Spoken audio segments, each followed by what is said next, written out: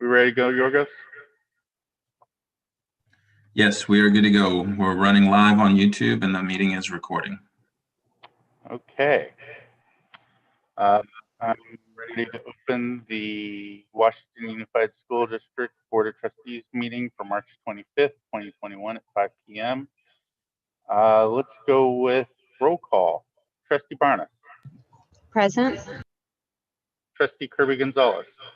Present. Vice President Wong. Present.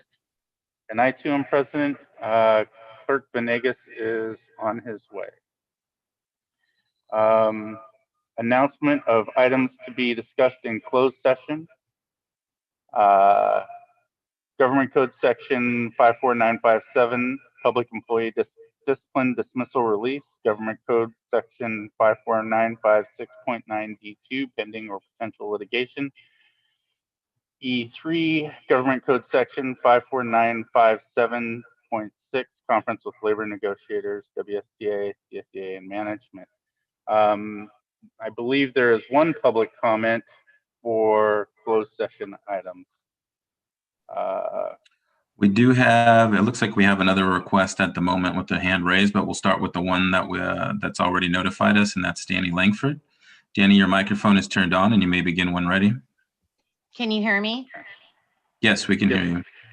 First, I'd just like to say with the time change from 5:30 to 5 for closed session, it really should have been highlighted on the email that went out, as it always has been in the past, because it was very confusing, because when you went to the webinar link, it said it started at 5:30. So it's very frustrating. So as I said last week, I respectfully ask that if you run over time going into closed session past 7 o'clock, that you adjourn and go back into closed session after the regular meeting, as boards have done in the past. That way it's not rude to the community, parents, and staff waiting, and the business can be done at hopefully a reasonable hour.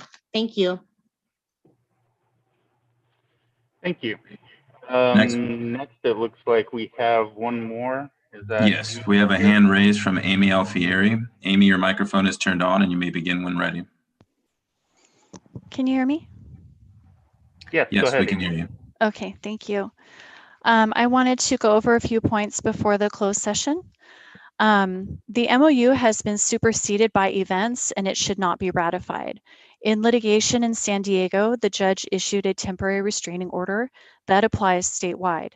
It prevents the state and school districts from recommending 6 feet of distance and requiring at least 4 feet. Rather than litigate, the CDPH has adopted a 3-foot spacing recommendation, which was also endorsed by the CDC. This complies with the court's order and the latest science. Therefore, the MOU is obsolete. Districts across the state are opening 5 days a week now based on these recent events. Should the district ratify the MOU, it could lose funding based on the new guidelines and the temporary restraining order, because it will no longer qualify as open to the greatest extent possible. If the district proceeds to ratify the MOU in violation of state law, multiple plaintiffs are prepared to file a lawsuit in April. You may safely assume that more plaintiffs will come forward. Since the district is returning to the status quo ante, no further negotiations are necessary to open the schools now 5 days a week. The unions have no legal right to bargain about whether they will comply with state law. The district's current conduct infringes on a child's right to a free public education. If this board proceeds to ratify this MOU, parents and students will pursue their legal remedies to the fullest extent of the law. Therefore, I respectfully urge the board to either reject or table the MOU while they seek legal advice and review the latest CDPH guidance. Thank you. Thank you, Amy. We have been joined by Clerk Venegas, so I'll add him to the roll call. And if there's no further public comments, then we shall adjourn into closed session.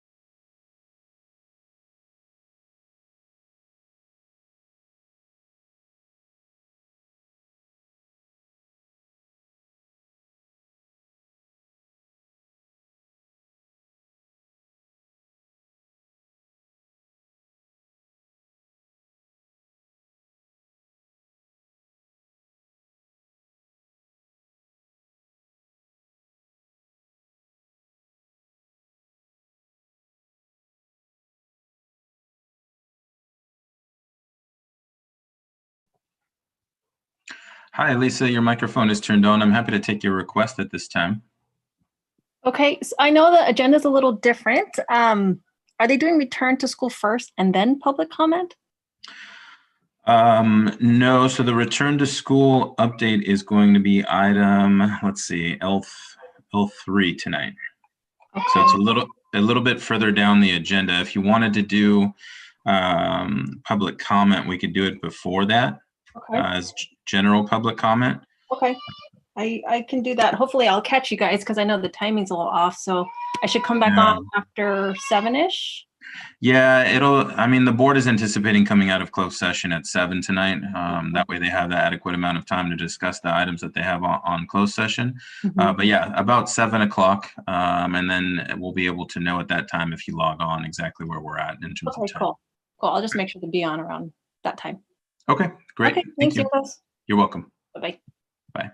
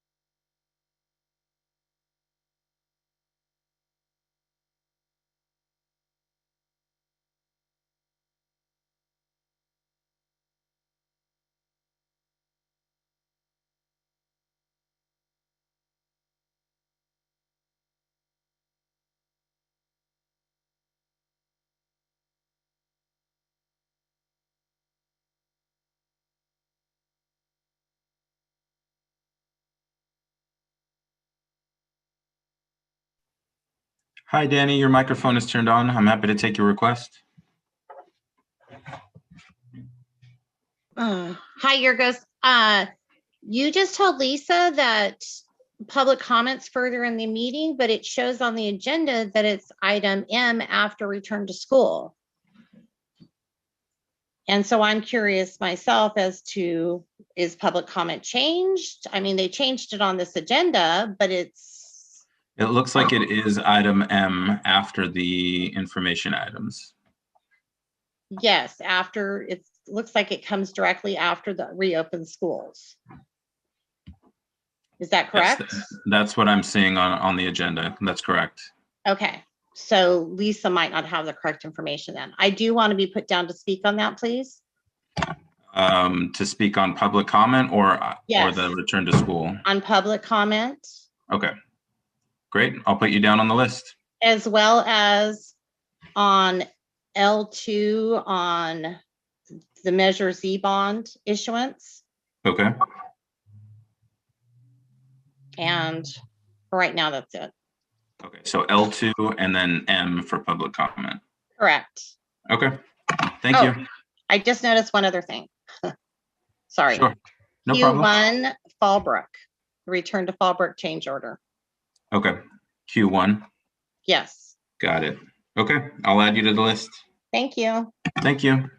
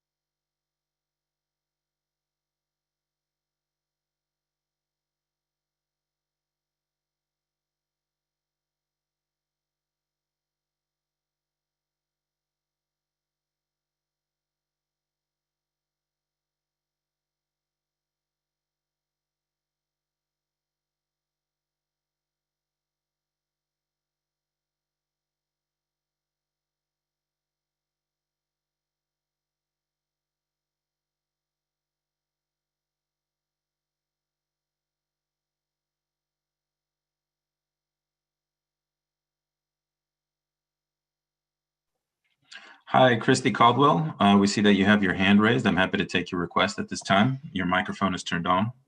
Hi, can you hear me? Yes, we can hear you. I just wanted to put my name in for public comment. Okay. I will add you to the list. Thank you. Okay, do we get any forewarning or we just listen the whole time and wait for you to call us? We'll essentially call your name when it's time. So we have a running queue of all the individuals that have requested public comment, Okay, and it's essentially a first come, first serve order. Okay. So when that we gives get to me an that idea. item, yeah, when we get to that item, we'll just call your name and turn on your microphone. Okay. Thank you so much. You're welcome. Bye-bye.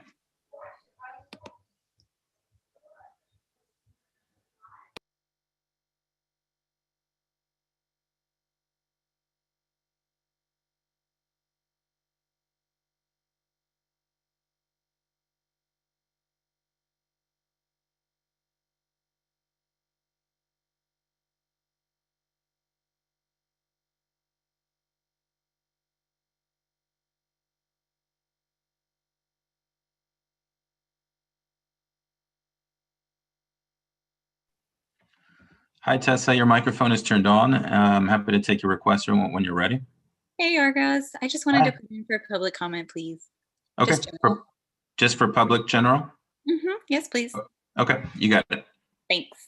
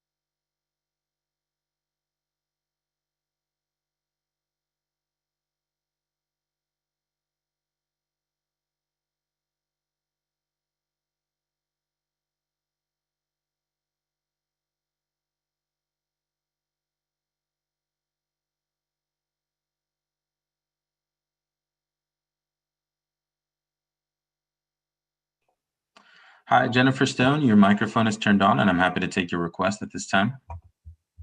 Hi, I just wanted to be able to speak during public comment. Okay, I'll add you to the list. Thank you. Thank you.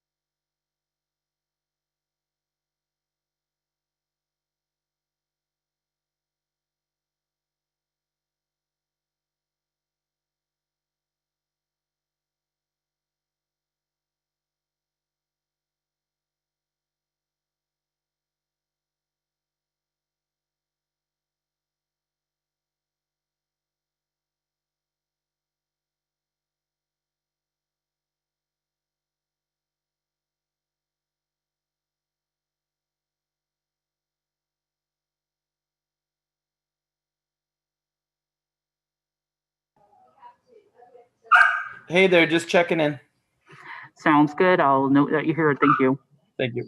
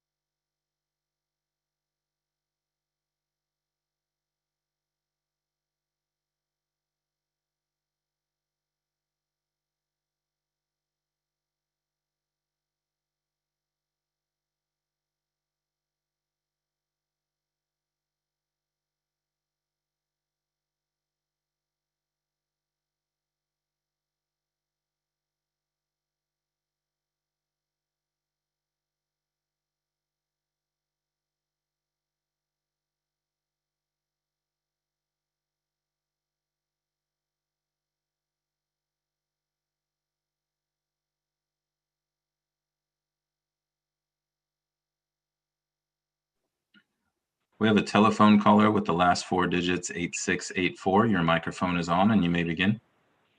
Just letting you know, it's Daniel. I'm here. Great. Thanks, Daniel. Okay, thank you.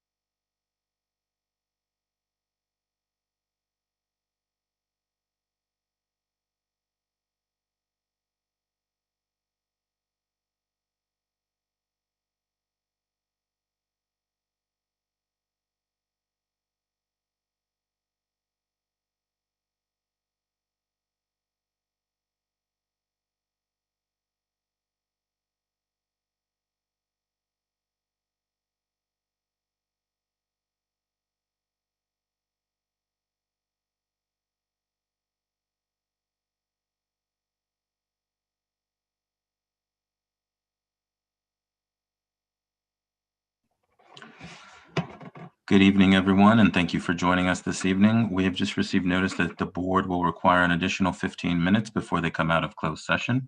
I repeat, that's an additional 15 minutes before they come out of closed session. Thank you for your patience.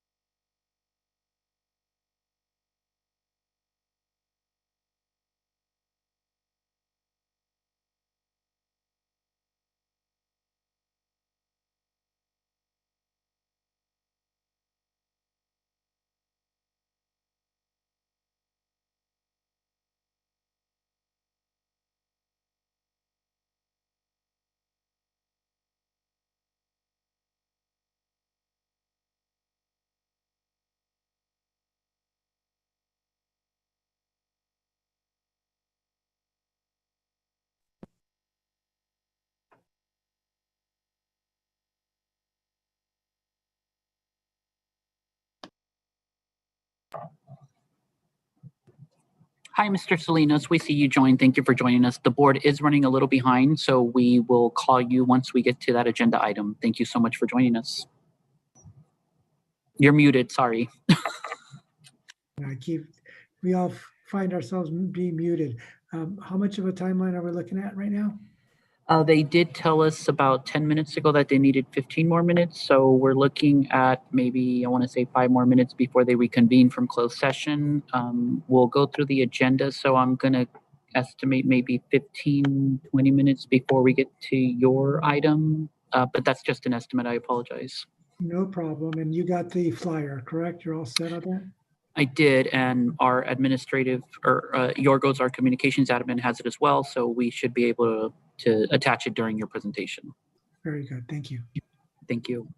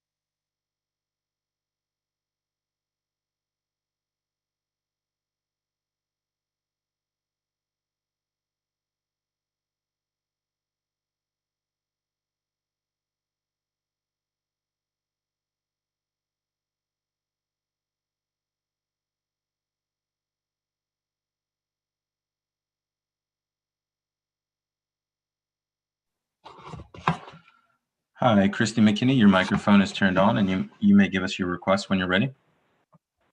Hey, Yorgos, I wanted to be put down for a public comment, please. Okay, we'll add you to the queue. Thank you. Thank you.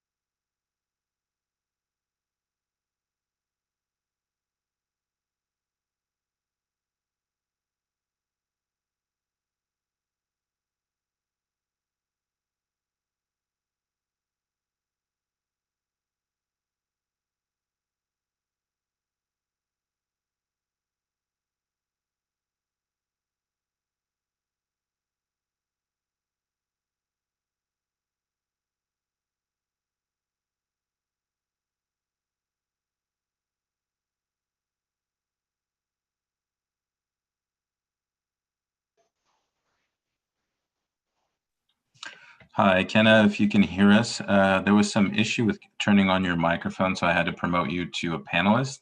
I'm happy to take your request at this time. Thank you. I think I got promoted 2 meetings ago, so, you know, that's okay.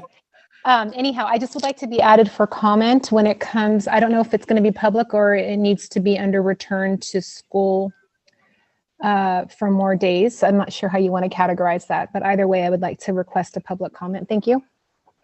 Oh, okay. I'll put you down for public comment. Public comment is directly after the return to school update anyways tonight.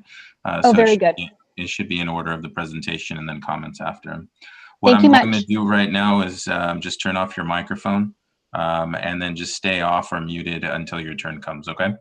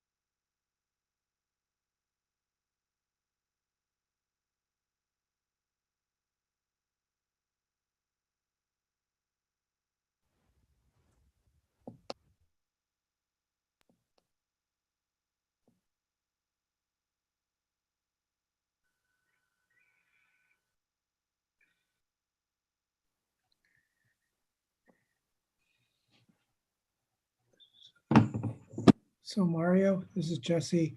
I am patched in through our county network, and there's a possibility that they're going to do a update and a service work on our network.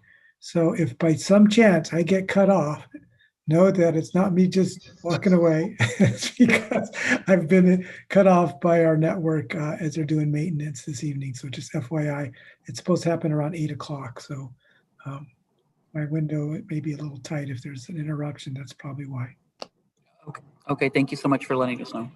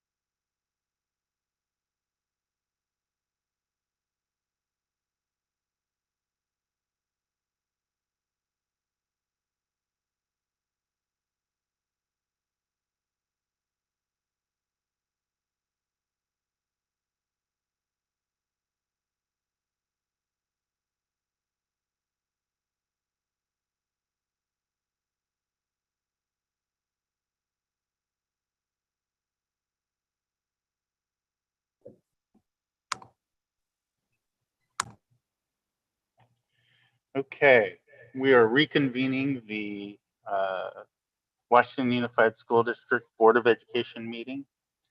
We'll start with a roll call vote. Trustee Kirby Gonzalez. Present. Vice President Wong. Present. Clerk Venegas. Present. Trustee Barnes. Present. And I too am present. Just want to do, okay. Oh, there's a slide right there. So with that, we will go to the Pledge of Allegiance. Let's have Dr. Hildreth lead us in the Pledge of Allegiance.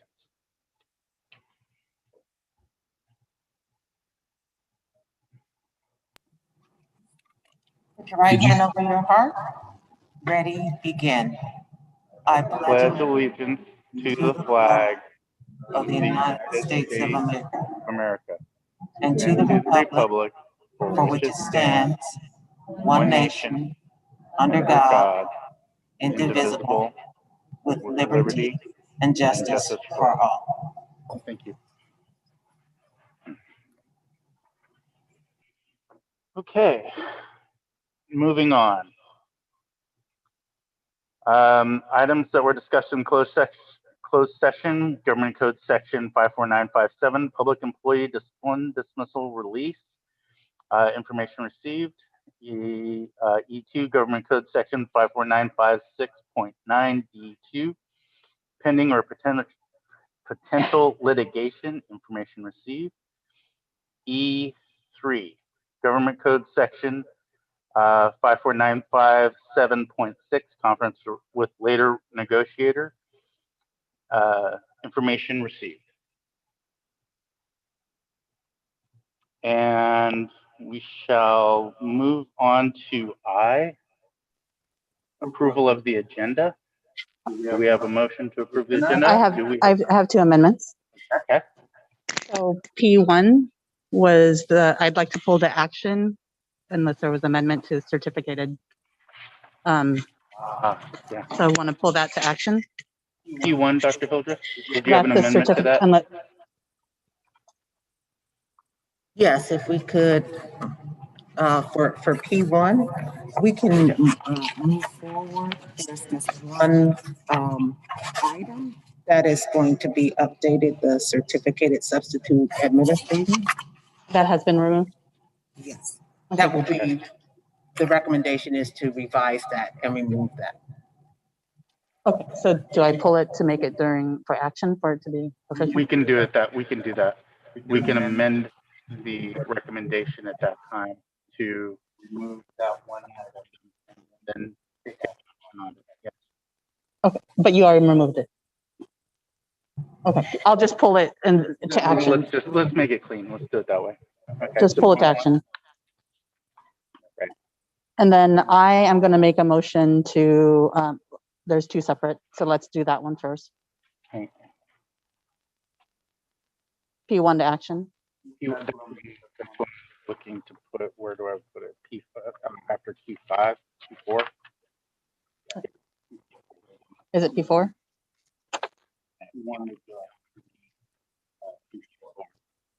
Okay. And then that's one motion. So that's, and then I make a motion to table Q3 because there's been a substantive change in condition. And there's a strong desire for me to merge the AB schedule specifically, and the new rules are around CDPH allow. So that's the reason I would like to table Q3 for further discussion. And Okay. Is there a second to that motion? I second. Okay. So there's a motion and a second to table Q3. We will start with Vice President Wong. Aye. Clerk Venegas. Aye. Trustee Barnes. Nay. Trustee Kirby Gonzalez. No. And I too vote no. So the motion is failed. To table Q3. Okay. We are on to President Pizzotti, I wanted to add to our board governance to have dates for the Measure Z subcommittee discussion. Okay.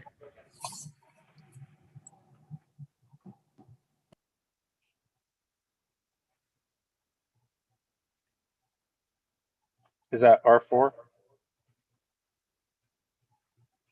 No. That would be R5. I don't know that you can do that. If it's not posted on the agenda, I don't think you can add something mid-meeting. Okay.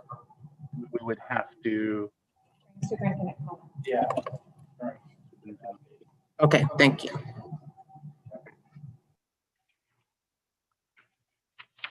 Okay.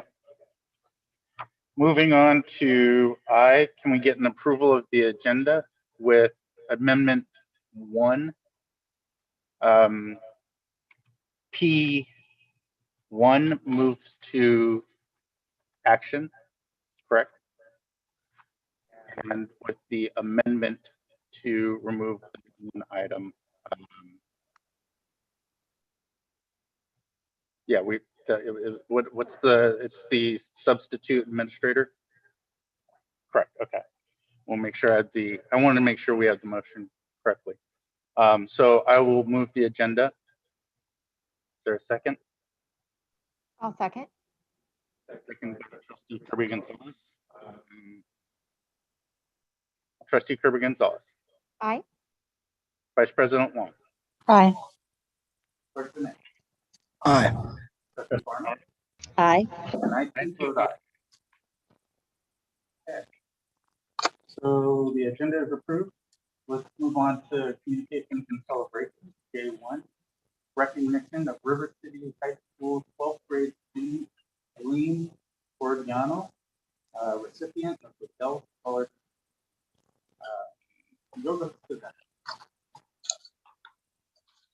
President Pizzotti, if I could ask in the future, if you could just lean a little bit further closer to your microphone. We're having a hard time picking you up. Rather than me actually showcase or speak about this next item, it's actually my pleasure to introduce Eileen Gordiano and her teacher, Susan Smith from River City High School. So at this moment, I'd like to ask them both to join us by turning their microphone and video on. And both of them will actually give you a quick summary of what this award is and some of the process that Eileen had to go through to receive this nice honor. Great, thank you. It won't let me start my video, but I can do it without video. Sure, give me just a moment and I'll look into it while you speak. Okay, so good evening. I'm Susan Smith. I'm an avid teacher and an English teacher at River City High School. I'm incredibly proud to introduce to you River City student Eileen Gordiano. Eileen is a member of our AVID and AP programs and has also been involved in MECHA and the Black Student Union. We're here tonight because Eileen's one of this year's recipients of the Dell Scholarship. Through this scholarship, she's going to receive $20,000 over the next 4 years, a Dell computer, as well as other support to assist her in achieving her college goals. And now, please welcome Eileen. Hi, my name is Eileen Gordiano, and I'd like to thank the board members for their time tonight. I've been waiting for an opportunity like the Dell Scholarship for a long time. I began taking AVID classes in the 9th grade, where I was able to explore different career options and improve as a student, as well as always having the encouragement and the support from my teachers. And with what I've learned in AVID and with the classes that I've taken throughout high school, I've done my best to prepare for the rigors of college. And as college decisions are coming out, I hope to attend UC Berkeley and major in the health sciences. And receiving the scholarship is the start of my college journey and has encouraged me even more to excel in college and has allowed me to continue to pursue my educational dreams with confidence and security. So I'm just really grateful for this opportunity. Great, thank you. Sorry about that. Eileen, I want to say thank you so much for coming here tonight. And congratulations. Tremendous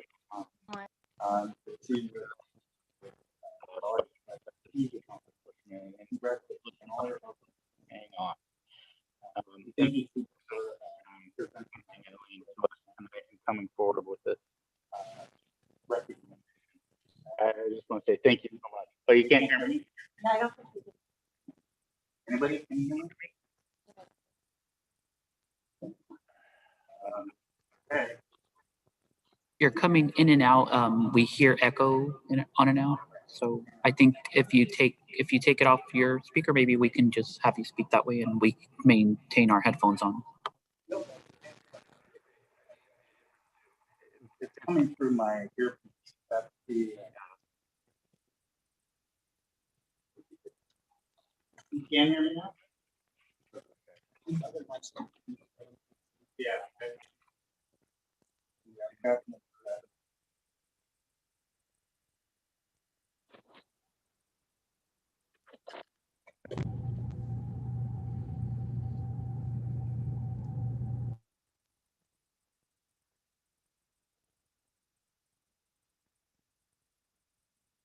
Can you hear me now? No?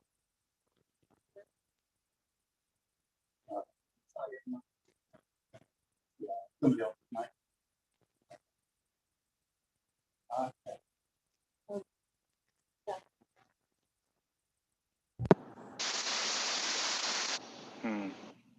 Okay. Well, you can hear me now? Okay. As long as you can hear me now. Maybe I need to just speak up. We're good? Okay. Sorry about that. Anyway, as I was saying, congratulations, Eileen. You really have done yourself proud, as well as we're all very, very proud of you. So congratulations on winning the $20,000 for the next 4 years of your college career. Thank you so much. Yeah, thank you. I really appreciate it.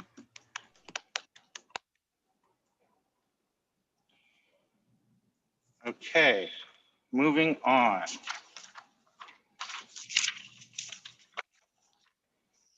Student association reports. with Skylar Breen from Washington Middle College High School. Skylar, are you there? Yeah, can you guys hear me okay? Yeah, thank you. Okay. Good afternoon. So I'm stepping in for Madison today on the student board report. So Bridgeway Elementary was thrilled to welcome their students back in a hybrid setting on campus. The simulcasting has allowed their virtual learners to join their peers in class. BWI is very thankful for the opportunity to provide for their families both virtual and in-person learning options. Let me get you some pictures from that. Alcorn was very excited to share that they have welcomed over 240 students back to their school. There is a high level of enthusiasm from their students and staff, and it is definitely an exciting time at Elkhorn. They would like to celebrate the efforts of many classified and certified staff that have gone above and beyond for the students at Elkhorn Village. There was lots of work behind the scenes to ensure this successful start of school, and they want to thank everybody. River City had their first day back of the in-person learning and all went well.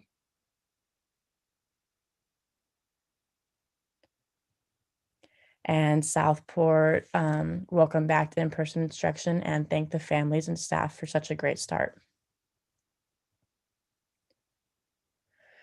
So Stonegate welcomed back to 576 students from pre-K to 8th grade in their hybrid groups, and all the 6th and 7th graders have been attending Slide Park virtually and have been participating in a variety of activities from learning about national parks to cooking s'mores with their homemade solar cookers. So the Washington Adult School had the CAERC proudly present Sang Someone Amy Sarkin's interview about her success in completing her GED from Washington Adult School. Amy is now pursuing a career in the elderly field, and they are so proud of her, and so are we. 5 students in the pre-apprenticeship construction training program have been accepted full-time jobs this week. Students with IEPs and 504s are being supported in adult education. Workability is working with IEP students currently on job placements. They have 2 students that helped connect with the Department of Rehabilitation while attending their program, and 3 previous IEP students that graduated from their program went on and became, sorry, that part is covered. I can't, graduates of the state of California. Washington Middle College High School had their first day back today, and they welcomed 77 in-person students for their orientation day, and the senior class is working on a memory book to replace the yearbook this year. Westfield Elementary staff were out front welcoming their scholars on their first day of hybrid learning, and the Wildcats are ready to learn. Western Oaks Elementary students had their elementary classes arrive on campus for the first time this year, and they're ready to head to their classrooms. And the class of 2033 welcomed Mini Dragons and are happy to celebrate their first day of school campus learning. The YOLO teachers have been meeting with Emily Freeland and John Bohm from the International Center for Leadership and Education to identify priority standards for each class offered at YOLO High School campus. The Opportunity Academy met with interns from UC Davis and Green Light Go this past Wednesday. And that's all. Thank you.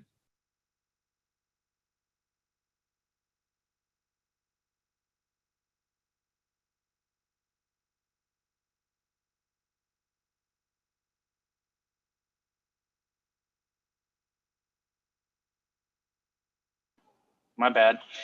Thank you very much, Skylar. And now we'll be moving on to the CSEA report. Is Daniel Gandara here? Yes. Can you guys hear me? We got you, Daniel. Thank you very much. All right. Good evening, and good evening, Superintendent Hildreth, Board of Trustees, and Cabinet. I would first like to thank all the classified staff for making this transition into the hybrid learning as smooth as possible, and for all they do during this pandemic. So I'd like to thank the classified staff for that. Negotiations update. We had something scheduled, I think, last Tuesday. And that's when we worked for our contract. And that's when we worked on our addendum for the return to, or the hybrid model addendum. With that being said, as far as scheduling, you know, we took the day to work on that addendum, but in turn, it took us away from working on our contract negotiations. Moving forward, I'd like to be able to separate those things, right? I like to have us schedule our dates for our contract negotiations and also schedule dates for addendums and MOUs and whatever else we may need to negotiate. That way they don't conflict. Because as some of you know up there, you know, when we do negotiations, we have to play with multiple people's timelines. And when we have scheduled meetings for one thing and then we replace it with another, you know, for instance, my labor rep is on vacation till the beginning of April. So we won't touch down on our contract negotiations till sometime in April, till, again, calendars allow, right, from both sides. So that's one. Also, interview panel. I want to discuss interview panels. I know I'm usually on interview panels when it comes to assistant superintendents and superintendents and things like that. And I recently got an invite for the assistant superintendent of HR. And I bring this up because there's usually about 10 or 11 questions that we ask, you know, the candidates. I would like whoever creates these questions, if there is a conversation we can have to where both bargaining units get to put in a question of their own. Because we do ask a very vague question on that questionnaire, right? Or the questions that we ask the candidates. And it's very vague of working with the bargaining units. But I would like a more specific, detailed question, especially this go round. I have questions I want answers to. And I know I meet with the superintendent tomorrow, and I'll elaborate a little more on that tomorrow. And just the last thing, just communication. Communication between the district, the site administrators, and supervisors. When we work on MOUs and when we, essentially MOUs, right? I'm not sure how the communication goes with getting the sites up to speed on what the negotiating teams work on. But to be honest with you, I'm tired. I'm tired of answering these questions for site admin, to be honest with you. You know, and one, that's not my role and that's not my job. But I think we really need to work on the communication when we have addendums and MOUs. So again, everybody is on the same page, from site to site, from district office, and just everybody is on the same page and we operate smoothly. But that's all I have tonight, and you guys have a good evening. Thank you.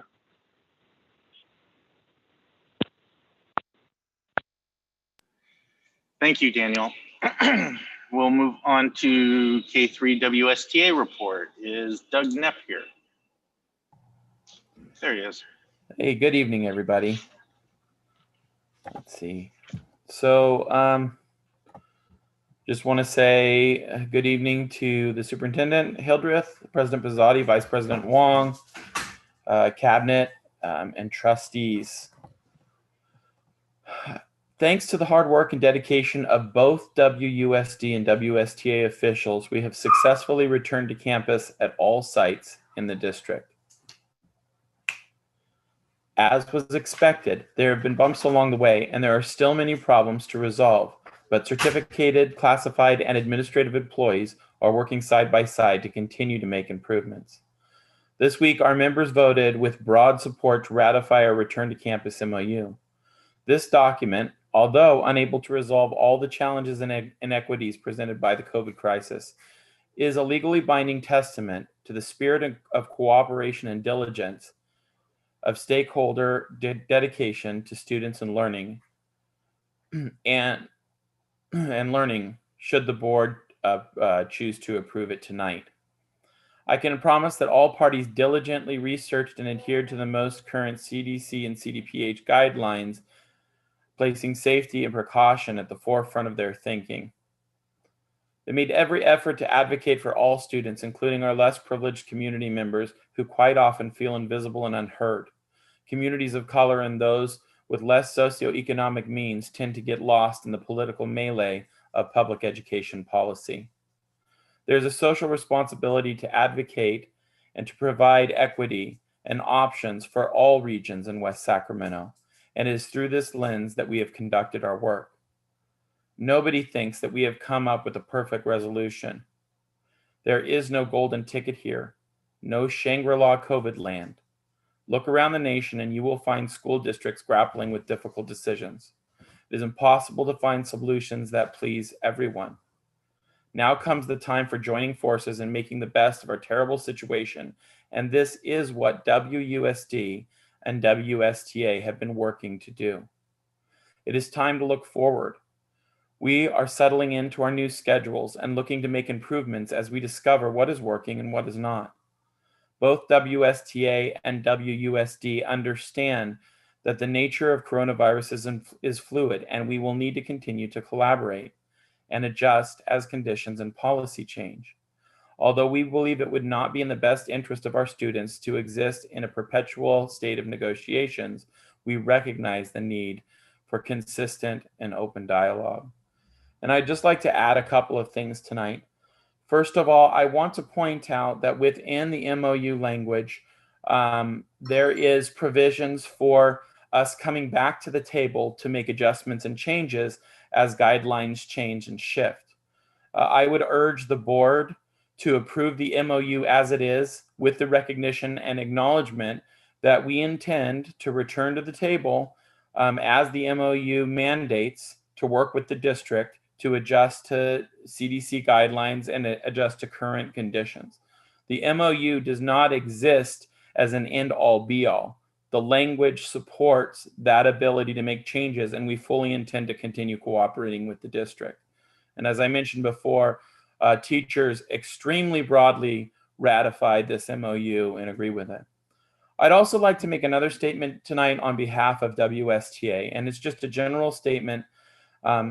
You know, those who know me and those who know my organization know that we have the best intention and serve with the heart of children at our interest.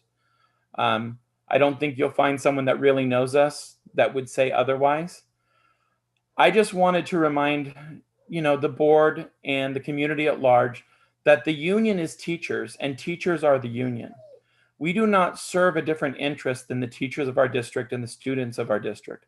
We do not serve exterior interests. We do not serve CTA's interest. We do not serve NEA's interest. We do not serve any political interest other than the interests indicated by our members here in the district.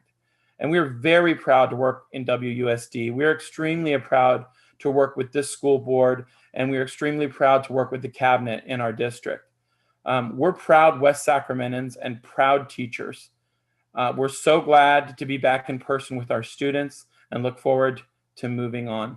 So I'm going to end with that. Thank you very much for your time. Thank you for your comments, Doug. We really appreciate them. We're going to move on to L, information and discussion items. We'll do L1, Youth Empowerment Summit. Yes, by Mr. Jesse Salinas, Yolo County Assessor, Clerk, Recorder, Registrar of Voters. Well, good evening, everyone. Hi, Jesse Salinas, Yolo County's, yes, assessor, clerk, recorder, and elections official. And it's such an honor. Let me turn on my video. It didn't quite come on yet. I apologize. Having a little, can you see me now? For some reason, it's telling me that it's not giving me, let's try again. I think the host has to let me come on with the video. Here we go. Thank you. There you go. Hi, everyone. Good evening.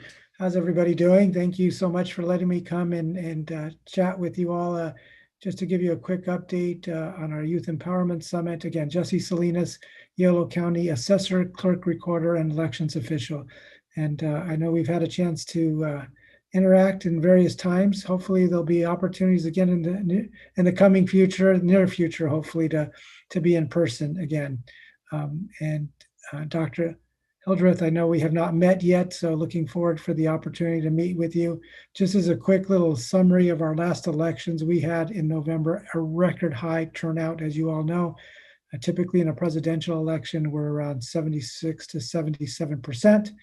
And we actually had a turnout of 83% countywide. So huge numbers. And I want to give a shout out to the school district in West Sacramento. All three of our voter assistance centers were in partnership with the school district in West Sacramento. You made it possible for us to have that election, and it was so special to have that kind of partnership. I know our relationship with the registrar's office and the school districts across the county is unique.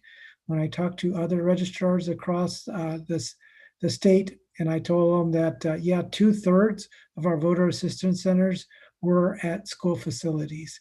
They look at me and they go, how is that possible? And I said, well, we have great school board members and leadership superintendents that have participated with us and partnered with us. And so you helped make that election an incredibly successful one, and looking forward to continuing that partnership moving forward. And in that vein, I wanted to be able to share with you about our Youth Empowerment Summit. So I know a number of you have actually participated in our Youth Empowerment Summit. So we did a practice virtual one in the fall because we were still kind of trying to figure out what we could do. But our large one is going to be happening on Saturday, April 24th. You can see it'll be from 9 a.m. to noon. It'll be a more condensed summit. For those of you who have not participated in the past, our summits are normally in person. Hopefully, like I said, in 2022, we'll be able to be back in person. This summit is normally a full day, but we were told by folks in the education community, Jesse, students are all zoomed out. Let's make it a short, condensed version this time around, and let's do what we need to do for our students to connect. For those of you who aren't aware of it, in 2019, we were awarded the National Association of Elected Officials Guardian Award. So that national award has put us on the map as having a unique program. And as you can see, registration has opened up. We will be open until April 22nd. And it's exciting for anybody who wants to go and register. We're asking people to come and register students to participate in this. Taking a look at the number of partners that we have, it is an amazing group of partners that make this event possible. And I'm not going to, identify them all. They're all there in the logos, other than you can see that we also have the West Sacramento Home Run Program there in West Sacramento, we, being a part of the partners that we are bringing to the table. So, all these groups are working hard behind the scenes in preparing this model virtual program that we have in place. We will have, we've gotten donations enough to be able to have prizes for students. So we're going to be getting them engaged, giving away prizes so they stay engaged for the 3 hours. And I have to tell you, it's going to be a fun event. And the way we're going to kick it off, I'll give you a little insight of what it's going to look like.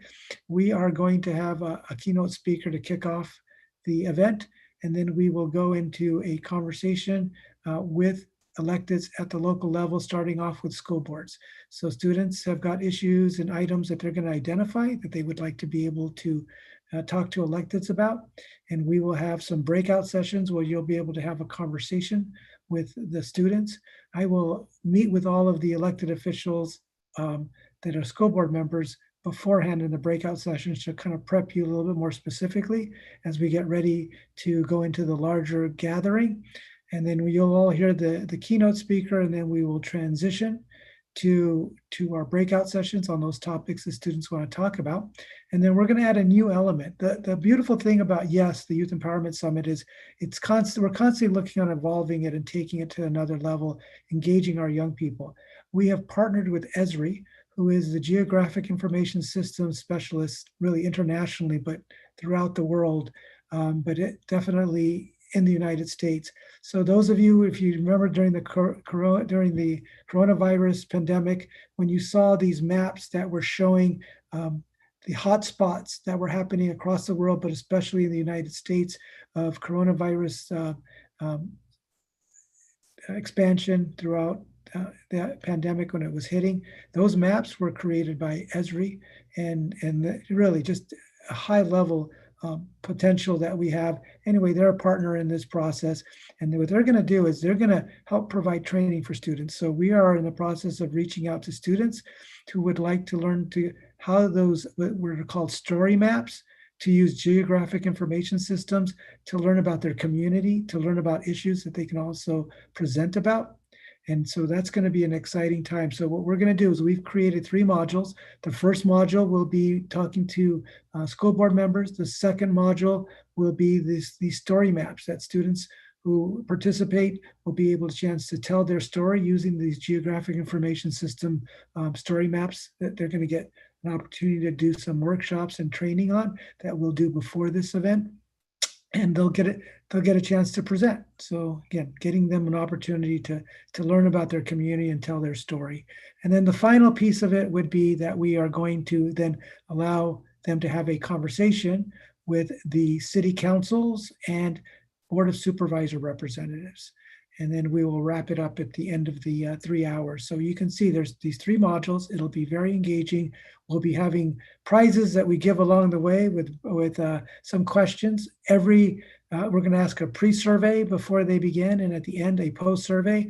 And they have access to additional prizes if they fill out the survey. So encouraging them to provide us some important information about the impact of this program.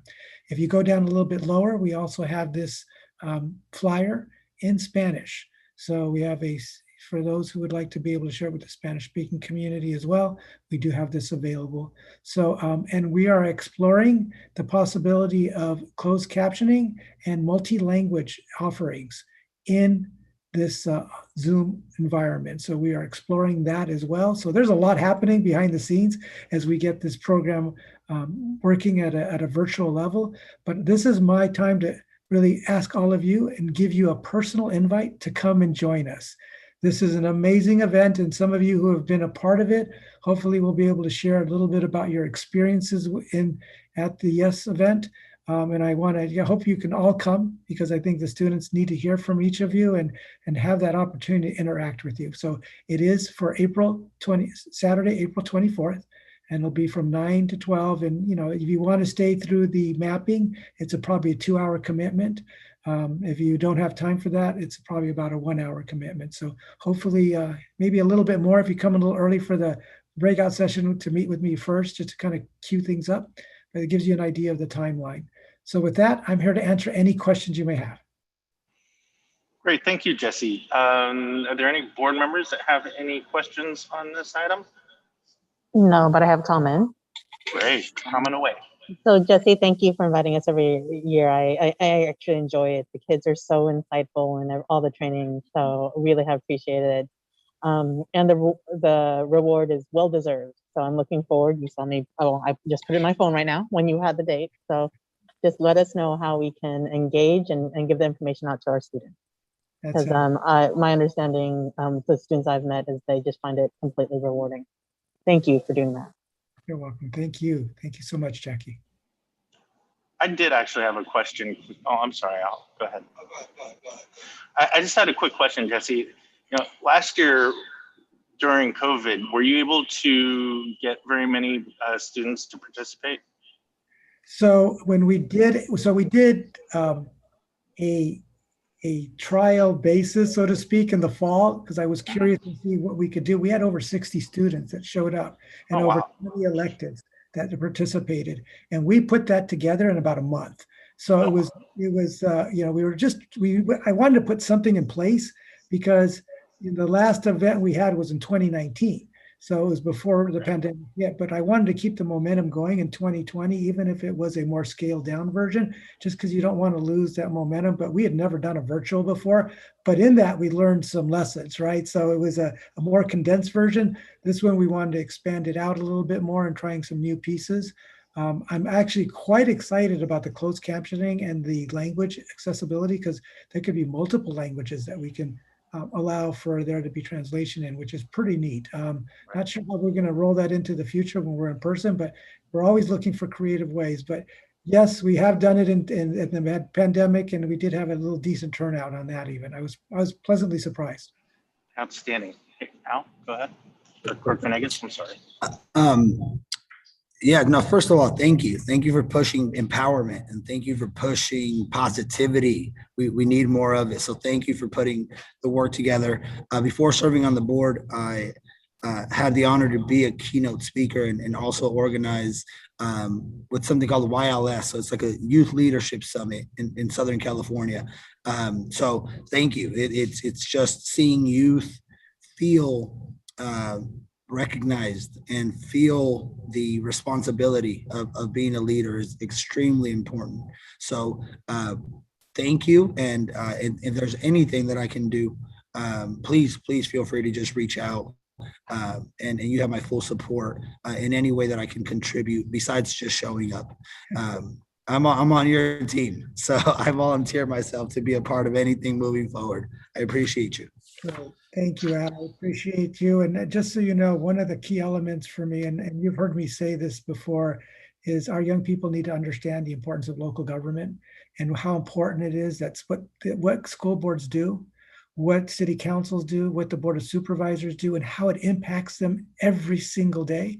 You know, I think about what took place on January 6th, and quite frankly, our democracy, you know, it was in peril. I mean, just to look at the impact that had psychologically. And the only way we're going to turn the corner on this is if we get our young people and start sharing with them. Our democracy can be amazing, but you have to understand how it works. You have to become engaged. You have to vote. You have to do your part, but we have to play our part as adults to guide them and guide them in the right way of how it's done. And so that there is empowerment through that. And so all of you, again, I appreciate all of you. I know you go late into the evening serving the community like you do.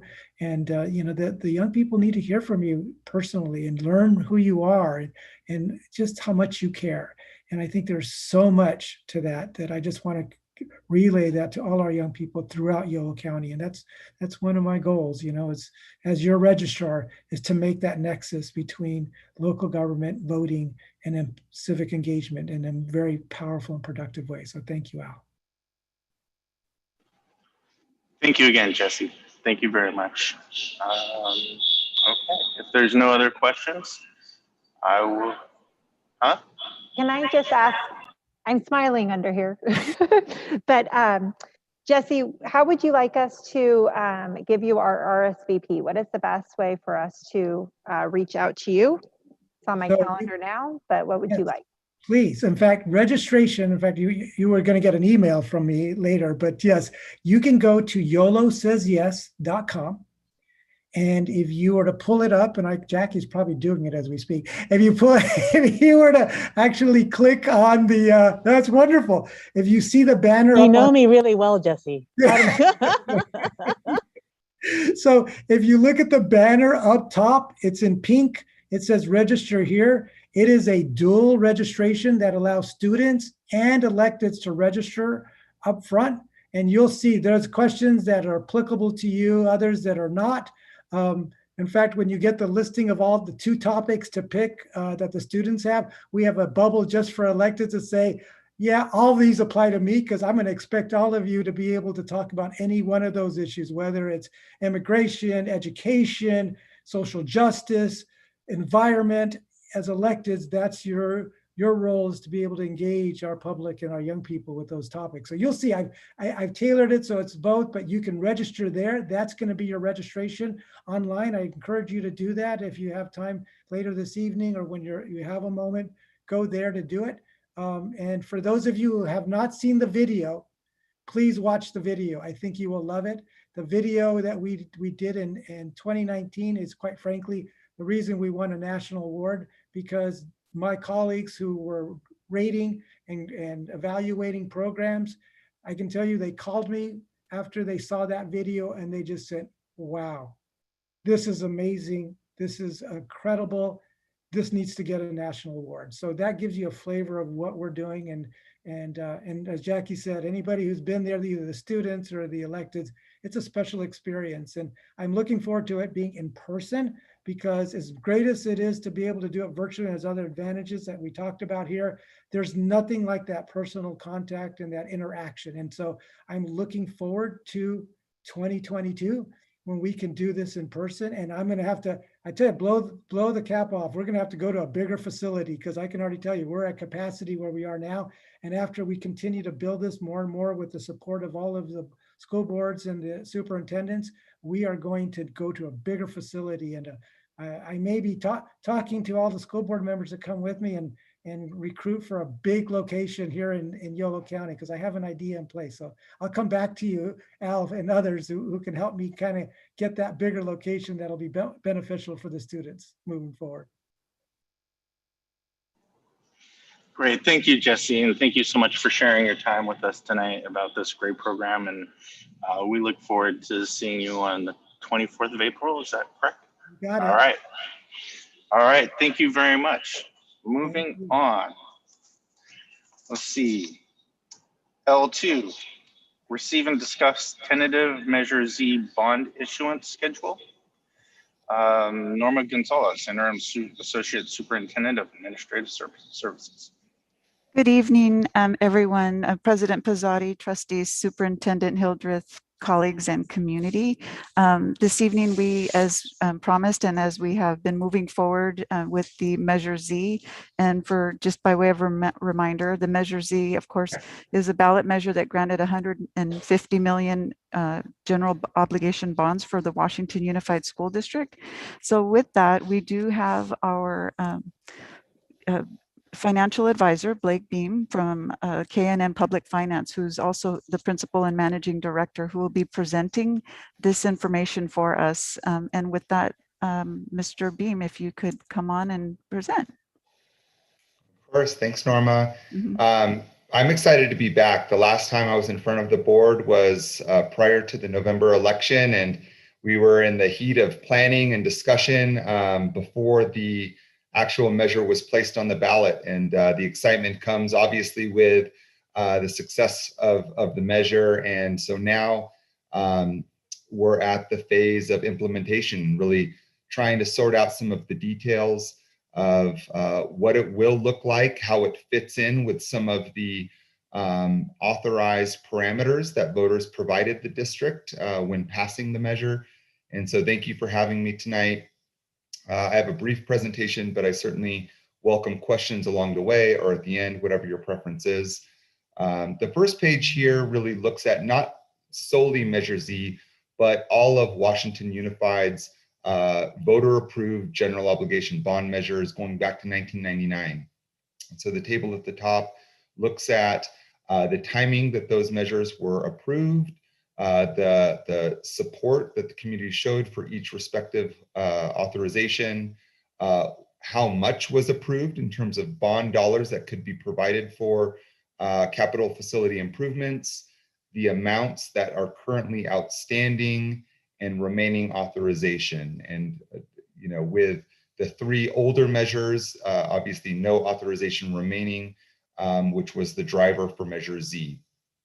And as Norma pointed out, Measure Z authorized the district to access $150 million, which would be repaid back over time by future property tax collections by homeowners within the district, none of which has since been accessed. But we'll talk about tentative plans for what it would look like to access money in phases as projects would be undertaken.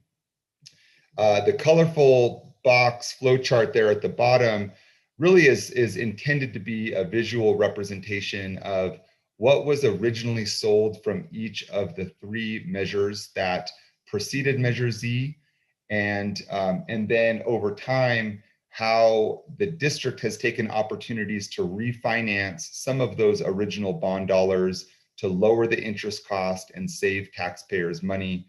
I will say the district has been very proactive in seizing opportunities to take advantage of a low interest rate environment and lower the cost of borrowing as those bonds have been outstanding. So certainly a commendable effort by the district. And so you can see there really what the current debt profile looks like for the district in full capacity here on this page.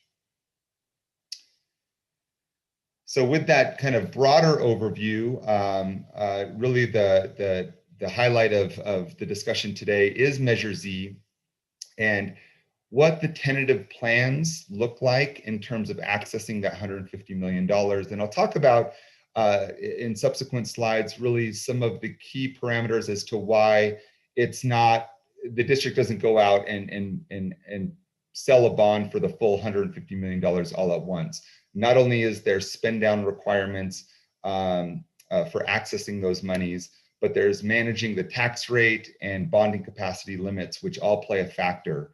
And so with those parameters being mentioned, the current or tentative plan for Measure Z is to access incremental portions of it, starting with the first series of bonds being sold this year in 2021 for the first phase of projects in the approximate amount of $60 million. Now, I will say staff is doing a tremendous job working with facilities planning teams and the Measure Z subcommittee group to figure out what the priority projects will be. And so the dollar amount for that first series could very well change, but currently and tentatively scheduled for 60 million, followed by issuances every other year in 23 and 25 for the remaining amount.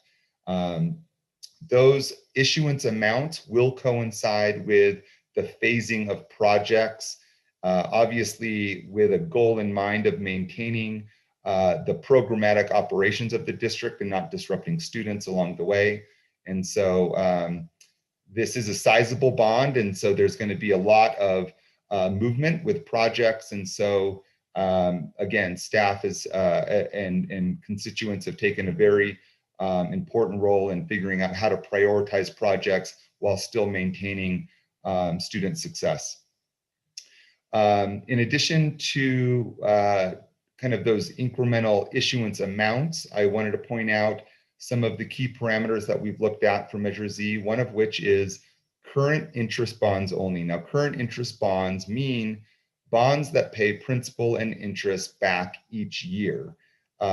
This is the most traditional form of financing that school districts will utilize for their general obligation bond measures. And it's counter to that of capital appreciation bonds, which in the past decade have caught news as not being utilized to their most efficient state and really creating a more costly burden on taxpayers by utilizing CABs. So Measure Z is focused on avoiding CABs altogether, frankly, and using the more traditional approach of current interest bonds that pay the principal and interest back each year, similar to that of most of our home mortgages. Additionally, the term of which the bonds will be sold, we're looking at a max term of 30 years for each issuance itself. Again, a very common term with respect to statewide California school districts. And the AV growth becomes a factor, and I'll highlight this on the next slide. We assume a 4% annual average growth rate, which per the standard 2% growth, really why do we assume 4%? Really, the basis of this number is focused on the historical data. Over the last 35 years, the district's average annual growth rate has been in excess of 6%. Over the last 5 years has been over the last 5%. So we've looked at those data points and tried to err on the side of conservatism. And we've looked at an average 4% for this program. And that, again, that comes to play in on how we manage the tax rate that voters committed to when Measure Z was approved. So on the next slide, the emphasis of this slide is not really to get into the detail of the numbers, but to substantiate the importance of AV growth over time. When the bonds are sold, the debt is structured to assume the AV growth and maintain a tax rate commitment that voters approved. And so you could see the columns to the far left are the district's current AV and how it's projected to grow over time. And then how we're currently or tentatively planning on layering in debt service, annual debt service payments for each of the 3 series of bonds that will fit and stay within a $60 per 100,000 tax rate commitment, which is what voters approved for Measure Z. Now, some may ask, well, can we access more than the $60 million that's tentatively planned for the first series? The answer would be yes, but there is certain thresholds for which we can do so. The reason being is that we only have so much AV at our current point in time before it grows into what we expect it to be over the next 20, 30 years. And so that is one of the large reasons why we access the $150 million incrementally over time, really is to see what assessed value actually does and make sure that we're using our 4% growth projection as a planning tool, but we're also factoring in real life data as it becomes released by the county year after year. So that's really the importance of this slide and how we've planned Measure Z to manage long-term tax rates that coincide with what voters have approved. On the next slide, one of the other critical factors is statutory bonding capacity. Now, this can easily be compared to that of a credit card limit for the school district. For unified school districts, the credit card limit is 2.5% of the then current assessed value. Now, the assessed value will grow over time, and the old bonds are paid back over time. And so the table at the bottom here really represents, in 2021, it shows what the current assessed value is and applies that 2.5% statutory bonding capacity limit. And it shows the current bonding capacity of $197 million approximate. Now you take out all of the bonds outstanding from the prior measures, and what's left is over nearly $120 million. So even after the first sale, we'll have $57 million left. And as, again, the next series of bonds is projected at $50 million, it shows then what the remaining capacity is left at that point in time. But again, one kind of key point of emphasis here is, why not access the full $150 million all at once? A large part is being able to manage the statutory bonding capacity and the voter approved tax rate, while also making sure that we're managing the magnitude of projects that are impacting the district. So these are all key factors in the long-term planning for Measure Z, and something that has been looked at very closely with staff. And we wanted to share this with the board, just so you have an understanding of some of these higher overarching parameters that will impact the issuance over time. Now, on the next slide, what I wanted to share and just bring to the board is a conversation that really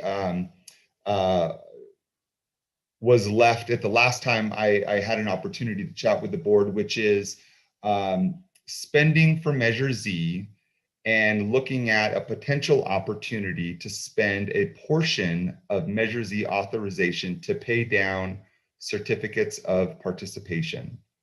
Certificates of participation are different than that of a general obligation bond in that they're backed by the district's general fund.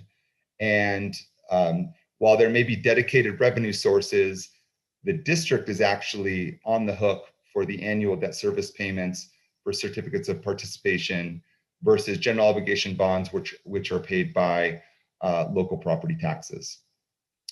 So what the board decided during the planning stages and what was included in the ballot measure, it's not an obligation, but it's an opportunity to consider using up to 10% of the authorization from Measure Z to pay down some of the outstanding general fund backed debt, or COPs, or certificates of participation.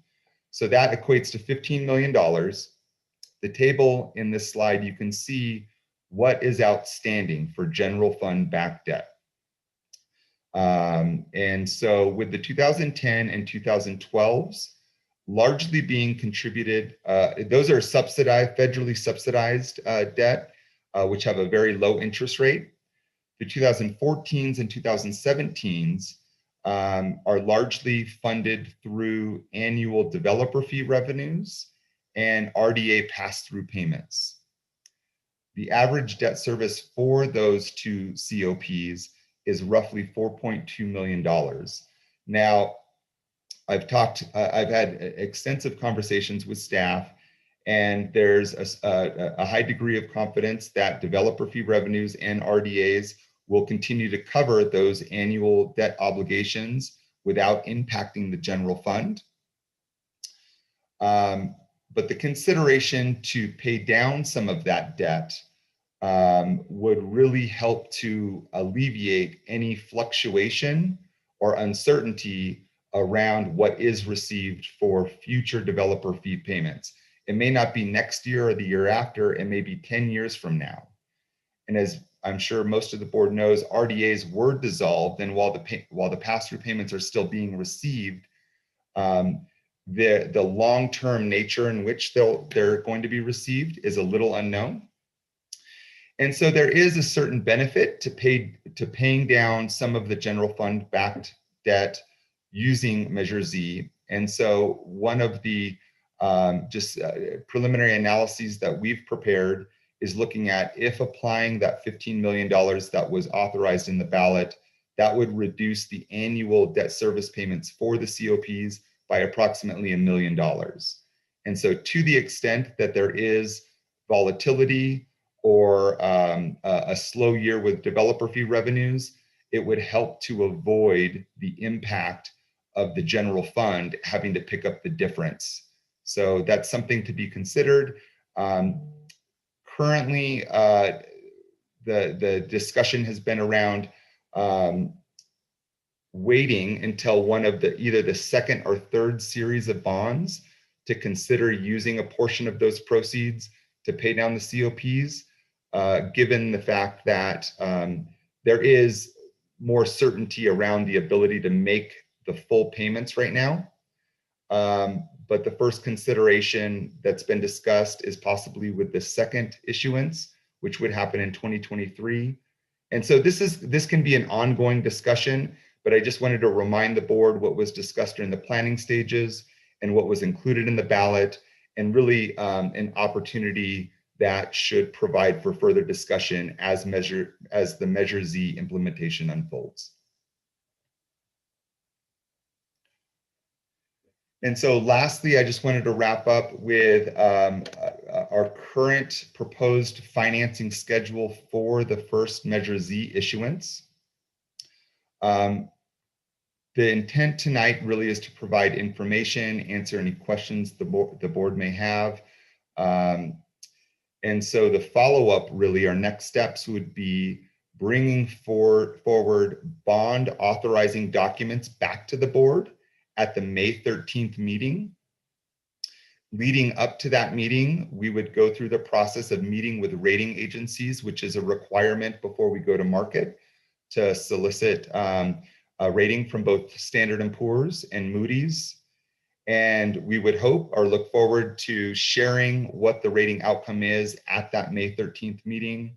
Should the board decide to authorize the Series A financing at that time, we would be able to proceed with the pricing, which is really where we're locking in interest rates for that first sale, which comes roughly a week after the board meeting, and closing as early as the beginning of June. Closing really is the point in time where funds are delivered and deposited in the appropriate building funds held at the county and would be immediately available for projects this summer.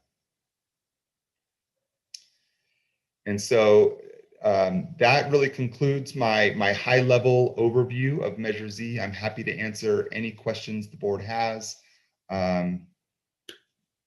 or anyone else for that matter.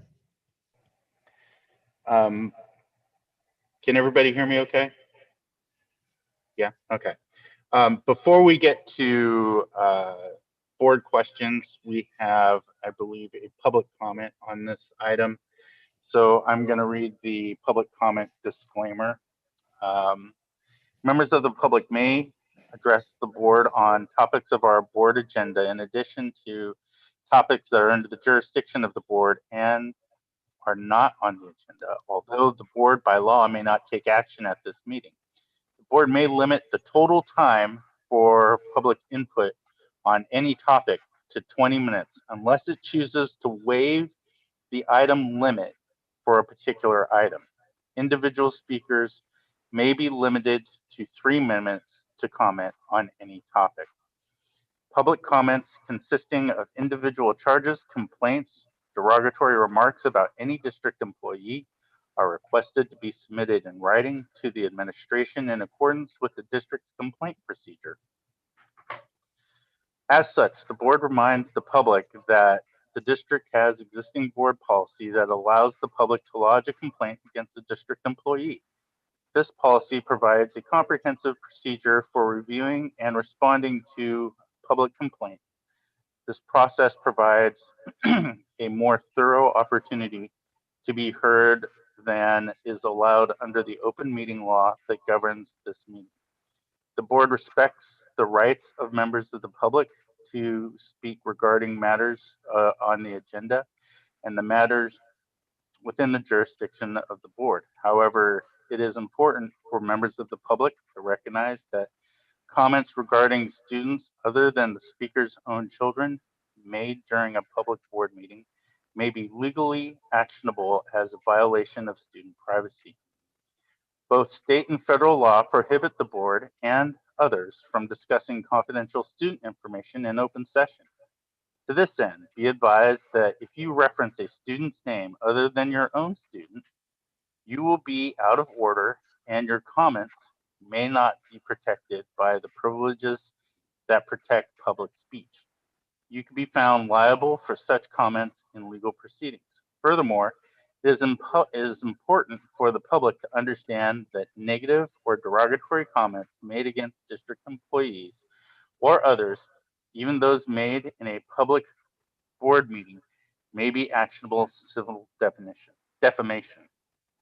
All right, having said that, we've kind of been lax lately on adhering to our 20-minute policy. I know we're going to have a lot of public comments tonight. I don't know that we would all be able to cover them in 20 minutes, but I'd like unanimous consent from the board, if possible, to limit the discussion to 1 hour, if that's okay with the board. I think it depends on the number of speakers who are present, and I would kind of consider modifying the time allotted to allow for everybody who's been waiting on items to speak.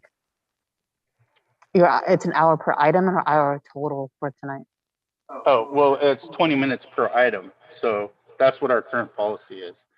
I was going to say there's one item in particular that is going to be the return to school item is going to be the item that's going to have the most amount of people wanting to speak. And again, for me, it's dependent on how many people want to speak on that item. It looks as one. Well, it actually looks like general public comment. there's 7, 8, 9. So is there a limit? I mean, 27 minutes. potentially. okay, let them speak. Okay. Well, let's have Danny Langford go. I just want to start by saying it's unreal that you are just now addressing that you want to limit the speakers, Kobe, when you should have done that at the beginning of the meeting, like every other agenda has ever been done. Now, on to Measure Z. How can we even think of issuing any of the bond money when in fact we are in declining enrollment before COVID and we have no idea what the final enrollment numbers will be or what exactly the final directive from the government will be when everything shakes out at the end of this crisis? While the facilities master plan is a great roadmap, it may be obsolete when it comes down to it after we're back to full in-person school in the classroom, which is where 100% of your attention should be. Where's the plan for Measure Z money that you're talking about cashing in? My original question was going to be, is this because you want to pay down the 15 million that you added at the last minute of the bond to the certificates of participation? And the financial gentleman answered that question, which is highly concerning because I've heard board members that are sitting on this board right now make the comment that it would free up dollars in the general fund, which is not what that bond money is for. Using it like your own personal slush fund isn't what it's for. We need to know where we stand after COVID. And I'm sorry I'm angry, but that whole little dialogue you just had before this item, before I spoke, is ridiculous. Thank you. Okay. Comments from the board? Questions? Anyone? Trustee Kirby Gonzalez. Thank you. And thank you for the presentation. I appreciate it. My question is more for my board colleagues and the district. And that would be in terms of timing. I know that there have been subcommittee conversations, but we haven't had the discussion here.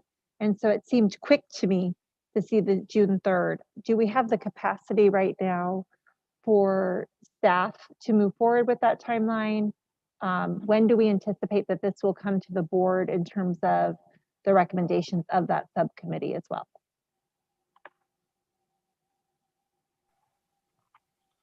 Well, at this point, that would be when we can schedule a board meeting to have the facilities committee come to the board and present options.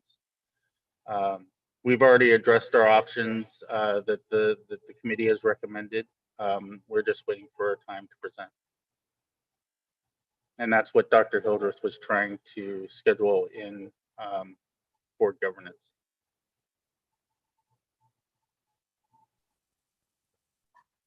Because we couldn't add the item, is that something that we want to consider as part of discussion now? Just as discussion? Because it's I just would discussion think that would be a discussion that we could have. without any action. Right. As long as we have time, which we can. So we have the option to have a discussion in April to either have an update from the subcommittee at the next regularly scheduled board meeting, or if we want to have a special board meeting just because this is such an important topic and might require the time needed to dedicate to this item. Yeah. Personally, I think we should probably have a special board meeting for this item because this is going to be a long discussion. And it's really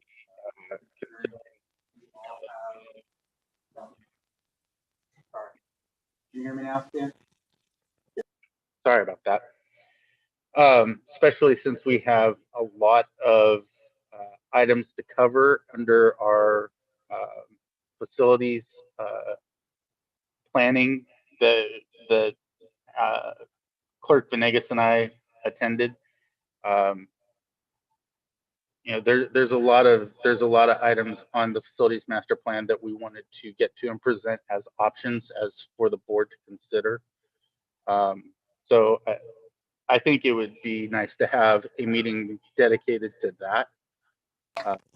But I'm open to So three of us aren't on the committee, so we're looking to our board colleagues literally to tell us what you all have discussed. Yeah, I would. What you're considering. That's literally the question. Yes, it's simple. And I was waiting for Kobe to finish. So, yeah, I would say a special board meeting would be definitely the way to go. We've had 2 meetings so far, and there's a lot of information. And I think that we can keep it focused, we can keep it clear, and it'll allow all of us to just focus on what matters most in that meeting, and that'll be that topic. So I would say a special board meeting for sure. And is there a timeline you prefer? Early April, since June is coming up? I think that if we look at a date, possibly April 15th, that would be the second week when we come back, if that works for the trustees' calendar. And can I ask then to Blake, I don't want to say your last name incorrectly, Boheme, I apologize in advance. Can I ask you if there's any repercussions in terms of the goal of that June 3rd, if we push that out after this meeting that we have, because we have a lot to do, right, to work to get our kids back at school, a lot of focuses right now.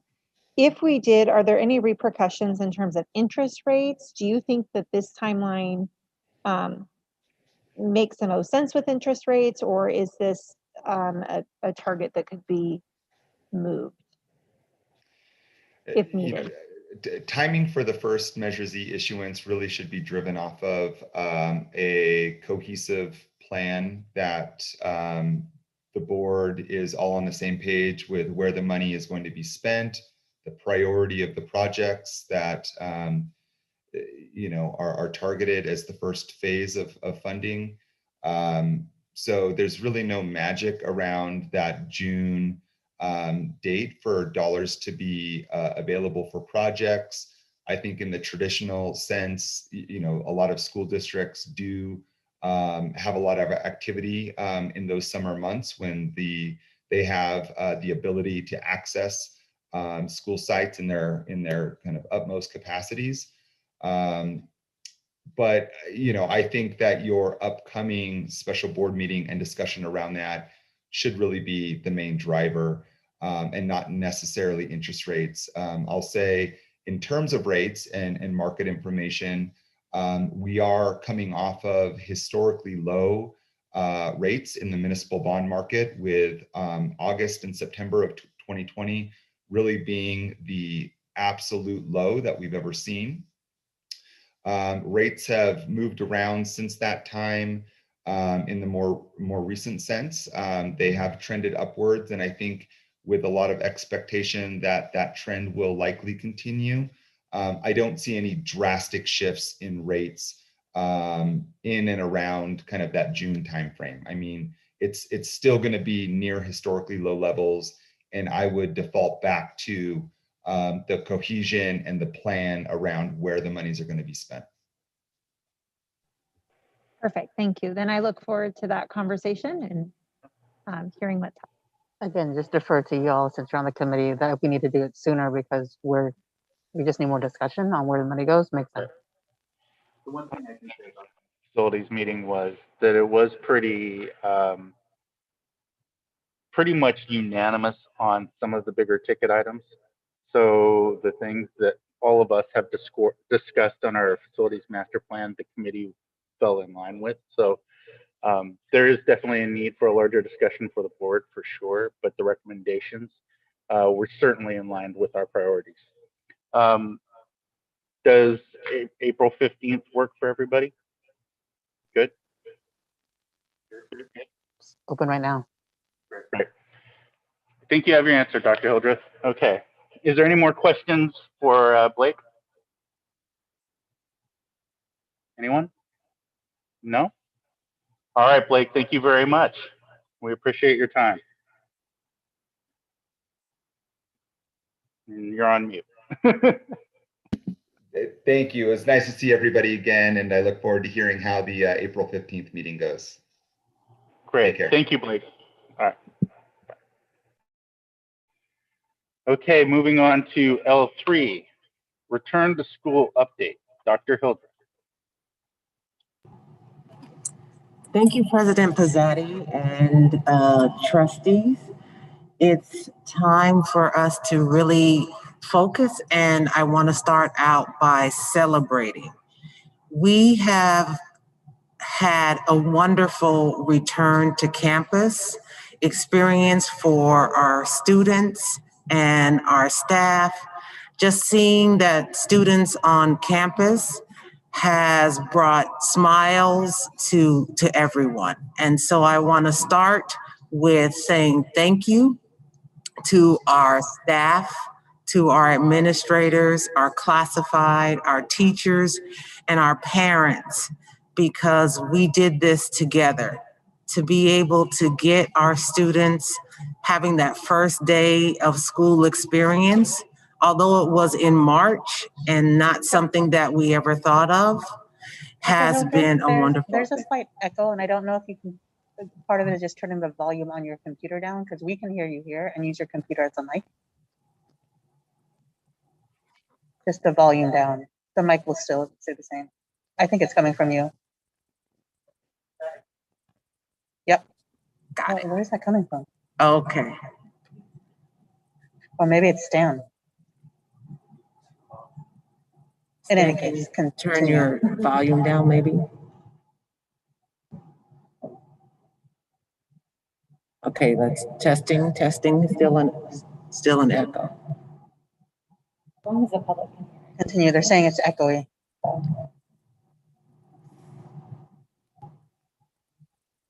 Testing.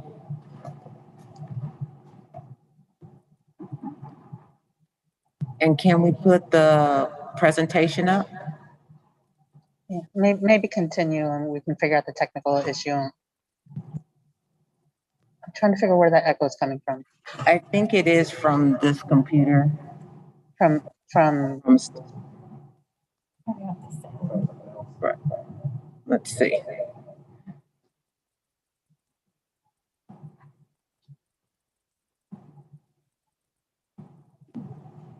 Sorry, technical issues.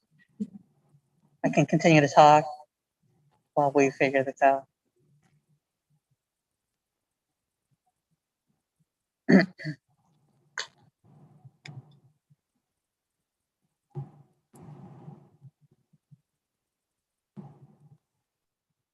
Testing.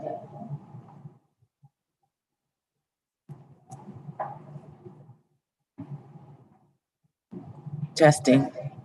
What is Stan's computer? Okay. I'm assuming Stan can hear you. So you can, maybe Stan, you can log out and then Dr. Hildreth can proceed. Right.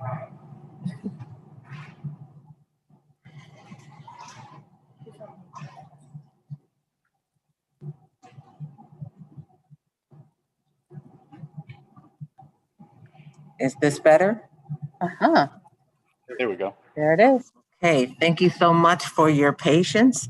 So I will continue just thinking about the success. And when I think about our return to campus journey and how we, as we shared at the last board meeting, where we were this time last year, where we all had to automatically pivot and we began to do work together, just whatever needed to be done on behalf of our students. And our focus was on the safety for our staff and for our students. And we invested our dollars and our time to make sure that when we did have students coming back and staff coming back, it was going to be safe.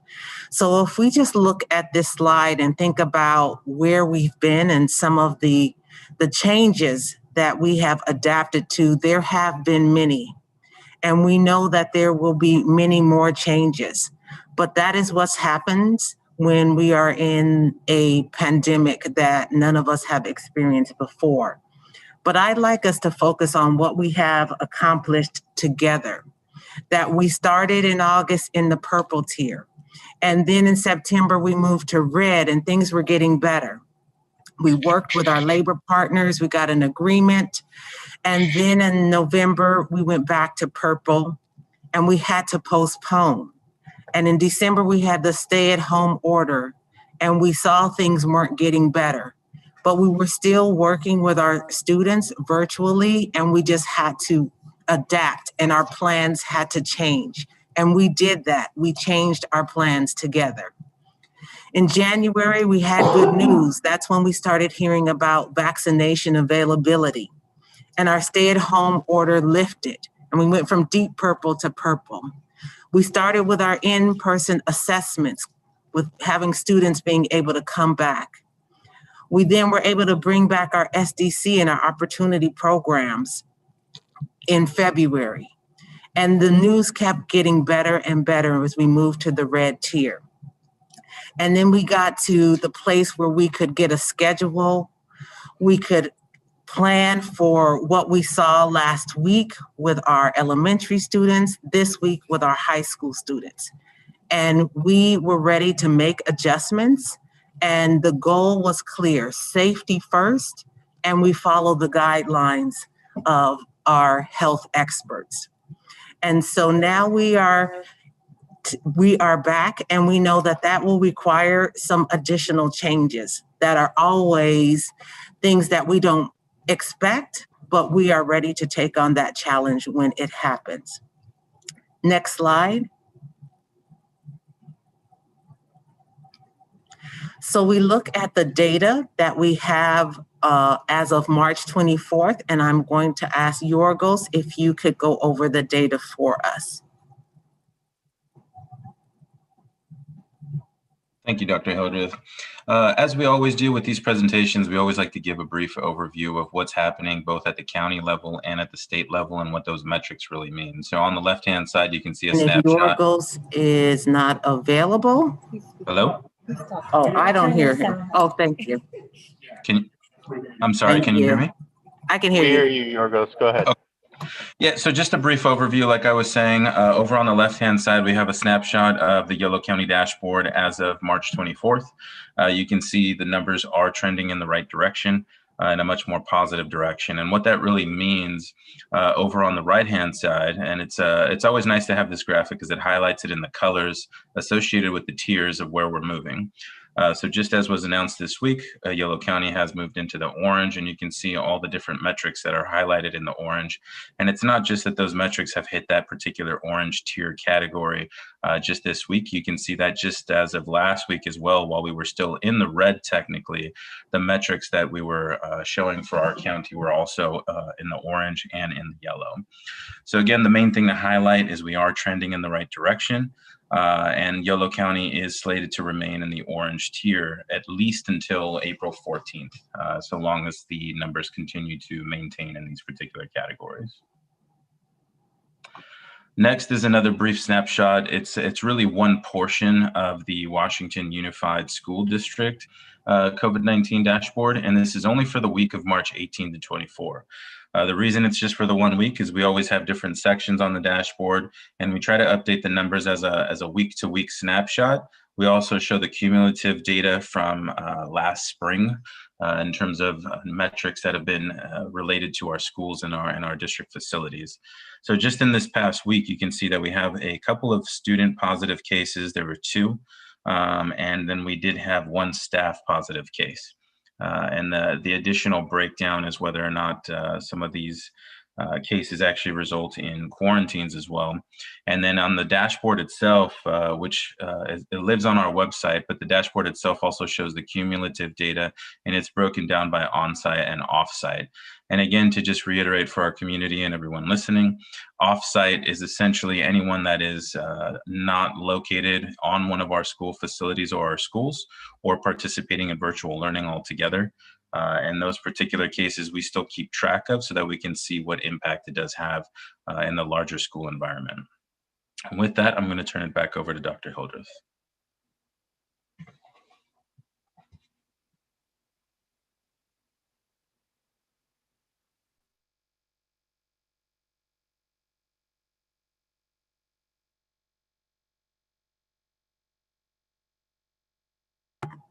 Got it. As we plan for the future, we wanted to share some information about moving forward together and what that means for summer school. And so I'm going to turn it over to our Assistant Superintendent of Educational Services, Stan Moisich. Second. Okay. Am I on here?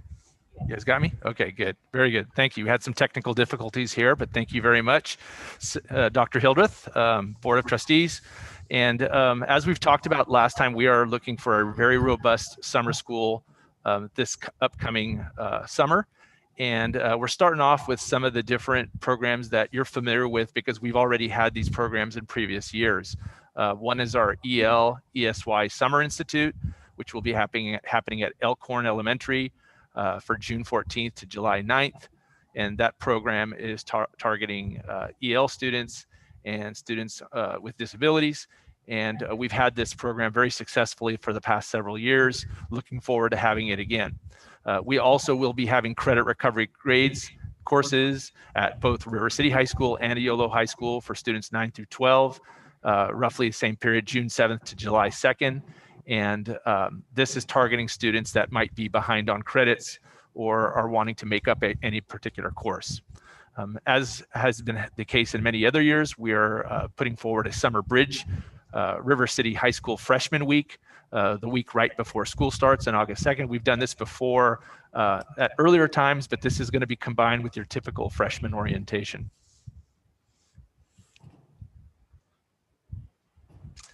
Now, these options are all brand new, so that's why we put them on a kind of a separate slide so we can highlight them. We have talked about a summer learning boost.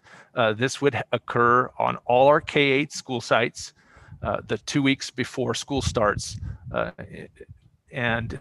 This would target students who may be behind in terms of standards, and we want to make up ground. So this is targeting students that are specific students. We have another program that I've not talked to you before about, which is we're very excited about though, is a Summer Acceleration Virtual Program. And this would be available to all K-8 students. It would try out from June 14th to July 23rd. And what this would be are structured weekly activities by grade level that all students can independently access online 24/7. And we are putting forward staff support to help make this a better experience so that it's not just, so if people need help, they need assistance, we're putting a platform together to help them with that. But this is something I wish I had when I was a parent, of students of that age, because there were many times in the summer that I was wanting to catch them up on things or get them to prepare for the next year. And many students do not attend summer school. And so this would be a program available to everybody at all times. So we're very much looking forward to that. FEV online tutoring, we have had this service during the school year, but this time around, we're going to use it for summer as well. This will target students also who have special needs to start off with, but we do have a number of hours available. So if we have additional hours, we will advance that to other students who just may wish to have this tutoring service available to them 24/7. The other programs that we are putting forward this summer are Enrichment Dual Immersion Program, which would also be at Elkhorn and run simultaneously with the ESY summer school. And this would be for dual immersion students in our district, current dual immersion students in our district. We are also putting forward a VAPA summer enrichment that would target students in grades 6 through 8. That would happen June 14th to July 9th. You probably, as a board, remember we had a presentation in the fall where students put forward their plans on how to do that. So this is going forward with that plan.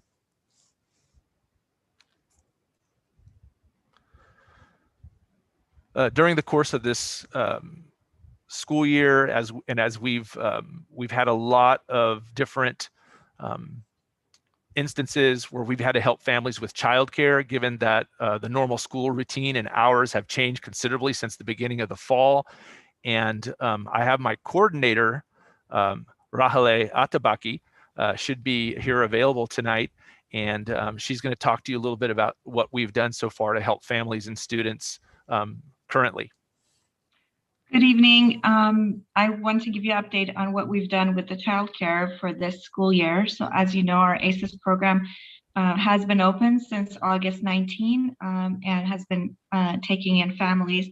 Our ACES program normally runs from 2:30 to 6. It's an after-school program, but this year, because of the situation, we surveyed parents and looked at what are their needs and opened up two sites from 8 to 2:30 to accommodate the essential worker families that didn't have a place to have their children attend class. So West Moor Oaks has the most rooms available. So and because of its location, it worked out really well. We not only have children from our own district, but we are also taking in WUSD families, our own employees that have children that need a place to stay. So we are taking them in at West Moor Oaks. Riverbank is our other school that we are also doing the same thing. And at Riverbank, we also have more rooms available than other schools. We have just added a group of our newcomer students that are going to be added to our ACES program, and they're going to be there the whole time, 5 days a week. Other than those two schools, we are running program at Elkhorn, Stonegate, and Westfield from 11:30 to 4. We adjusted that after we started hybrid. So students are picked up at 11:30 and they can stay till 4 o'clock. So the staff are basically helping students log on to their classrooms, making sure links are working, collaborating with teachers to make sure they know what's the homework, and helping out students in any way that they can.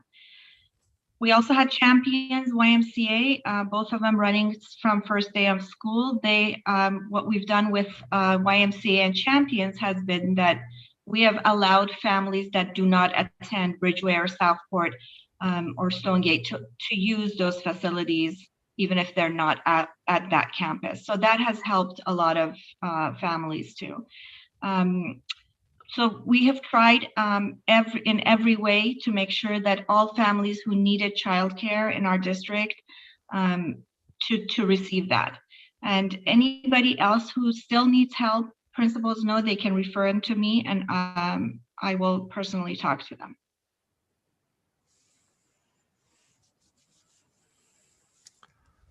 Thank you, Rahele.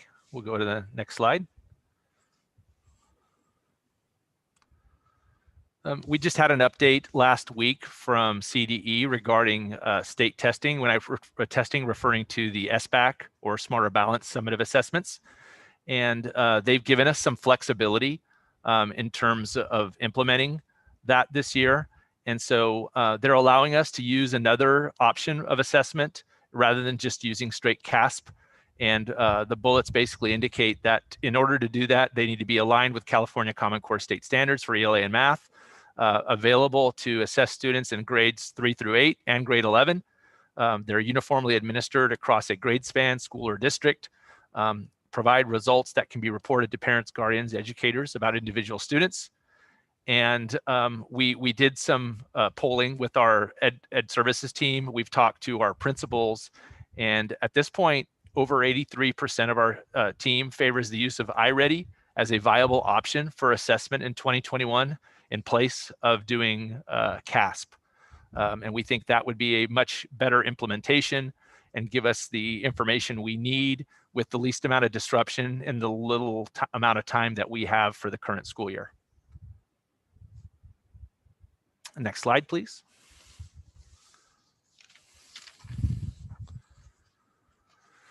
So as part of creating engaging learning experiences in safe, positive environments, we are putting forward a virtual opportunity for students in grades K through 12 to begin in the fall of the 2021-22 school year with online learning options leading towards college and career readiness. So this is very important to point out that we know that most of our students next school year will be in person. However, we do know that there will be some students that also choose a virtual option or want to remain in a virtual option. The program that I'm talking about here is more than just a replacement for students who are not coming in person due to COVID. but it's also meant to enhance the educational experience of students who are currently thriving in a virtual learning setting, and that may be their preference going forward.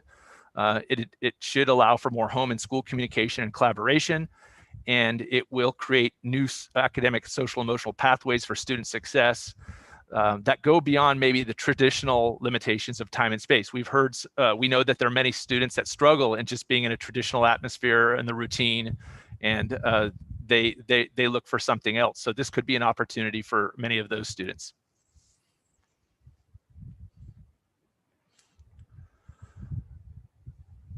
So in this case, it gets divided. Even though we talked about K-12, it's actually two different programs. One would be a K-8 program, which would have its own CDS code, as do our other K-8 schools.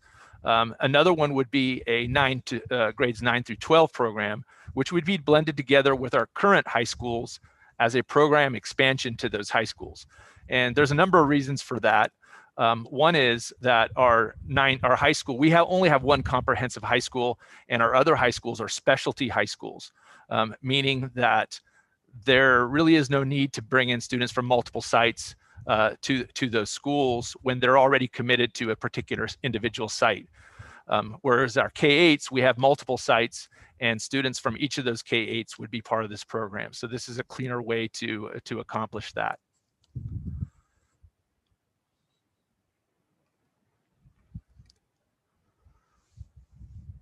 So although this would be a new program, it would still be, of course, led by credentialed teachers that are delivering instruction in a virtual format based on strategies and tools using the following components. These classes would be linked to our standards, instructional minutes, curriculum, grading, expectations, and other requirements. There would be differentiation built in for all students who participate. There would be support staff for student learning needs. So any students in our district could participate in this program. This is not limited to any particular group. Every student who wishes to be a part of this could be a part of this. In-district students may also attend their homeschool attendance, extracurricular activities such as dances, or be a part of their sports teams.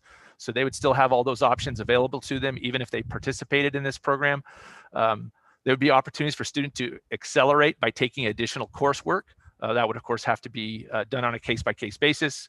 And the students that would be in the high school part of this, they would still be in A through G approved courses, retaining the graduation requirements with the ability to take in-person classes concurrently. For example, if there were certain labs that they couldn't take virtually, they could still come into the high school and complete those labs.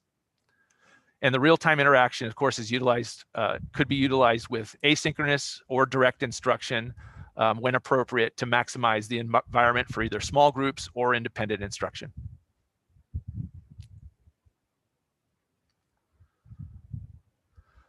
Naturally, we still do have a lot of work ahead and a lot of input that we're still going to be gathering from our stakeholders.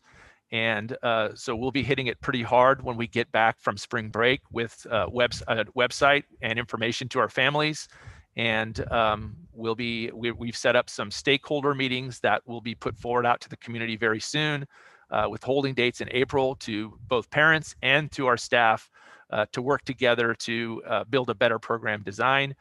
And we have a number of things that we have to do in the next 2.5 months as we move forward to beginning this 4.5 months later in August. And thank you very much. And I think that's the end of the slides I was going to present, Dr. Hildreth.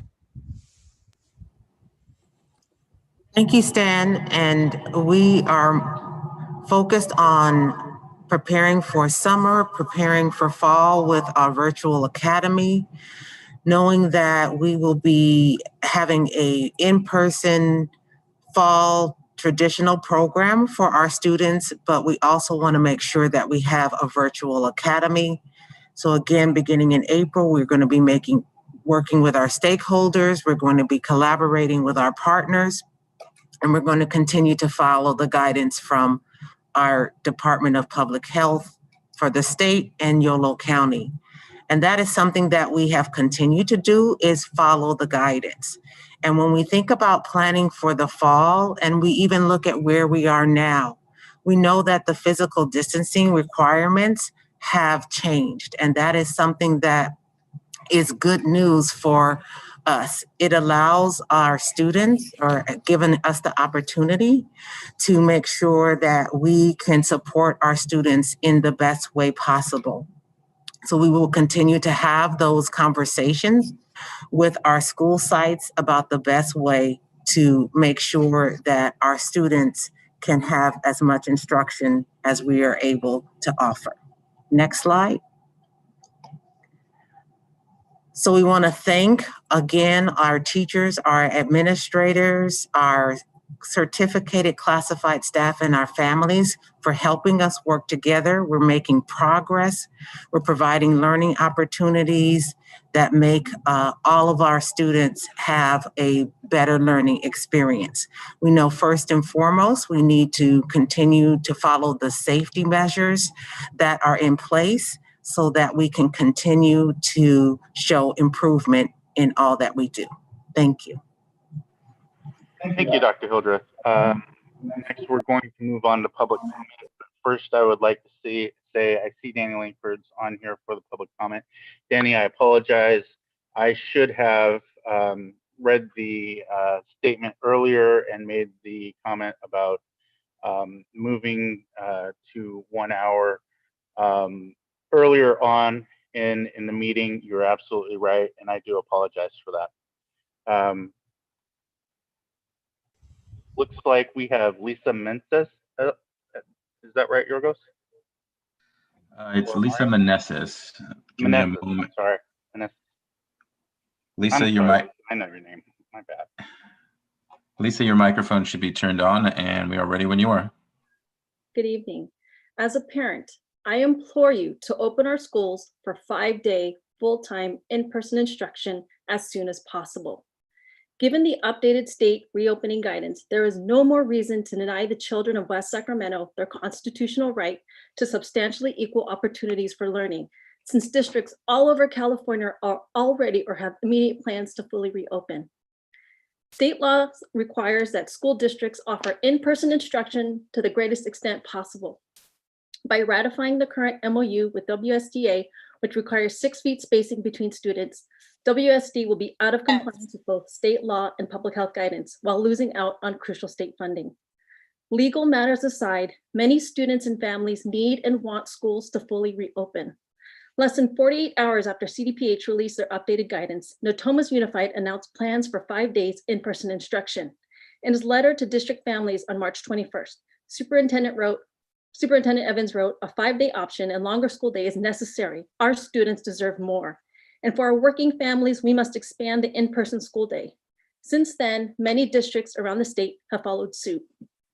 As our elected school board officials and district leaders, we need the same strong, proactive advocacy and leadership to ensure that our children get the education they deserve in the safest, most effective, yet least restrictive learning environment. In the hours that I have spent listening to board meetings over the past year, the needs of students and families who want to return have gotten lost in the shuffle. This is apparent in the adoption of confusing hybrid schedules with much less instructional time that impose logistical challenges for many families. Also, the implementation of some extraneous safety measures not backed by strong scientific evidence, like making our young children who are already masked sit behind barriers at their desk, which my second grader says makes it hard to see her teacher, as if they are the main driving force of COVID transmission in schools, which data from around the world, the country, and even our district overwhelmingly show that is not the case. Please do not allow fear and politics to prevail over science, critical thinking, and common sense in your decision-making.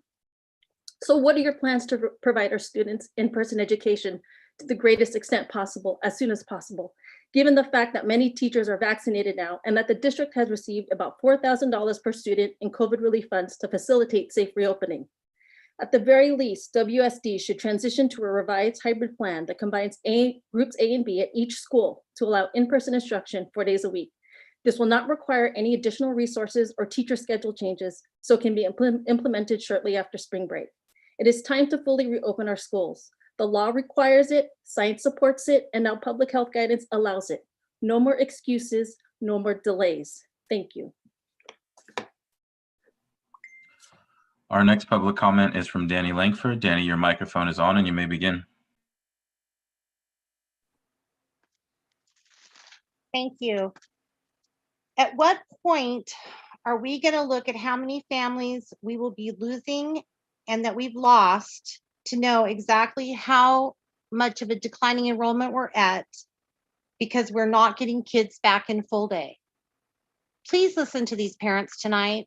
This is ridiculous that it's taken a year for you guys to plan things and to continually pat yourselves on the back saying how far ahead of the other communities around us we are when we're not, obviously, or we would have been back in September or October when we were in the red tier.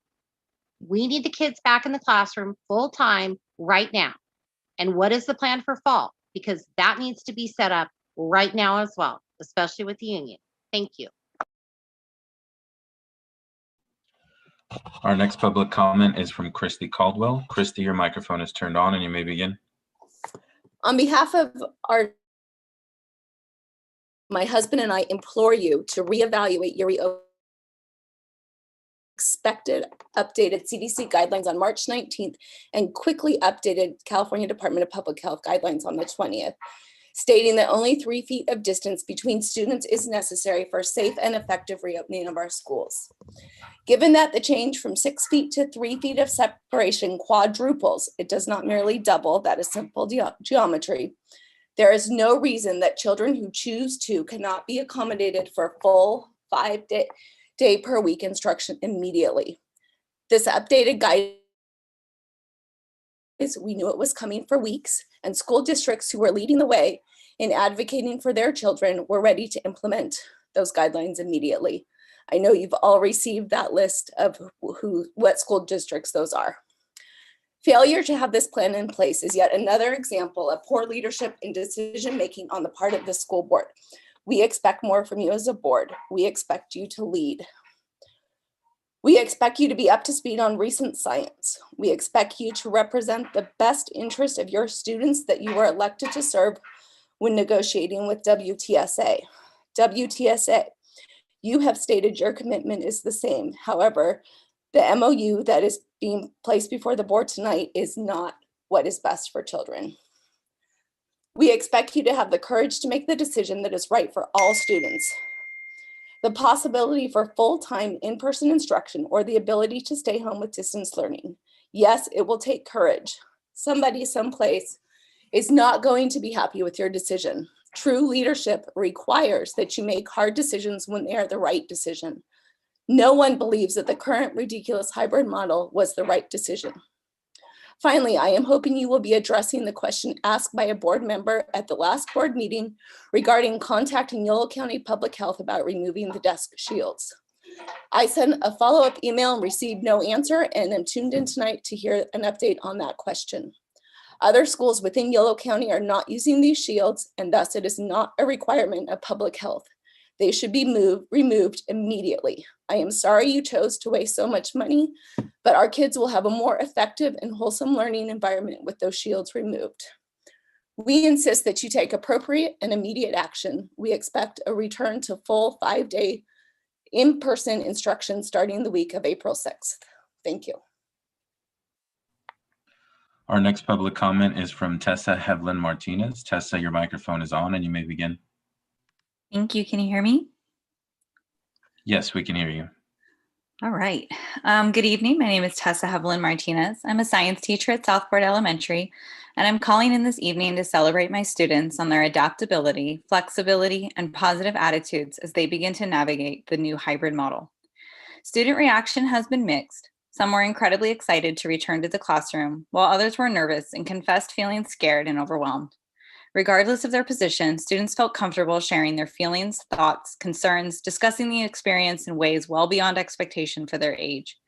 They've asked thoughtful questions, helped each other, and worked as a team across models and classes to support each other through this transition. I want to say to my students, I am so proud of you. You have made me proud since you first logged into my classroom on August 19th. You've taken the challenge of this year on and worked hard, even if sometimes that hard work doesn't look like much grade-wise. I want to remind you that you're more than a grade. You're smart, kind, adaptive, flexible, determined, and overcoming some incredibly challenging situations. It's okay not to be perfect every day. It's okay to struggle, and it's okay to have those off times. I see you trying. I see you working even when you're feeling low and overwhelmed. I appreciate your effort and I'm proud of you for continuing to try and continuing to work hard. Look how far you've come over this year. Think of all the amazing skills you've developed, how great you've gotten at using a computer, at problem solving, at communicating in a digital space. You've done more than has ever been expected of students, and you should feel proud of all you have accomplished. Moving into the hybrid model was its own challenge, and you took it in stride. It's not easy having a major schedule shift so far into the year, and there were some hiccups, but overall you did wonderfully, and you did so with a sense of humor and a positive attitude. You're continuing to grow, learn, and overcome every new hurdle that stands in your way. I can't say enough how proud I am of you all. This year has been hard, yet also so wonderful, and I'm so lucky to have gotten to go through it with a group as wonderful as you. That's all I have. Thank you. Our next request is from Amy Alfieri. Amy, your microphone is on and you may begin. Can you hear me? Yes, we can hear you. Okay, so tonight I'm actually done asking, and my children will be coming the Monday after spring break, and they will be attending 4 days. My daughter's class has 7 children. My son's has 10. Under the old guidelines, they could have been combined already, and under the new guidelines, they can surely be combined. I have asked multiple times, when are we going to combine A and B groups when we have plenty of room? So my children are not subject to an invalid and outdated MOU. My children will be following CDPH guidelines and accessing in-person education 4 days a week, which will not change any teacher's current schedule or anyone else's. And that is what I'm going to do with Jackie Wong's blessing and with Cheryl's blessing. And so I would like Cheryl to tell Belinda that on Monday, or excuse me, whenever spring break is over, I will be there and my children will be there in both cohorts, because we are not waiting for Doug Knepp to take his sweet time and all of his, whatever, talking. I'm done talking. And Doug, by the way, I walked precincts with you for Laura Lagaki, and you know that I am a supporter Amy, of I'm unions. going to ask you to, Amy, I'm going to step in here because you're talking about an employee of the district. So well, he knows who I am, and you know who I am, and you know your responsibilities. So I will be there combining groups myself. Thank you.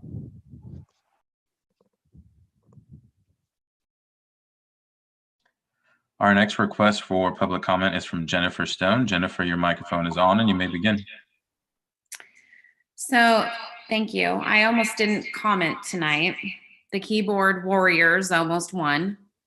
This process of advocating for my children to return to school has almost fully defeated me as a wife, a mother, and a community leader. I've been physically threatened by a member of the WSTA Union Executive Committee, called a QAnon Karen by a teacher, and multiple teachers in the district had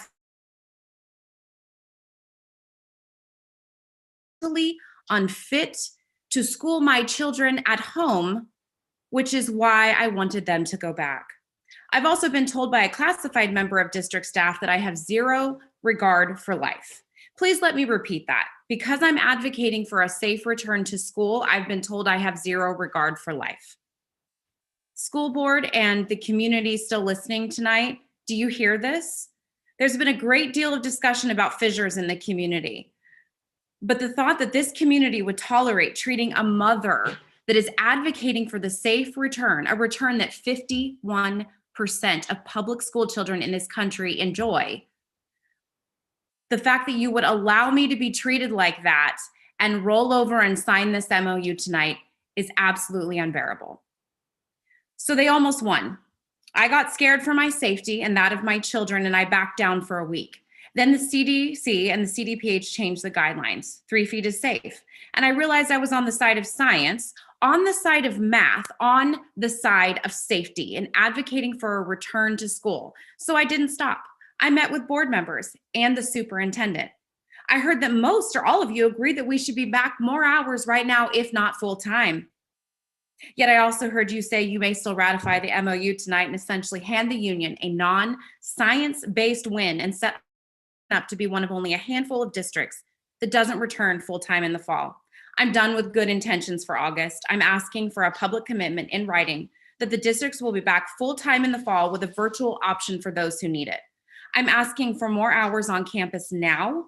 The guidance, the science, the public health officials are clear, and I will be too. We will settle for nothing less than evidence-based decision-making. If the board demonstrates a stronger concern for how people feel about COVID versus the facts about COVID, they are officially derelict in their fiduciary responsibility to the children of this district, and that won't be tolerated. If anyone thinks that signing an MOU with outdated guidance tonight does anything but set our district up for failure to return to full school time in August, you haven't heard my story. The story that some people are willing to belittle, bully, and threaten parents who advocate for their children. That's my reality. Teachers, please know we support you, but there are some in your ranks that are acting like bullies in the name of representing you. They are the ones causing the division and strife, not the parents that simply want our kids to return to campus. That's the 3 minutes. We have a choice as a community to lead or be left behind. That's 3 minutes. These board members ran as community leaders. Our next public comment is from Ryan Eisberg. Ryan, your microphone is on and you may begin.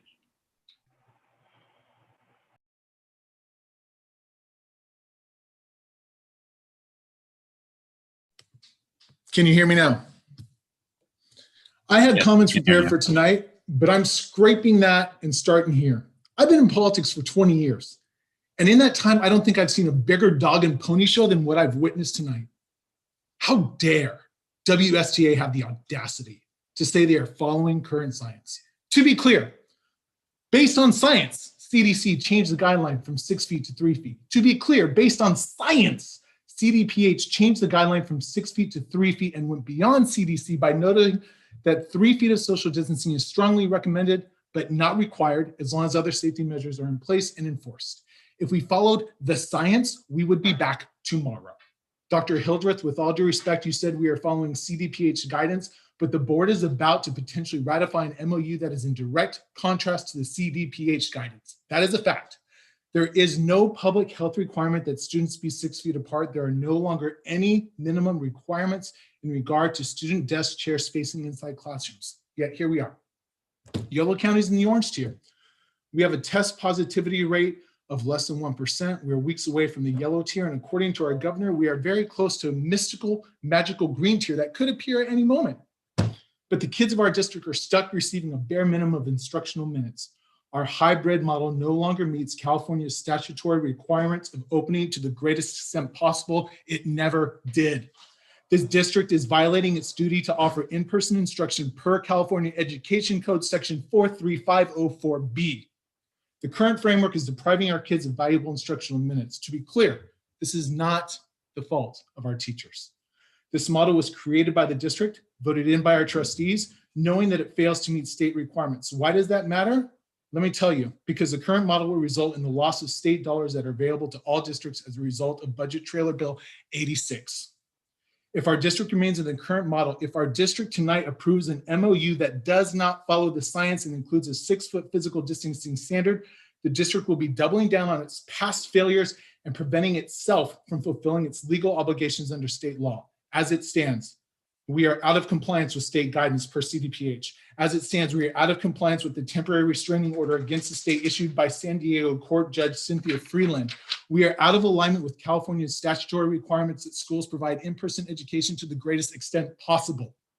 The paltry amount of instruction, a mere 11 hours for my 5th grade boys, offered under the current hybrid plan does not satisfy students' right to public education. What it does do is infringe upon their constitutional right to a free and equitable public education. If the board votes to ratify this MOU, you will have made it clear what side you stand on. I'm sorry I'm passionate, but I'm worked up tonight. You will have made it clear that despite your grand public pronouncements declaring your goals of returning in person, your words are empty. We implore you to stand for our children, follow your mission. You are the only elected voice for our children. Take a stand. Brian, that's your time. Thank you. Our next request for public comment is from Christy McKinney. However, I do not see Christy McKinney on our attendees list at this particular moment in time. If she does log back in, we're happy to call on her and turn on her microphone so that she can deliver her public comment. Our next public comment request is from Kenna J. Kenna, your microphone is turned on and you may begin. Good evening. Can you guys hear me? Yes. Okay. I hope my camera doesn't turn on. You don't need to see this. So there, like last time, I know. There's obviously a lot to unpack. So I want to thank you for having us and hosting us. And I want to thank everybody on those campuses and everyone that contributed to make this work. I would like to say I'm a little offset by the way that this meeting started with that vote. That was not favorable for our students. And I'm really a little bit peeved about the whole time limits constraint. We have a voice. COVID is not normal. Please let us speak. So I'm going to read the email I sent this week to the school. I only got one response acknowledging it was sent. So in case nobody else read it, here we go. Superintendent Hildreth and WST board members. Per the CDC, schools are an important part of the infrastructure of communities. They provide safe, supportive learning environments for students and employ teachers and other staff. Schools also provide critical services, including school meal programs and social, physical, behavioral, and mental health services.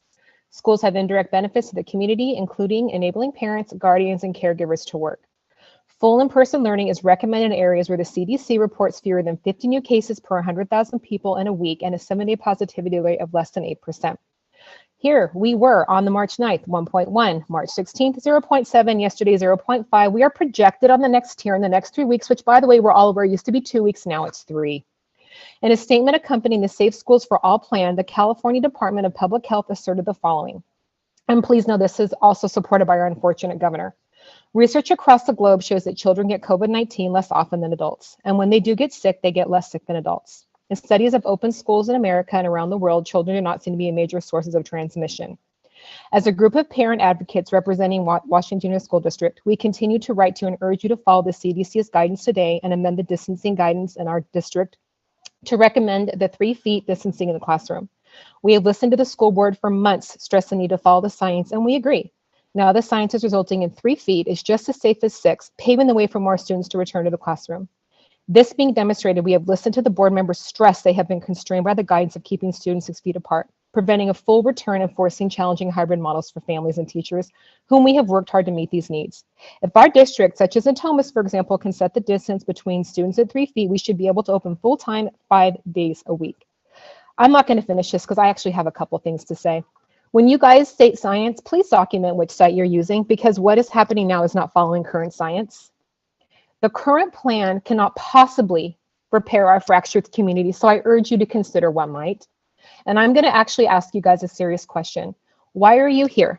Step outside yourselves, look inside, and ask yourself why. Because if anyone in this room, Zoom-wise, of course, is here for a resume building opportunity or any kind of career advancement, I'll kindly ask you to leave, because that doesn't serve our purpose, and you were voted. You were elected to serve these students, so I'm going to ask you to do that.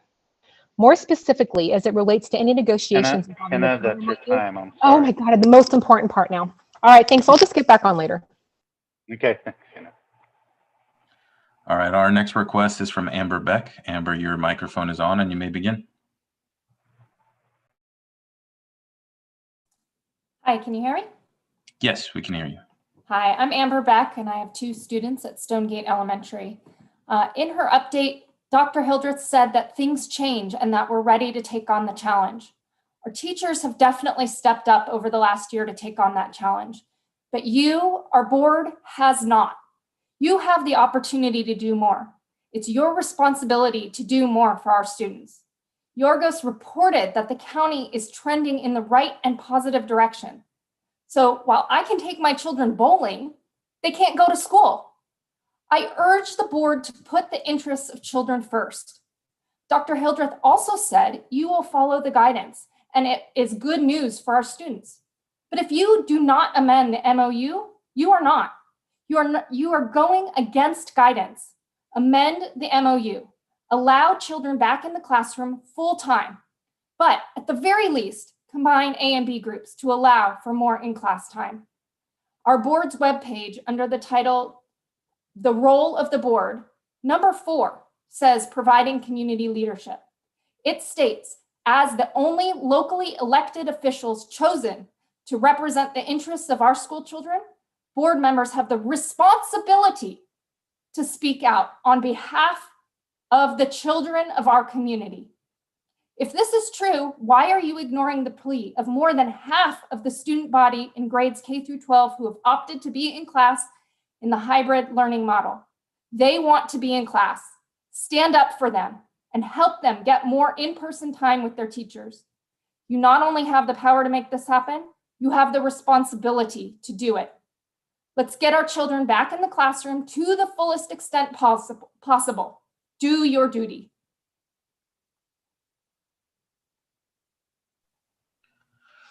Lastly, we have a hand raised from Sarah Steenhausen. Oh, it looks like she just disappeared. Sarah, your microphone is on. Yeah, I'm here. I'm here. Hello. Thank you. Yes, we can hear you. Good evening. Thank you so much. This is Sarah Steenhausen. First, I just wanted to start by thanking the teachers because I've witnessed all year as I walk into my child's room the tremendous dedication, their concern for the well-being of these kids, and trying so hard to make classes virtually very engaging. So, you know, that has to underscore everything that we're talking about. But my second point is this narrative that I think has been occurring about there's a small group of parents who have been expressing concern about the need to send our children back. Those who wish to go back in time, full-time in person, should have the ability to do so. But I think you all know that in these sorts of public settings, most parents don't have the wherewithal to attend meetings until 10 at night. They have many other things going on in their lives. They're trying to balance work, childcare, other family issues. It took me about a half hour just to figure out how to find the link to log on tonight. And I am very knowledgeable about Zoom, as I'm sure all of us are. So I just wanted to say that I think for each of the parents speaking tonight, it probably represents at least 50 to 100 other parents who share similar concerns, but don't know how to express it and don't feel that their voice really matters. So what I appreciate about this year is that every family and every child needs something different. And the beauty is that right now, if you want to stay home and you want a virtual learning environment, you can have that. The challenge is if you don't and you want your child at school and they want to be at school, that's not fully an option right now.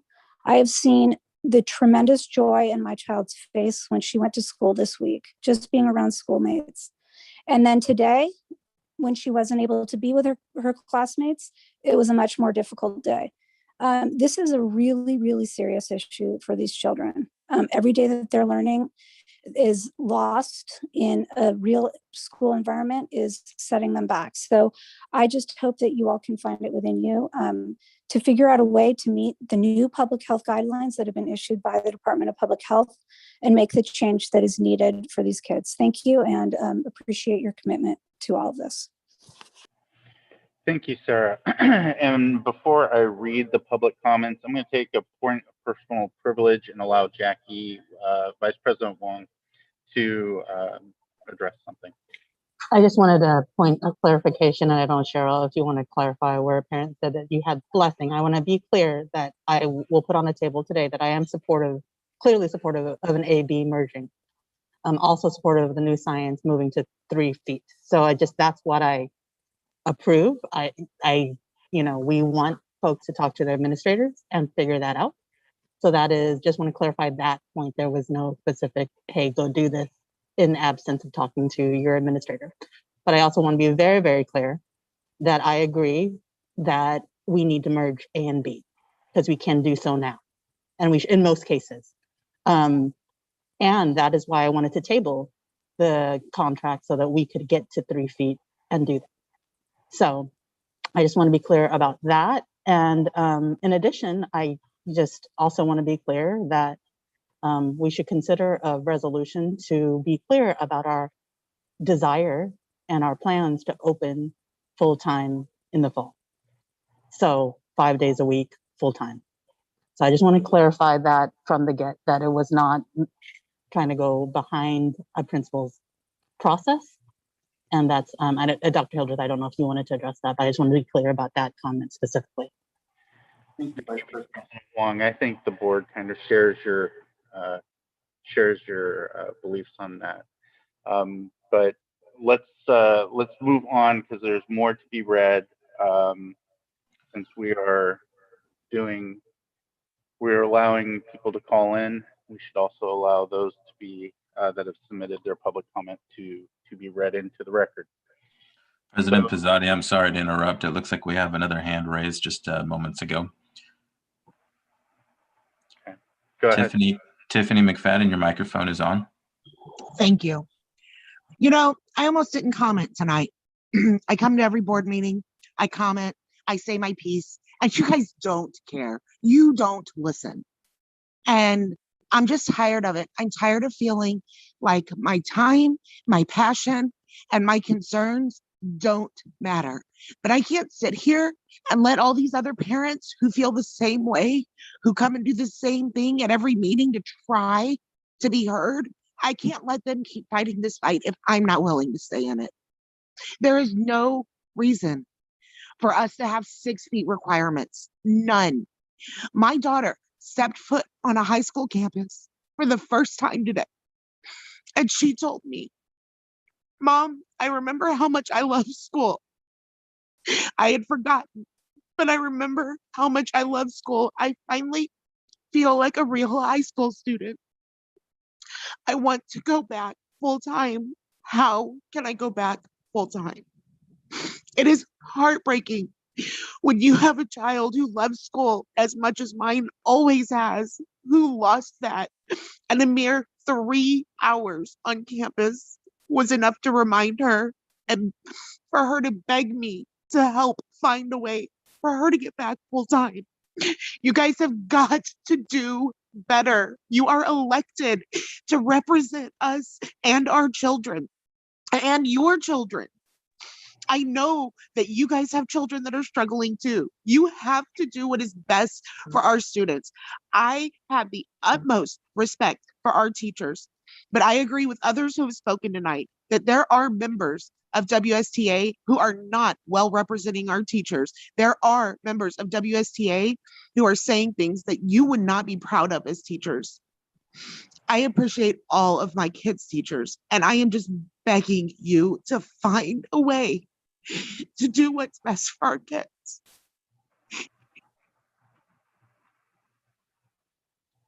All right, thank you, Tiffany. President Next, Pizzotti, we're gonna we do have one additional hand that's been raised. Okay.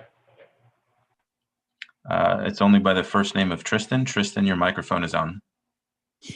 Hi, good evening. My name is Tristan Benjamin, and I've been listening and I just was able to hop on a few minutes ago, and I've been trying to follow this topic for quite some time, but as many of the other parents mentioned, very busy and lots going on in life. I have an 8th grader and a 4th grader at Bridgeway Island. And this is the first time that I've commented in this platform. And I feel very, very strongly in doing so and representing the parents who are not on this forum advocating for their kids to be back in school full time as I am. And I just want to thank everybody who is advocating for this and everyone. There's so many eloquent comments that I've heard from the last board meeting and this meeting. And I just can't say enough about how from behind the scenes thankful I am for those that are advocating for this. It's been a long year. And I also want to thank the teachers. I have more questions than I have answers, and there are a lot of politics involved in here in this that I'm not fully up to speed on. But what I do know is that our kids should be back in school, and that should be the only thing that everyone in this forum is most concerned about.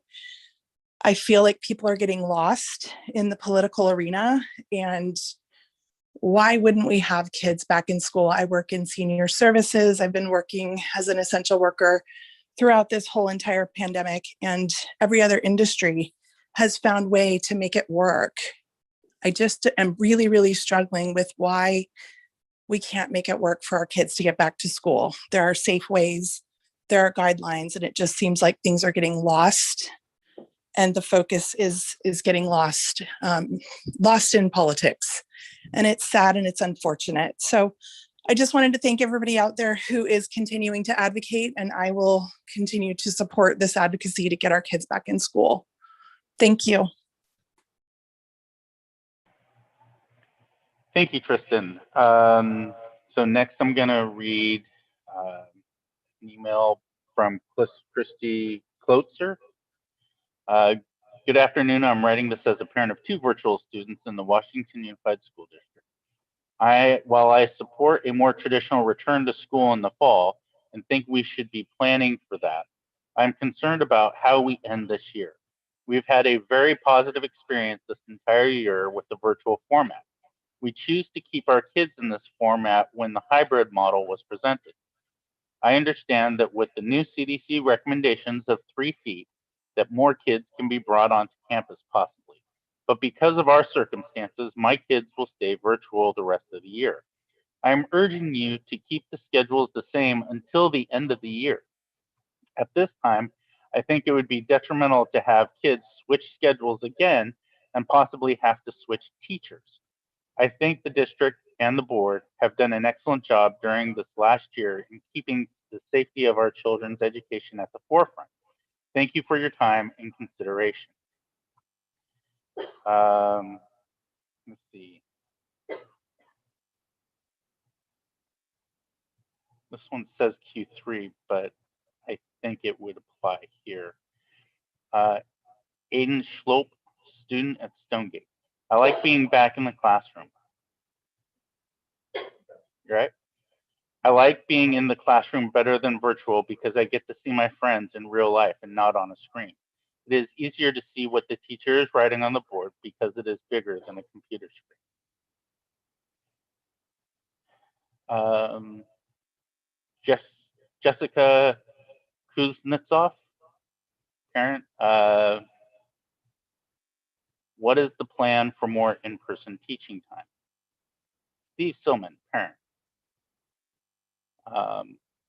The new guidelines for distance learning in the classroom is 3 feet between students. Every school in the district can accommodate that with the new guidelines, and we can combine AB in-person hybrid groups now at a minimum and have more in-person instruction for those kids that want it. The barriers in the classroom are also unnecessary with mask wearing and not being used in many school districts such as neighboring Davis Joint Unified. Mask wearing, washing of hands, proper ventilation, air filtration, and vaccinated teachers and staff is all that is needed to open up the schools full-time in person again. We have all that in place now, so I implore you to consider, at a minimum, combining the AB group in-person hybrid to 4 days instead of 2, at a maximum fully reopened 5 days a week. Our positivity rate at our positivity rate is at 0.5% in Yolo County, and we are in the orange tier. The hospital I work at has very low inpatient census of COVID patients, and many adults will be vaccinated by May 1st. If you need help setting up classrooms, I will volunteer, as will many other parents. I am vaccinated and I will show up on campuses and move desks around, move furniture, whatever it takes. We can do this. It is safe. Please get the ball rolling on expanding in-person access to the end of the year and ensure full in-person return in the fall 2021. Thank you.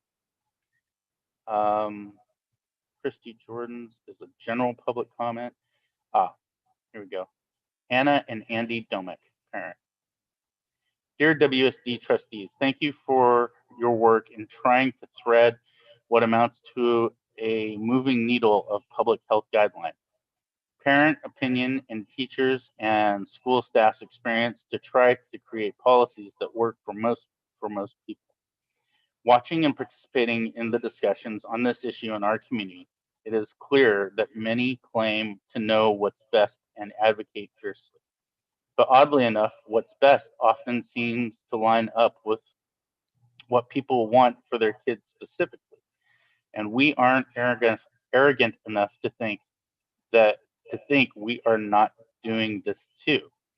At the end of the day, this pandemic has been awful and all of us are muddling through. Teachers, staff, parents, trustees, and especially our kids of whom we have asked so much. This isn't a normal time for anyone. We personally are keeping our children home, partially due to a medical condition for one of them, and because all adult family members are not fully vaccinated. We have personal experience of a child spreading COVID to an adult in an educational setting, which also factors into our decision to keep them home a bit longer until the community vaccination rates are higher. We'd like to ask you to consider the path forward. You offer the least disruptive path forward for elementary level kids in that they get to keep their teacher for the remainder of the year. Teachers are not interchangeable cogs that can simply be switched out with 2 months left in the school year. They've worked with their classes, know them, and often love them as well. Changing that up will create more problems for students and teachers alike. And despite what some are saying publicly and nastily, teachers are not just special interests. They are some of the most hardworking and thoughtful people in our community who have the best interests of their students at heart. So please pay attention to what they're saying about and what they can and cannot accomplish. Thank you for your time. This is anonymous. It's a general public comment. That's Q3. Here we go. Karen Zanato, return to school. Good evening, Superintendent Hildreth and members of the WSD board. My name is Karen Zanato and I have 2 students in the district. I want to start by acknowledging how difficult a job it is to navigate the changes in the tiers, public health guidelines, etc., while also trying to meet the needs of all families in the district. The recent changes to the CDC guidelines are encouraging because they assure us that we can safely send our kids to school. And it's even more encouraging to think that we will be able to fully return in person in the fall. However, I am concerned about the push to fully open the schools in person right now. My first grader had her second day of in-person instruction today. My 7th grader had her first day. Both of them really enjoyed being on campus and seeing their teachers face to face. It warmed my heart to see their smiles. But the last couple of weeks have been somewhat chaotic with us all trying to first figure out the transition schedules and now the in-person schedules. What happens if we switch to fully in-person? Will my kids' schedules once again be changed? Right now, my kids need a consistent schedule more than they need to spend more time on campus. I also worry about the kids that aren't returning to in-person instruction. What does school look like for them if in-person instruction expands?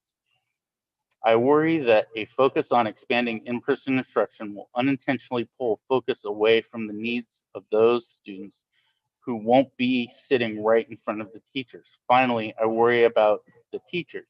We just ask the teachers to pivot at the drop of a hat and figure out how to teach to different groups of students within the same day.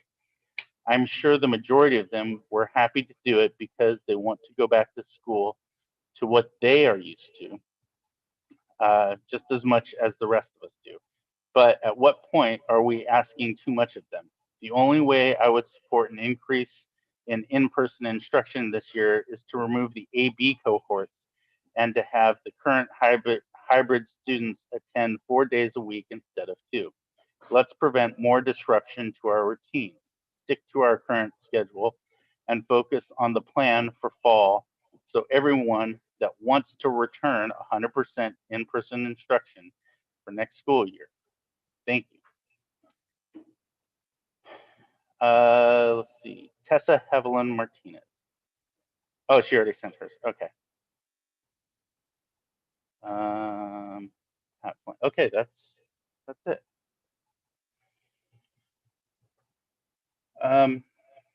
Let's see.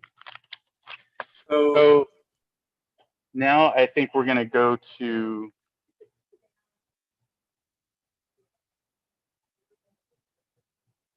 oh yeah, I'm sorry, we went beyond.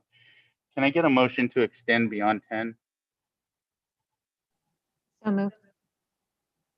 Moved by trustee Kirby Gonzalez, I'll second. second by Vice President Wong. Roll call vote. Trustee Barnes. Aye. Clerk. Aye. I too. Vice President Wong. Aye. Trustee Kirby Gonzalez. Aye. Awesome. Okay. Who wants to go? I think we all have a ton of questions or comments. No, I think a ton of questions, but one, again, I said in the middle, thank you for allowing me to say that, Yeah, but no problem. I know this is a discussion, but really strongly advocate for combining A-B. It's the most kind of, again, it's being consistent. Even before I talked to Dr. Hildreth, I thought that was feasible anyways with the numbers. And so just wanted to just put that on the table. And the other thing is to actually have a more consistent for secondary, because I have a secondary student, is to like see if they can actually go all day in their cohorts. I don't know if it's combining or whatever, but the possibility of that, because how it was set up is that there was a requirement for a fresh seat, and I just don't understand the science behind trying to get a fresh seat. And it was, you know, for talking to some teachers, actually is actually challenging with their seating charts and whatnot. So I'm gonna just put that on the table as well. Those are my initial comments, and then again, the clear resolution that we are opening 5 days a week in the fall. So that's what I'm meeting with. But there are other questions about the other presentations I can hold. So. Okay. Thank you, Vice President Wong. I agree with you about collapsing the AB model into just an AV model. It seems like it's possible to do. I certainly have questions for Stan about it. Less for me, but it's more for the public to understand why 5 days a week is not possible. And I just wanted the public to understand and hear, you know, what is the reason. Basically, I know it's a staffing issue, but maybe Stan, you can help with how many people we would have to hire in order for that to happen. So in our current model, the reason we have it as an AB right now, of course, had a lot to do with the social distancing requirements. And so we are and have been attempting to collapse classes where we can, and we will continue to do so, as we have said we would from the get-go. As far as why there is a fifth day that is virtual and has remained virtual, is that our teachers, as has been mentioned, they've had to kind of stop on the pivot on the dime, and they are teaching. Many of them are teaching in person, but they're also teaching virtual. They're still continuing to virtual because we have many students in our district that are teaching that are remaining virtual. And that is something that we have never had to do before. It is a new experience, even though the content may be the same thing. Doing it virtual and doing it in person does take a lot of preparation and planning. And that is why many districts have chosen to have at least one virtual day so that they could add in an additional planning time to adjust to that type of new system. Well, Stan, I think that's not my question. My question is, we've heard tons of comments about why can't we bring everybody back in, you know, for a full 5 day a week instructional day, you know, the full 8:30 to 2:30, 5 days a week. I see. The difficulty in doing that right now is that we do have, again, it goes back to the fact that we have lots of students that will remain virtual. And so that if we did shift everybody to full-time, for example, or extend their day, then we would still have to find ways to make sure our virtual students are getting good instruction. And so that would definitely be a big change in schedule. And that's the biggest factor that we would have to overcome. Right. And that would take hiring a lot more teachers in order to ensure that we would have enough staff to be able to accommodate the virtual as well as the in-person, correct? We would definitely have to adjust staffing. We would not have enough teachers to simply, at this point, we have most of our people who are in person. We would need, it would be a difficult thing to accommodate. So we would have a lot of staff adjustments. That is correct. Okay. That I just wanted to make that point very clear, as well as I also support, collapsing the AB to an A model. And I have more questions. I'm going to hold off on those. I just wanted to bring those up. Does members of the board, Clerk Venegas, go ahead. Again, no, thank you. Thank you to everybody. And yeah, I'm glad that we're having the conversation about the collapsing of the two models and really combining. I've talked to teachers as well, and that is something that has been shared. So I'm glad that we're having that conversation. As far as a resolution as well for the 5 days starting in the fall and in full in person, but at the same time, I think we also talked about the virtual academy. So also the intent is to have both or having a resolution to have both available for as we're hearing students are thriving, and that's what we got to look for is the equitable approach, most definitely, when we're seeing our students thrive. So I'm glad about that.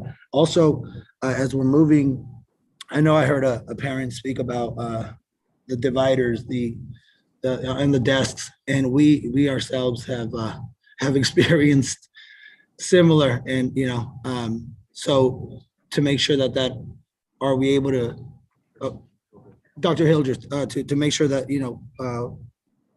are we able to change that as we're moving forward here to make sure that our students are being able to see and hear the lessons.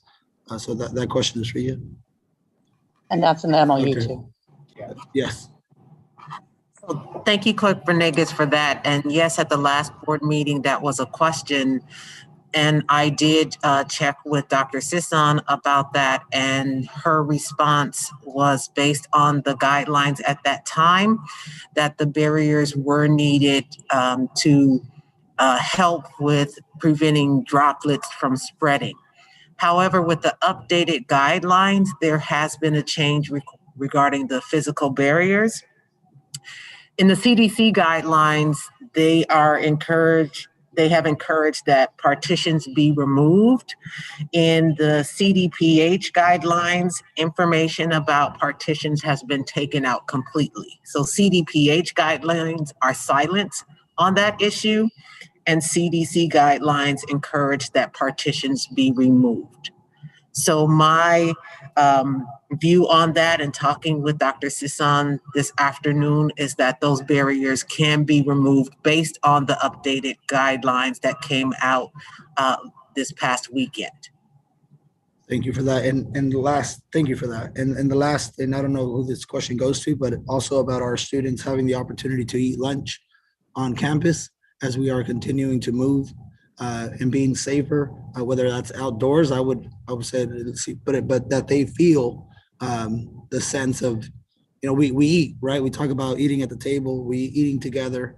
I think it shows that we are acknowledging that our campuses are greater than just a classroom, greater than just they're resourceful. And I think that I think that question is to you as well, are we looking and when are they able to eat lunch now when they return? Is that an MOU thing? How can we ensure that we're inviting our students to participate in that? Thank you for that. Our MNO staff has been assessing the ability to have more outdoor opportunities for our students to eat lunch. We are looking at if we can bring tables that are normally used inside outside, and they are looking at ordering more tables as well. One of the challenges that we're having in getting more tables is that due to COVID, that has impacted manufacturing. And so the timeline to receive orders can be 6 weeks. So we want to assure all trustees that that is something that we are planning for and assessing what campuses might be able to do some outdoor lunch opportunities now and what campuses might need to wait until we get those tables in that we have ordered. Thank you.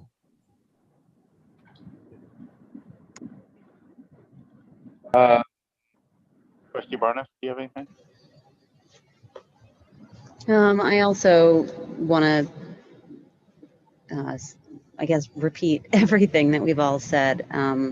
We all want our kids back full time. It would be nice if we could make that happen 5 days full time this year. It looks like next year is probably the best bet for that. But I do fully support the collapse of AB cohorts and getting the kids back on campus 4 days a week, as I think we all do, as soon as possible. I mean, the day Monday after spring break. So, yeah.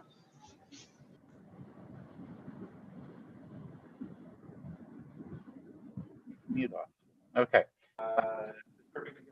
Yes, thank you. Okay, I have a few questions with the presentation, and I would like to also acknowledge that children sit really well on grass.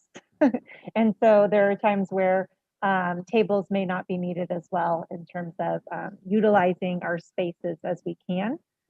I want to ask a question about the virtual academy. So when, again, for next year, completely separate from the school day, in terms of numbers, I'm wondering about capacity.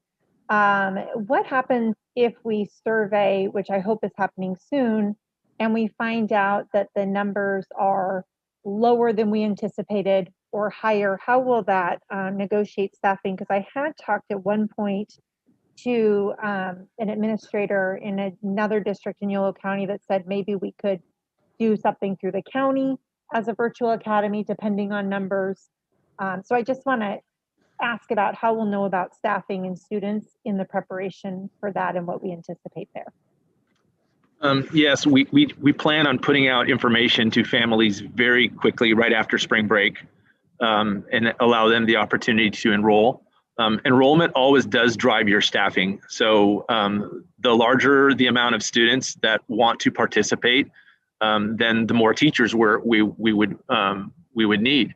We're trying to create an environment that, we're not just trying to, again, even though we want to have a virtual option for families who don't feel like they want to come back in person yet, our primary goal is to create a very engaging super environment. And so that we're hoping that we'll have families that will be very interested in this, and we think we have staff who will be very interested in teaching in this type of environment as well. But your enrollment does drive your staffing. So as we start putting that out to our community, that's going to give us a good idea in May how many people we'll need. Okay, thank you. And we anticipate that we would be applying for a school number through the state with that and truly making it a separate school of the district, correct? Correct. And so that, again, just that commitment that this is not just something that we're doing because of COVID, but we're trying to create a really engaging environment that will create new opportunities for many families who could take advantage of it. I think that is an exciting opportunity, and I've heard some really thrilling stories about students who have thrived, who weren't thriving in the classroom. We have a few of those unique situations, and so being able to accommodate them is exciting. And then I want to thank you as well For iReady, I was a little reluctant, but we all, of course, support, at the end of the day, support iReady. And I want to tell you that that was a very smart move, because as we see now that the state has given flexibility, we still have a testing requirement, but there is the flexibility of using iReady. Our students have already taken an iReady assessment, so they know how it works. And being able to utilize that this year, as it looks like 83% of your administrators have been in favor of, I think is really valuable, because our 3rd and 4th graders have never seen a Smarter Balance test. It's very different. And we have a significant number of students who are virtual. So utilizing something that they have already done, also that takes less time, which we have very, very precious time left with our students. We don't want to spend it on, assessments that we're not going to be able to use. So I do appreciate that. And I imagine, since you have 83% of administrators in favor, that is the route that the district is going to recommend and go. Would that be correct, versus Smarter Balance? Yeah, that is correct. And I also want to point out, I forgot to mention it in my comments earlier, that having done it one time already for most of our 3rd through 8th grade students, we had not done it for 11th grade students yet, but we did do it for 3rd through 8th for most of them. And we did definitely learn some best practices, and we also learned some maybe ways that we could have better implemented it. And so we'll be able to, in the future, we would be able to implement better than we did in February based on that experience. So Stan, let me quickly piggyback on that comment. So does that mean we're going to have to take iReady again? Is that what you're saying? Yes, we would take it again in May. And that is because the federal government didn't allow states to have a waiver. I will say I found my daughter's journal, and it said, "Today I did an amazing thing called iReady." And it made me laugh, because I thought, who is this child? But in any case, she is also a fan of it, apparently. And then I would like to, I appreciate that. I'd also like to speak to and ask about vaccines in terms of our staff rollout, because we have done a lot of work with that, but it's been internal communications. And when we think about our community, I know that 73% of YOLO residents that just came out are still waiting for vaccines. So I'd like to hear an update on what has happened in terms of, maybe if we could just share the process of how we have communicated with staff on vaccines and what options that they have.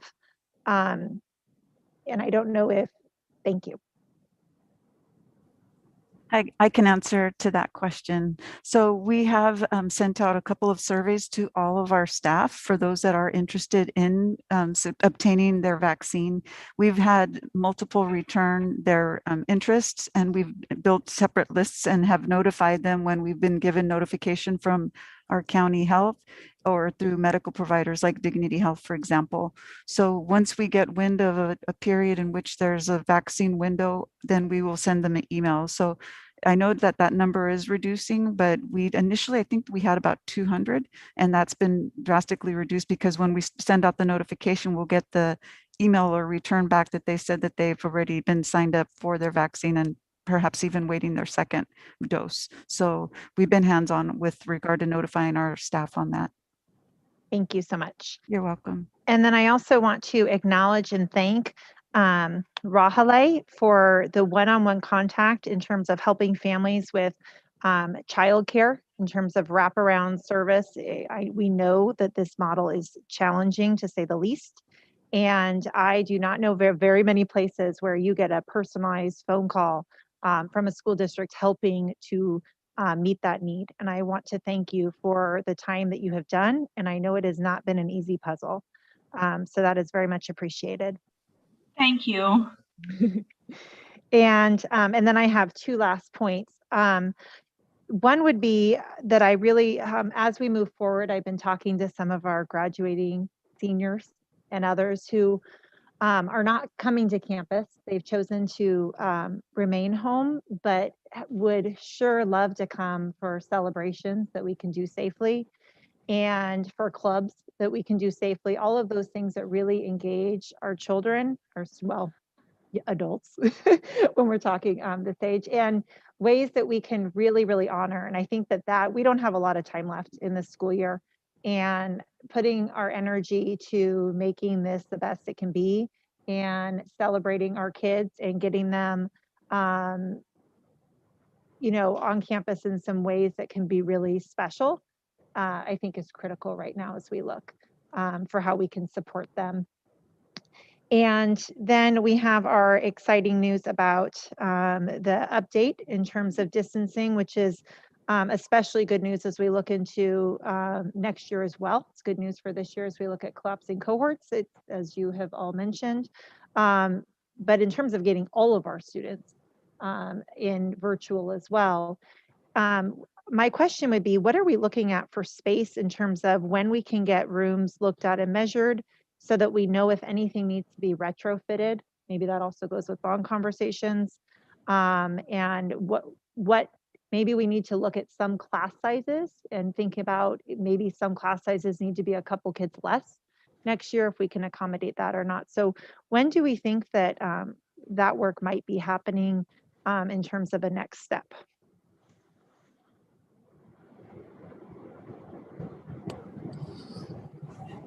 In terms of class sizes, those are the things that, as we follow the guidance and see how many students we can get in the class, those are the types of conversations we'll need to have as we look to see for each grade level. We know for our primary grades at 24, but it may require looking at different options for our older students. And so that is the planning that we are going to be discussing when we return from spring break. Okay, great. And then just a huge thank you to all of our teachers, all of our administrators, our kids who've done such a great job following the guidelines as they come back safely, our families. This was a very smooth start being on campuses, and they all deserve a lot of credit, and it's been a lot of hard work and appreciation for how smoothly our start went, and looking forward to the tweaks that we can make to improve in this precious time that we have together. Thank you. I just want to follow up just because and be transparent. Vice President Wong, sorry. And transparent about the process that you're currently in to get to the 3 feet. I think that I just explicitly clear of what you've been doing and analyzing, and I think that it would be beneficial for everyone to hear that we heard it and we're responding. Thank you.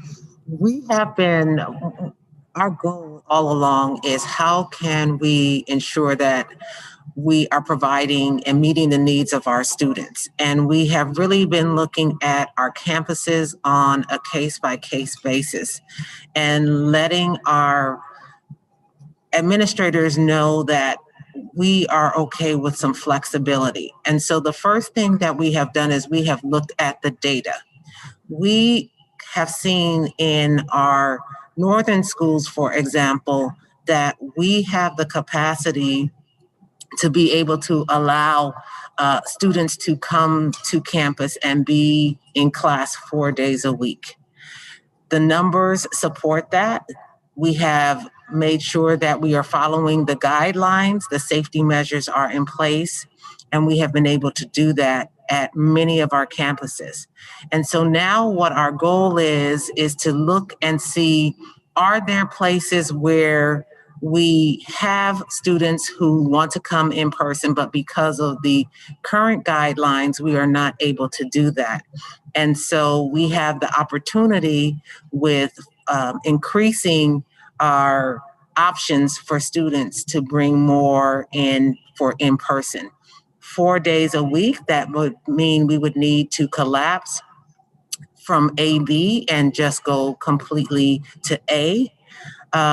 Wednesday, I believe, is an important day. Not only does that give our teachers time for preparation, professional learning, but it is also the day where our students are together as a class. The virtual students and the in-person students are together on Wednesdays, separate the other days of the week, but together on Wednesdays. And because they have built that sense of community, throughout this entire year, I think that is important to continue that sense of community as we finish out these last 40 plus days of the school year.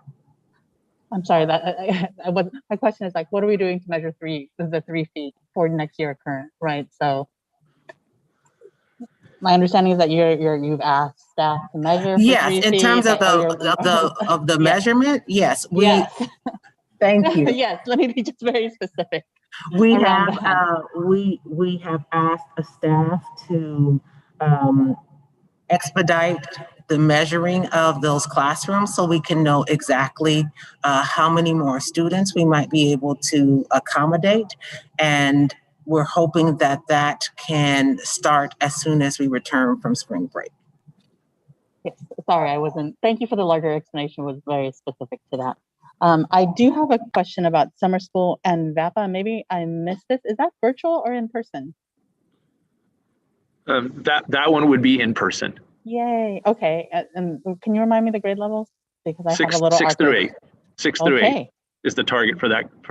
And how will children be selected for summer program? Not that I'm being very selfish, but I can. For that particular VAPA program, that is one where we would put out a type of application to make sure that families know that the specifics about the program, and to make sure that the students who are attending are actually very interested in this program.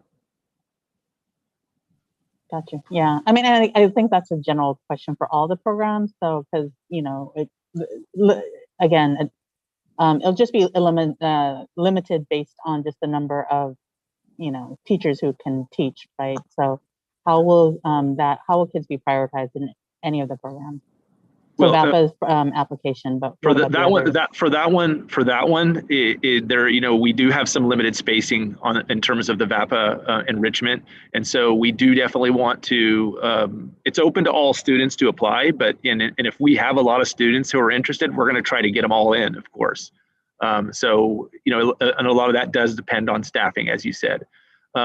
The other programs, the dual immersion, that is designated for students who are in our dual immersion program currently. And the other, some of the programs are for targeted students that have been identified as having some needs to catch up. And then the one that I identified as a, what did I call it? The virtual, basically, well, we'll have a week at a glance where they'll have weekly by grade level structured activities that they can follow. Of course, anybody can do that. That will be for everybody whenever they want to. So all students can access that information and use it. And we're putting together staffing to actually support it. So it's not just a reading list or a list of websites. It's actually structured activities that are done on a daily basis that families can access with their students, and that they could also access staff support.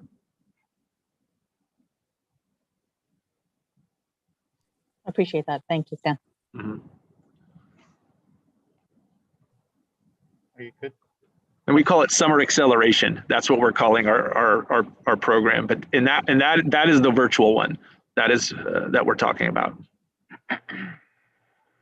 Actually, just one last question. Are we, and I may have missed it, bridge programs for 8th graders who may be going into, or even the 9th graders who haven't yet really had a full high school experience? So just, are we thinking about bridge programs? We are. It'll be a little different this year. Previous years, it's been a multi-week experience. This time around, we're looking at combining it with our orientation that happens right before school starts. So that would be the bridge program this time around. Good. All right. First, I'd like to start with, I think a resolution is a great idea, Vice President Wong, about our return to 100% 5-day-a-week for in-person instruction for the fall. I think it's, every board member here is committed to that goal. I think the superintendent's committed to that goal. So I think we are all in lockstep on that. I did want to also say that from the data that I've seen, there's really only 2 schools that are going to struggle with collapsing the AB model into an AV model, just a simple AV model. And I think we can get there with the new guidelines that have been released, as well as I think some of the measurements that I've seen could be adjusted based on staggering desks and such to fit a classroom more efficiently. Other than that, everybody's kind of touched on the questions I had, and thank you, Stan, for answering. Great. It just came to me because I saw Rahale's name. Well, thank you, Rahale, for talking about after school, but I actually also have a question about learning centers, which I think would be good, is now that we have a 3 feet rule, can we add more learning center folks? Because I know that there's at least, a couple of campuses, there's a wait list for learning centers. So just more information about that, especially if we are collapsing as soon as possible. And I heard Trustee Barnes say right after spring break, if possible. But with that, also there's, for the TK5, there's an afternoon issue and learning center issues. For learning center, which is very separate kind of from the childcare issues. Yes, we could, under the guidance, actually have more students in them. I am not sure what the waiting list right now is, because we have had to, because of students going to hybrid, it has changed the dynamic of what we did before, of course. So some of the students that were accessing the learning center have less need for it now. So there are less students in learning centers across the district. So in terms of a waiting list, if there are students that need it, I will reach out to our principals and see what that list looks like, because I believe so far they've been able to accommodate everybody. But if you're telling me they're not, then I'm going to have to reach out with them and find out what issues might remain there. But we could have more students in it. It does. We do have to look at our supervision and staffing. I mean, that has been seriously impacted with our students returning. So the people who were supervising learning centers are also supervising students at our schools. And so that does have a big impact on it. So I'll have to reach out to our principals to see where they are on their learning centers for their particular sites. And just be clear, it's the sibling groups, right? Where you have, they're on the same day, but you have a middle schooler coming, and then you have so again, middle school parent and TK5 parent, you're making them come back 3 times on campus. I rode my bike, my legs were sore the next day, but understood. But yeah, it's if we could look at sibling groups that are actually spanning those grade levels. Good, and I'm hoping Sports for Learning will also be able to help us with this as we get back from spring break, because they've been visiting with our principals and setting up for that, and so their presence on campus should alleviate this as well. Okay. Can I talk? Thank you, Rahale. I actually do have a question for you quickly.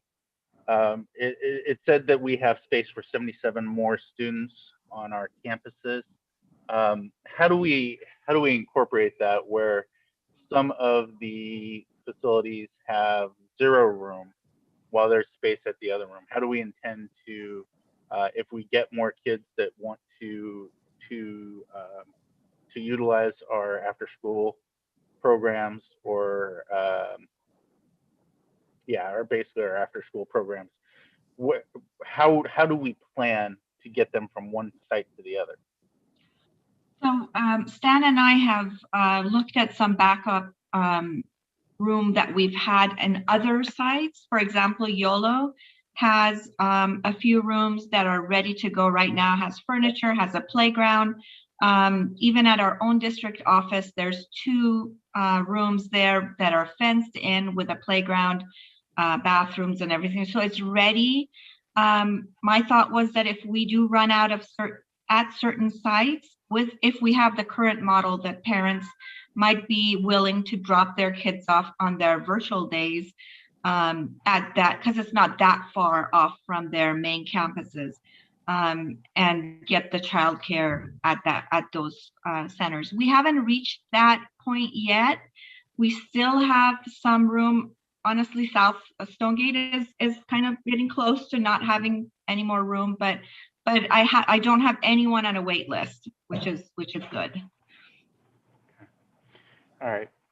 Thank you. And then my last question is around transportation.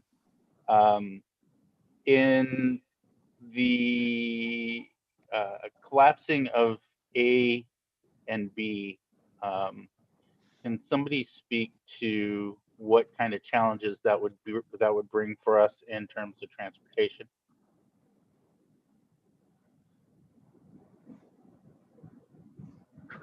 We have reached out to our transportation, and so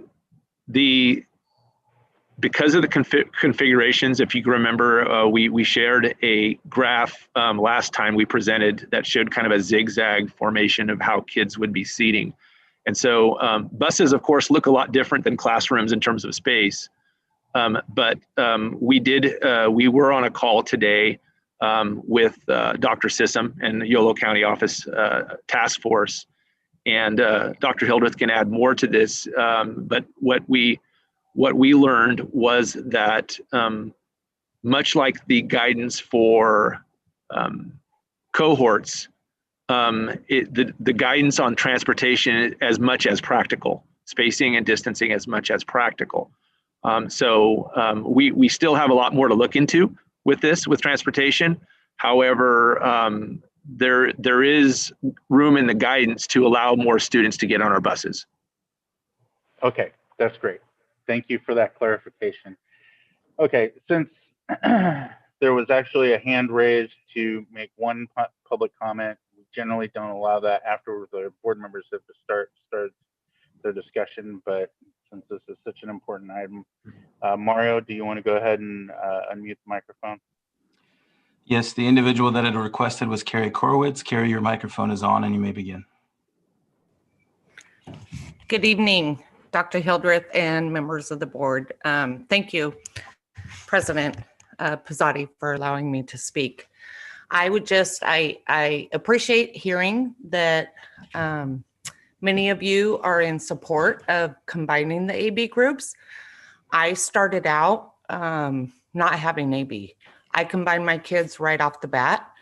I measured my own room. After I got the map from MOT stating how many students I could have, measured my room again, drew a map, got approved for 20. I have 19 kids that come 4 days a week. And they absolutely love it. Their parents love it. They love it. I actually got a text from a parent on Friday saying her daughter was like, when do I get to go back to school? And she said, oh, not for 2 days. No, I don't want weekends anymore. I don't want, and I said, tell her teacher needs weekends. But it's just been, my heart is just so full this last week. So I would just encourage you to do everything we can as a district for bringing our kids back 4 days a week, at least, as much as we can. Another thing, I appreciate Al's comment about lunches. That's an important part. That's a socialization part. But another really important part that we're missing is breakfast. And I asked my kids today how many came to school with having breakfast, and only half of my class had breakfast this morning. The only children on our campuses that are allowed to get breakfast are Learning Center. So I would like to see us work on that. How can my kids get breakfast if they didn't have breakfast without sending them to the office? I don't want to have them lose their learning time or their time in class. So, we all know they need to start with a full belly. They need to start their day having nutrition. So if we can look at that and see if there's ways that we can accomplish that. I don't mind having my kids eat in the classroom at all. So if we can look at that, that would be great too. But thank you for your support in helping all of our kids in the district hopefully get back into class as much as possible after spring break. And that's it. Thank you, Carrie. Thank you. Moving on to M, public comment. Sorry. So I know we don't, I, from what I remember, I know we don't communicate or we don't go back and forth, but then if we're talking about breakfast, do we have to bring it up in order to make that a no? Do we bring it up I bring it up to you? I can't. Got it. Okay. Thank you. Are you good? Yes. Okay, moving on to M, public comments. These are general public comments. So anybody who didn't get a chance to make a public comment on the last item, you could go ahead and make a public comment here. And President Pizzotti, we have 2 requests for general public comment. The first is from Ryan Eisberg. Ryan, your microphone is on and you may begin. Good evening, board members. It's been a long evening.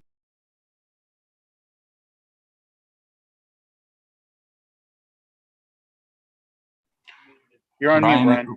Ryan, if you can hear us, it looks like we lost you. Your microphone's back on. There you go. We okay now? Yes.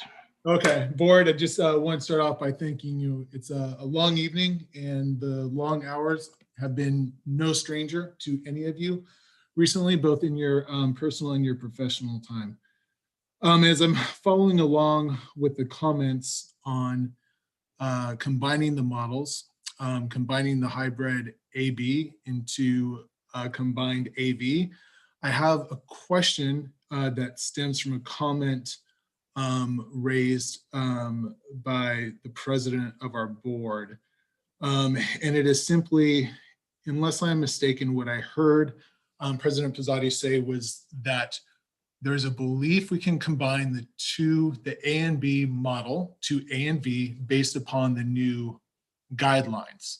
The new guidelines, again, allow for 3 feet of social distancing, but that's not required. However, again, and my understanding is that you cannot potentially comment on this, but my question would be, how can we make that combination under the new guidance if we are about to ratify an MOU that has the 6-foot standard in there? That would be my question, and that's just food for thought for the board, because those 2 things cannot coexist. We cannot combine based on a 3-foot standard when we're ratifying an MOU that has a standard of 6 foot. Blue is not red, green is not yellow. The 2 don't coexist. Thank you guys so much. Appreciate it. Thank you, Ryan. Yorgos? Our next request is from Amber Beck. Amber, your microphone is on and you may begin. Hi, thank you for taking comments. During the last discussion, President Pizzotti said that a full return to school is not possible at this time because of staffing. He asked Stan, I'm sorry, I don't know your last name, to discuss how staffing is not possible and to explain that. I understand that some families want to remain virtual and you need to meet the needs of those students while also meeting the needs of those who want to attend in person. However, you did not mention simulcasting. Already in K through 5, there's simulcasting from 8:30 to 9:10 every day. Also 6 through 8 is doing it. I'm not sure about high school. Why can't that be the model? Teachers have the tools, they're already doing it. Can you please explain why that isn't on the table as an option? Also, my trustee is Kirby Gonzalez. I would like to know why she's not vocally supported combining the AB model so that students can go back to class 4 days a week, at the very least, right now. What's the hesitation? Thank you very much. Yorgos, is that it, or do you have any more? We do have a couple hands raised actually at the moment. The first is from Amy Alfieri. Amy, your microphone is turned on and you may begin. I would also like to know why my trustee is not vocally supporting combining an AB model when she is aware that my child had only 6 students in her class last week, and this week she had only 7 in her class. The AB could have been done already. I've asked the principal about it multiple times. I've asked the superintendent about it. I've asked Sarah about it. I have emailed all the trustees about it multiple times. And I was put off and told that the principal was going to think about it and planned to start communicating about it after spring break. And Sarah also mentions precious time. My child's time is also precious, and she needs to be in class 4 days a week, actually 5 days a week, but she should have been in class 4 days a week from day one of hybrid, because with only 6 or 7 kids in the room, it could have been done already. So why are parents being given the runaround by principals and by their trustee who is supposed to represent them? Why is that happening? Instead, I am being given the runaround and being denied my children's rights under even the old guidance. Under the old guidance, my children could have been combined in the AB model from day one. I have met with Dr. Hildreth and I have told her this, and I have emailed all of you multiple times. So tonight you're saying that you support it, but you knew from day one that it could have been done, and Carrie Corwitz did it on day one, and she proved that it could be done. So all of a sudden now you guys support it because people are upset, because people can see that there are only 6 or 8 or 10 kids in the room. It is absolutely indefensible that you are persisting in giving people the runaround, and then tonight you are pretending that you wanted to do this all along and that you actually cared. The only person who has cared is Jackie. Jackie is the only person who has listened to the community. I'm not sure about Al, I've never talked with him. Jackie has listened. Unfortunately, Jackie is not my representative. My representative is one of the most intransigent and resistant people to in-person education. And I don't understand that when she has a degree in child development. It makes 0 sense. Thank you. Our next request Okay. is from Danny Langford. Danny, your microphone is on and you may begin. Thank you. I find it curious that the public comments has been moved to this part of the agenda when it's been at the top of the agenda for a few years now. Also, I guess you don't listen to those of us that take the time to speak before you go into closed session. I'm sorry, but 20 minutes is too long to keep people waiting when you can adjourn and go back into closed session to finish your business. Now, this will be the 4th time I've asked you to cure your Brown Act violation that you, Mr. Passati, committed to no avail. Again, I ask, what will it take? Will it take another grand jury investigation into this district to get you to comply? If you are all complacent in this issue, what violations go on when no one is watching and the cameras aren't running? I see a special board meeting you were having on Sunday for board governance has you going into closed session with the superintendent again. Why? Is this for an evaluation? If so, why isn't agendized that and made clear on the agenda? You can simply not go behind closed doors and discuss whatever you want with the superintendent. That's what the Brown Act was put in place to protect us, the public. Again, I'll ask, what are your goals given to her that has always been made public in the past? And at what time are you going to direct staff or someone to answer our questions? Thank you. Our next request is from Jennifer Stone. Jennifer, your microphone is on and you may begin. I already spoke my comments tonight, so now I just have a question. We've been listening for hours now, and I've heard almost every board member except for the trustee that represents me, again, Sarah, who also hasn't responded to any of my emails. But almost everyone has expressed support and excitement about the new guidelines. And they've also, except for Jackie and maybe Al, I'm not sure, have expressed support for MOU that they're about to sign with the old guidelines. I also heard mention of another survey. We're done with surveys. So my question to the board is, I'm wondering if you actually think that this group of parents, which include doctors and lawyers and PhD microbiologists, just so you know who you're dealing with here. Do you think that we're dumb? That you can sit here and say that you are excited about the new guidelines and you're excited about summer school when we know you have no teachers signed up for it? You have no plan. You have absolutely no intention of fighting this MOU that has outdated guidelines, except for one of you, and that's Jackie. And I agree, she's the only one that actually told me what she was going to do and then did it tonight. I'm wondering if you think the public is not watching or doesn't care, or you just think we're stupid. Jennifer, 3 minutes up. Thank you.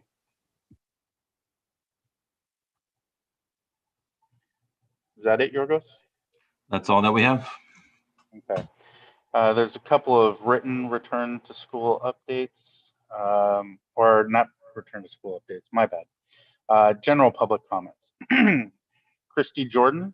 I am proud of our district for creating pathways for families to choose to return to school or complete their school year from home.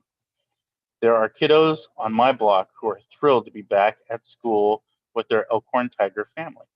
There are kids in my family who are happy to be completing their school year virtually. Our district administrative staff have been working nonstop to serve the diverse needs of the community, and it makes me proud and grateful as a classified employee. I would like to thank the board and the district for working to ensure that my classified brothers and sisters are treated equitably. Just like our teachers, classified staff in all departments and at all levels have had to learn to be flexible, adapting to changes in our duties. The addendum to the return to campus on the agenda tonight shows me that the board and the district respects and appreciates us as much as teachers. We are professionals, and equal respect and recognition means a lot to us. Thank you for this. This is an anonymous general public comment. Some of the remarks that I have borne witness to at these past few board meetings have been disheartening and disparaging, to say the least. I am concerned by the borderline borderline attacks being made against district employees. Whether to push an agenda, devalue a position, or to minimize the experience of others, these comments are inappropriate and unacceptable. I want to ask the board, why are comments trivializing and mocking the mental health of others allowed for public comment? Why are individuals who minimize the trauma of others in an attempt to strengthen their demands given a public platform? Have you considered the damage that comments do? Have you considered the impact they have on those with trauma-induced conditions? Shell shock was renamed to post-traumatic stress disorder because it is recognized that symptoms of this condition can manifest outside of the combat zone and other extreme traumas. Trauma in and of itself is not an extreme. It is that damage to a person's mind resulting from overwhelming amounts of stress that exceed a person's ability to cope. Trauma comes in many forms, none of which should ever be minimized or ridiculed. That is ableist and discriminatory. It is globally acknowledged that society as a whole is currently living in a prolonged crisis, one that will undoubtedly leave trauma in its wake. I hope that moving forward, the board will consider the implications of this trauma and use their position to protect those they serve from more. Let me see if there's any more. I believe that's it. Okay. N, there is no public hearing. Board and superintendent comments. Superintendent Hildreth.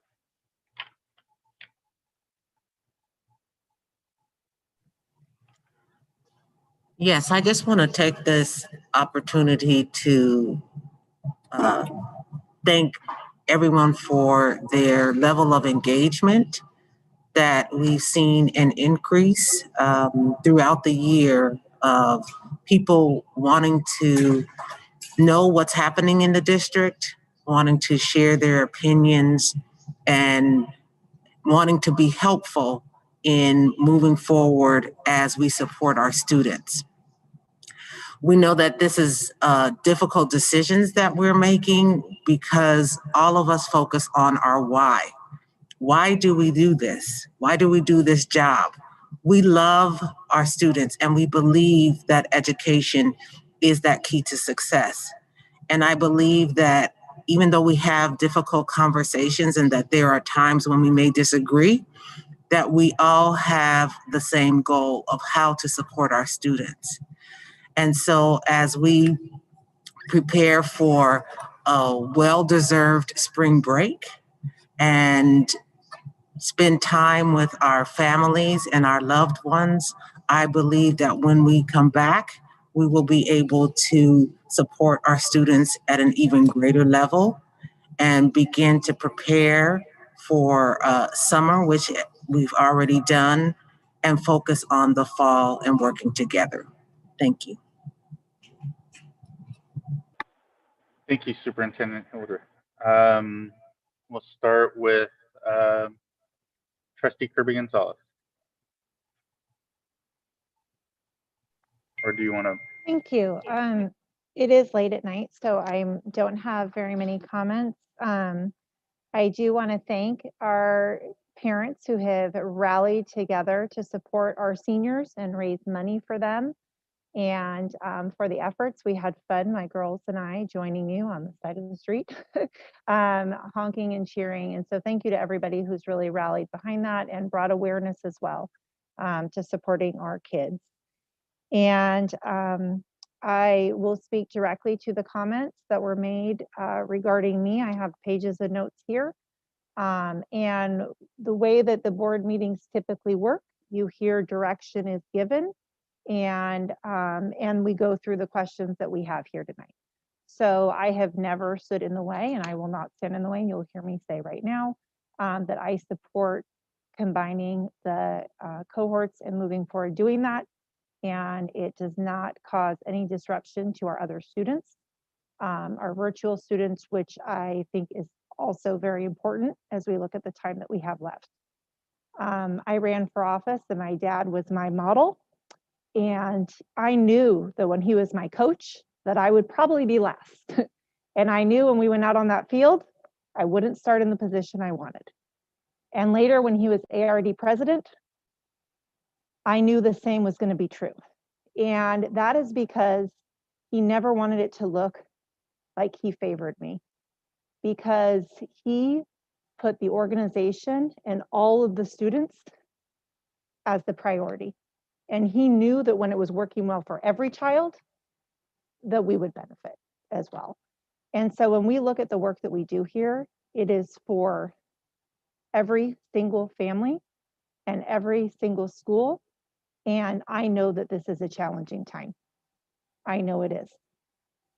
And the more that we can get our students on campus safely, and we know we can, the better. But we cannot right now, given the nature of the schedules, impact our virtual students as well. We have an obligation to all. And so thank you for those comments tonight. And I wanted to make that clear since I had thought I had said it, but I apologize if it did not come through. Thank you. Trustee Barnes? Thank you. I want to piggyback Trustee Kirby Gonzalez, thanking the community and the parents and the teachers. These are very difficult times to navigate. I think it's clear from public comment and conversations we have outside of the board meetings with the community,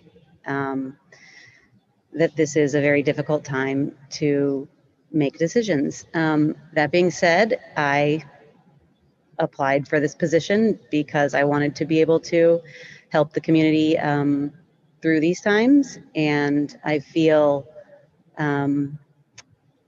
proud to be able to serve on this board and in this community, and I hope that the outcome continues to be positive, and that as we return, because that is the goal of every person representing the students and the teachers and the families today, that we can get through it in a way where we, there are going to be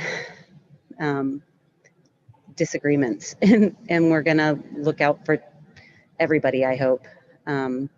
Of course, it's always going to be difficult to make everybody happy. I wish that could happen. Maybe it can and maybe it can't. But I do want to say that we are all, and that I fully support going back full-time in the fall and 4 days a week, combining the cohorts now, and I want to be very clear about that. And I also fully support our teachers and all of the work that they do, and our parents and all of the work that they do as well at home with their families and with friends, getting people to and from school, help families helping each other in these difficult to navigate models. So yeah, I am still thankful to be here. Thank you to everybody who commented tonight. Thank you to everybody who's been involved. I appreciate all of your feedback, and I look forward to getting back soon. Thank you, Trustee Bronis. Clerk Venegas? Okay. Vice President Wong? It's late, so I'll keep it short as I'll look one line to line. Thank you for the comments. You know what? Part of democracy is disagreeing. It's not, I just want to be clear to the public that people may think that we are against each other. And I think what we said this once before is that we are a family. We're allowed to disagree, and that's okay. Right? And as we are learning board governance, is whatever decision that we walk out with, we own as a board. Yeah, folks know that I've been consistent in always asking about the CDC guidelines from March, June, July, August. Distancing was an issue then. And I will be consistent in terms of talking about the science and the data, the ever-changing data, right? And so that is where I will always base my decisions, to be consistent and consistent with the data and the guidance that we have been provided for quite some time, and the research. But again, I just think I want to reiterate, no matter, I know my name has been brought up a lot, but that's just what I strive to be as a leader, and to be decisive. And even as part of democracy, it is okay to disagree. Again, I always say, I'm a refugee kid. My family died. People died to have the choice to disagree, right? So it's okay. So when we walk out of this, whatever the board decides, that is the decision of the board, and that's what it'll be. So I just want to be clear about that. But again, ending on a high note, my daughters love being back on campus. I'll be really direct. It was not perfect, but they, the highlight of my week, and I've been sharing with everybody, is that my youngest, who has been struggling, really struggling with virtual, she said, "Mama, I had the best day ever." Why? Because I made a new friend. I made a new friend, and she was not doing that in Zoom. Right. And so virtual learning. So that was definitely a highlight. And even though, again, we're ironing things out with secondary, my daughter's like, "Mommy, I get a lot more done when I'm in person. I just feel more confident. I feel more successful, and I can get my work done." So thank you to all staff, from the district office to learning center to classrooms, that this has been not perfect. And we knew that it would not be perfect. But for me, it went well. And my daughters are happy. They're happier than I've ever seen in over a year. And I thank you all for that. Thank you. I'll make my comments, and I want to just piggyback on what you just said about your daughter. my daughter as well was absolutely thrilled to be back in class. She absolutely loved being back in class, and virtual has been a struggle for her. You know, I've said it many of times that, you know, someone with a 504 like her, it's a difficult situation. And the, you know, learning in front of a screen does not bode well for somebody that needs a lot of structure.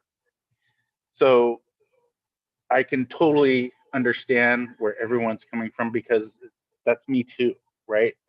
I want my kid back at school as well, just like everybody else. And I want all of our kids back at school. I would love for that to happen, but we cannot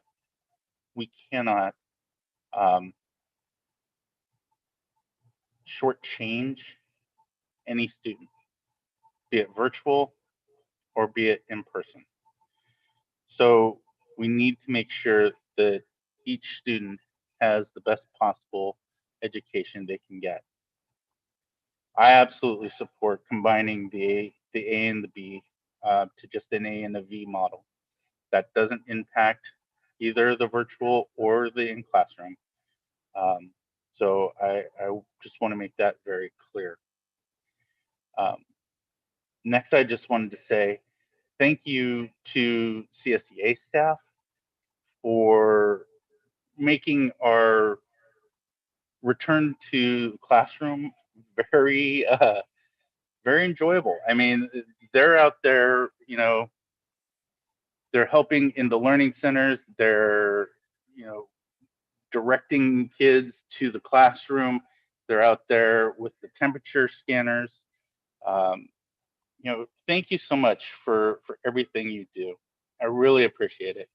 And thank you to the teachers that have really had to pivot and adjust and make all these changes, and just really adapt on the fly.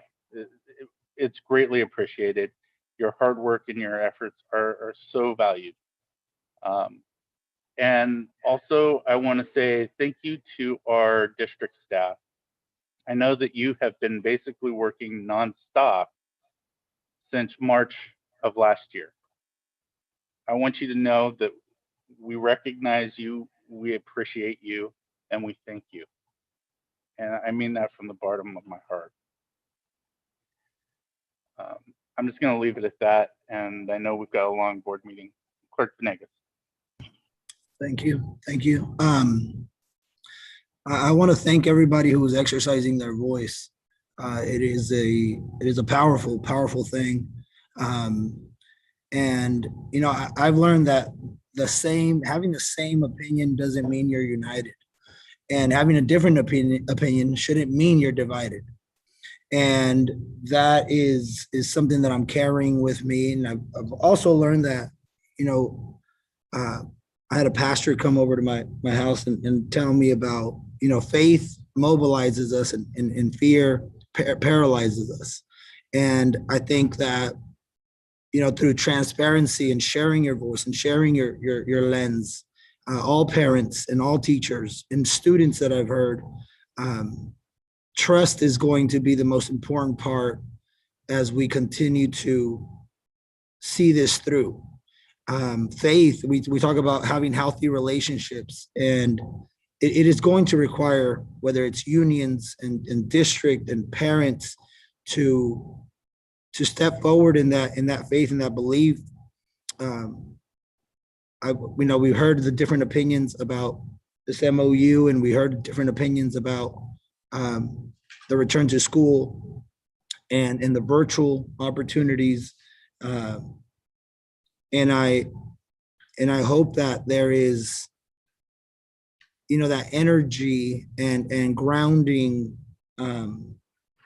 routine. Everybody, you know, I encourage everybody to have that continue that grounding routine moving forward, because it is going to require much more energy from all of us. It is going to require much more work, and our students deserve every bit of it. And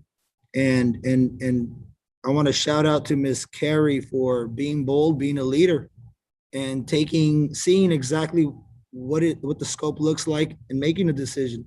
Leadership is not about doing the same thing and hoping for the best. It is about stepping into that unknown, into that asking questions, and it is the unknown. We don't know.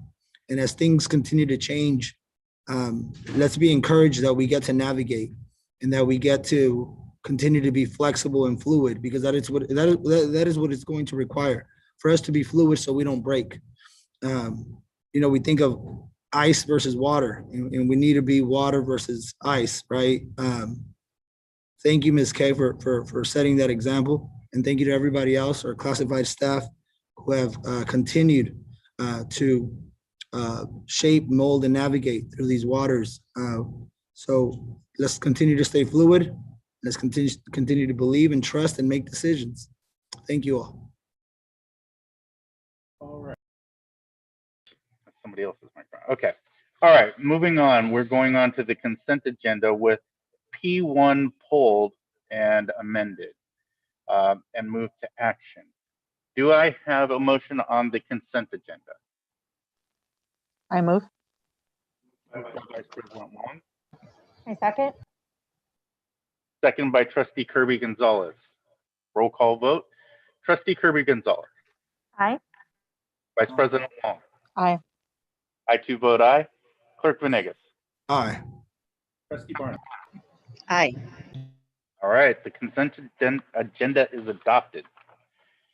Moving on to Q1. Approval of change order number 11 with Carter Kelly, Inc. for the Fallbrook Westmore Oaks Homecoming Project. Norma Gonzalez, Interim Associate Superintendent of Administrative Services. Good evening again. So this item is in reference to change order number 11 regarding the Fallbrook Westmore Oaks Homecoming Project.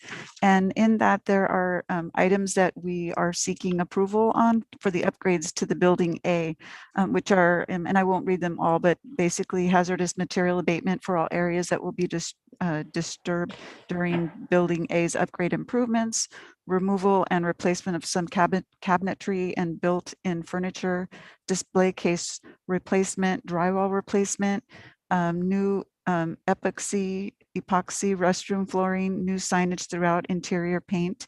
And this is part of the funding allocated, which is the district has allocated $150,000 for this project's contingency budget for this Building A improvements. So this amount does fall within that guidelines, which is the estimated cost value is at $141,895. So with that, the administration seeks the board's approval for change order number 11. Thank you for that. Is there any public comment on this agenda item? We do have one public comment. Danny Langford, your microphone is on and you may begin. Thank you. I have a couple of comments. First, though, I noticed that again, you skipped Pat Flint's letter during public comment. This would be like the second time you've done that, Kobe. So just wanted to let you know about that. Sorry, I'm sorry. No, it's not okay. Anyway, I'd like to ask about the tile. I see they're removing the tile to expose the concrete.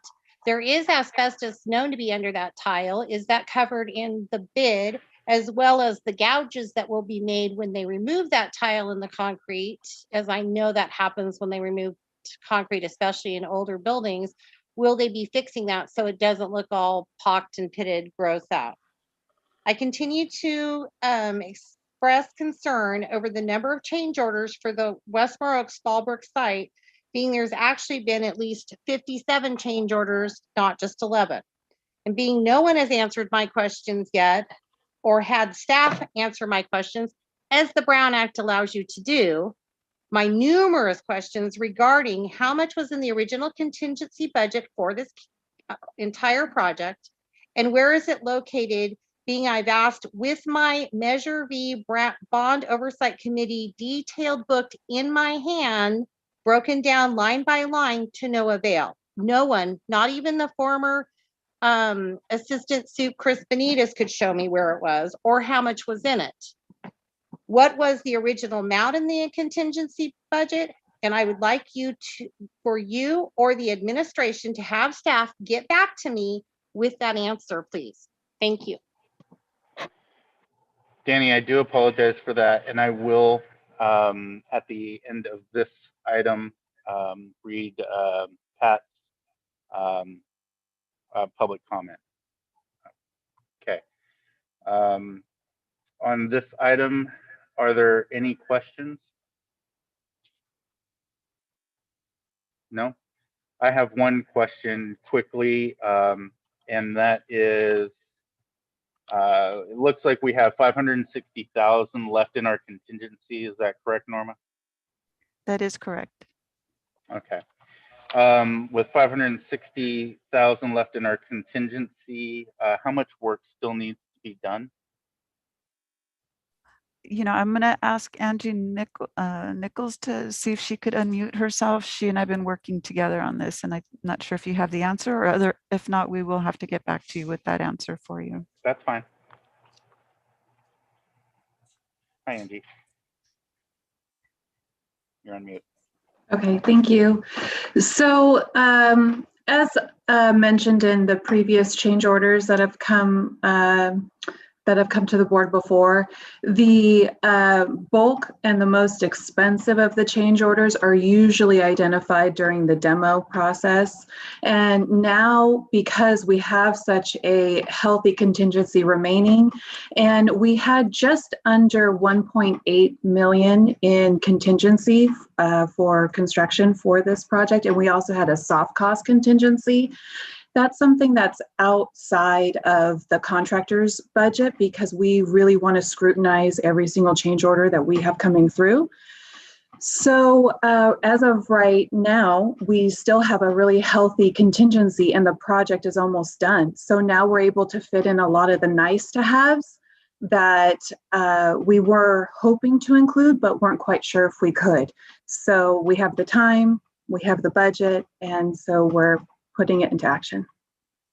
Great, thank you, Angie. I appreciate that. Does any other board member have any comments? No, seeing and hearing none, I'll take a motion. Oh, wait, there is one. Trustee Kirby Gonzalez. I would just ask that, especially now that guidelines have lifted a little bit, that we can maybe put on some hard hats and go check out the site like we did with Bright.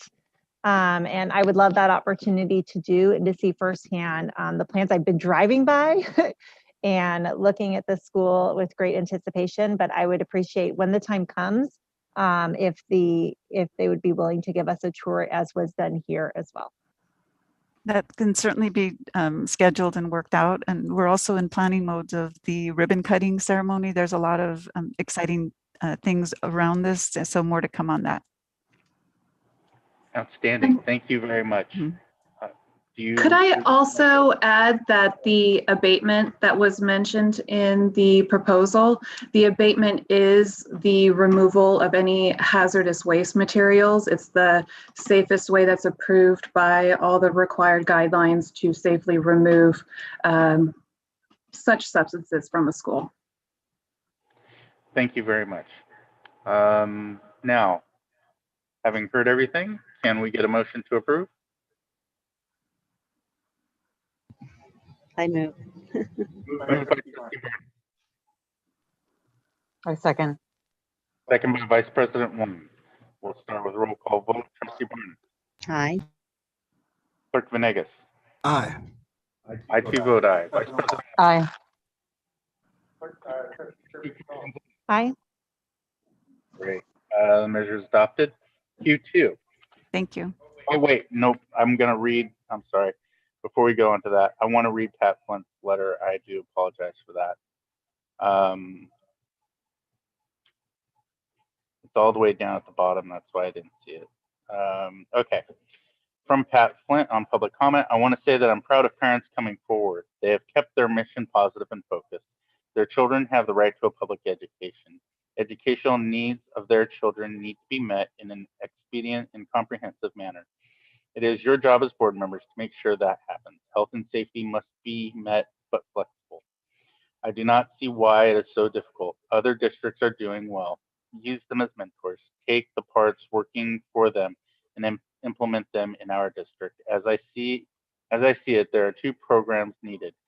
back to school full-time, and a distance learning program for those students that want it. I'm not a fan of the confusing hybrid program. State educational requirements must be met and enhanced by both groups. It just does not seem that difficult to me. I have always wanted the best and more for our students and still do, but planning and coordination should have been in place for each phase of the pandemic. Parents must stay vigilant and hold you as WSD board members accountable. You need to listen and implement policies, programs, and plans to keep our students and staff moving forward with smooth transitions and learning within safe environments and proper, well-functional tools, internet, and educational materials as possible. You'll have COVID dollars to use for these purposes. Please take these dollars and use them on our students. As I've stated before, this district could show the rest of the state that you are leaders creating educational environments and programs that others would emulate. It is time for our district to shine and serve our students above and beyond what is required. Okay, Pat, I again apologize. I wanted to make sure you understand that it was not intentional that I failed to read your letter. Okay, moving on to Q2, approval of the second interim financial report for fiscal year 2020-2021. Norma Gonzalez, Interim Associate Superintendent of Administrative Services.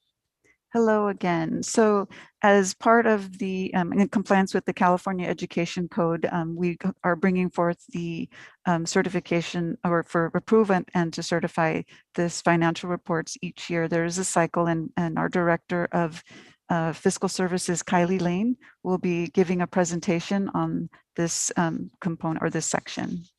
Kylie, are you? Yep, I'm here. There she is. Thank you. All right, so a lot of these things, this is a very familiar slide that you've seen. We talked about this at the budget study session group. So the routinely required state reporting is the adoption we do in June. First interim are budget adjustments we do from July 1 until October 31st. And then the second interim is November through January 31st. So tonight I'm presenting the second interim and any of the adjustments from the first interim, which are the things that we saw at the governor's budget. And then at the end of the year, we do the unaudited actuals. And then in December, we do the annual audit when we have our external auditors come out and perform an audit on our financials. So the second interim includes any of the updates to revenues and expenses since the first interim. Also included is the standardized account code structures, also known as the SACS report, and then the fiscal reports, and then also the multi-year projection. So we'll show the current year and then 3 years out. Next slide. So the significant changes that we have seen since the first interim is very slight changes to the LCFF calculation, state aid revenues of about 61,000. And on the restricted side for revenues, we saw a slight increase of the special educational property taxes, about 5,000. Then all the adjustments that we see to our federal sources, Title I, II, and IV, which was about 302,000. And then also what we had discussed at the governor's budget was the elementary and secondary school emergency relief, which is the ESSER II funds, which is about 7.1 million. And then of course, some of the smaller federal sources of about $8,000.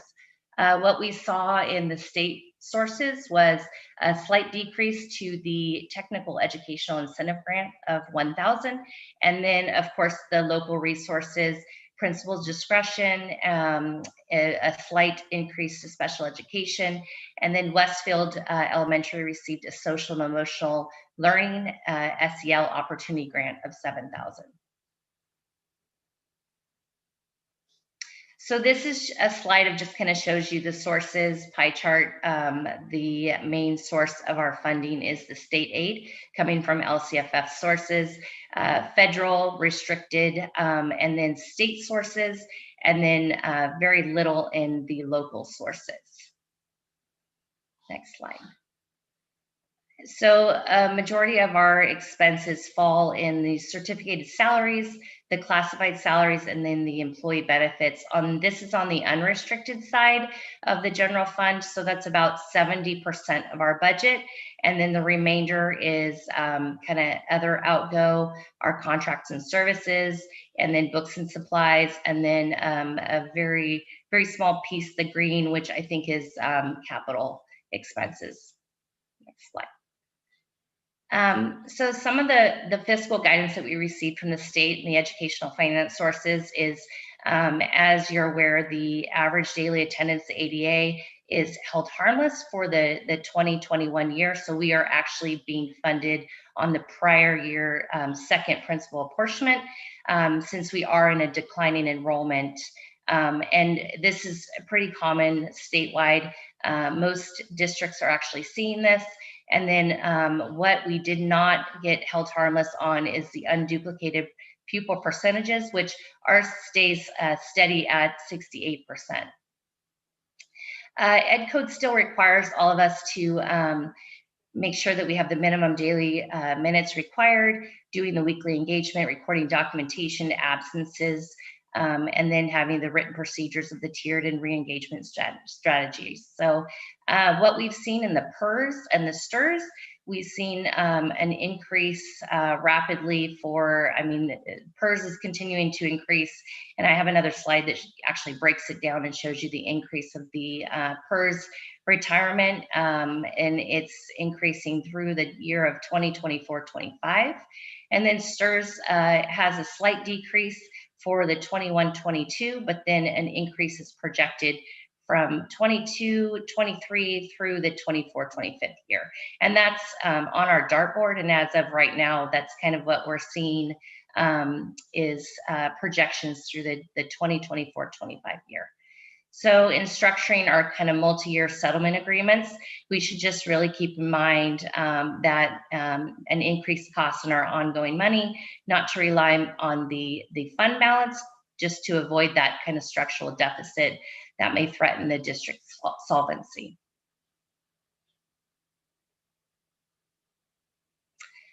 The governor's January budget, this was a slide that I did present at the budget study session group that showed that we are projected a COLA for the 21-22 of the 3.84.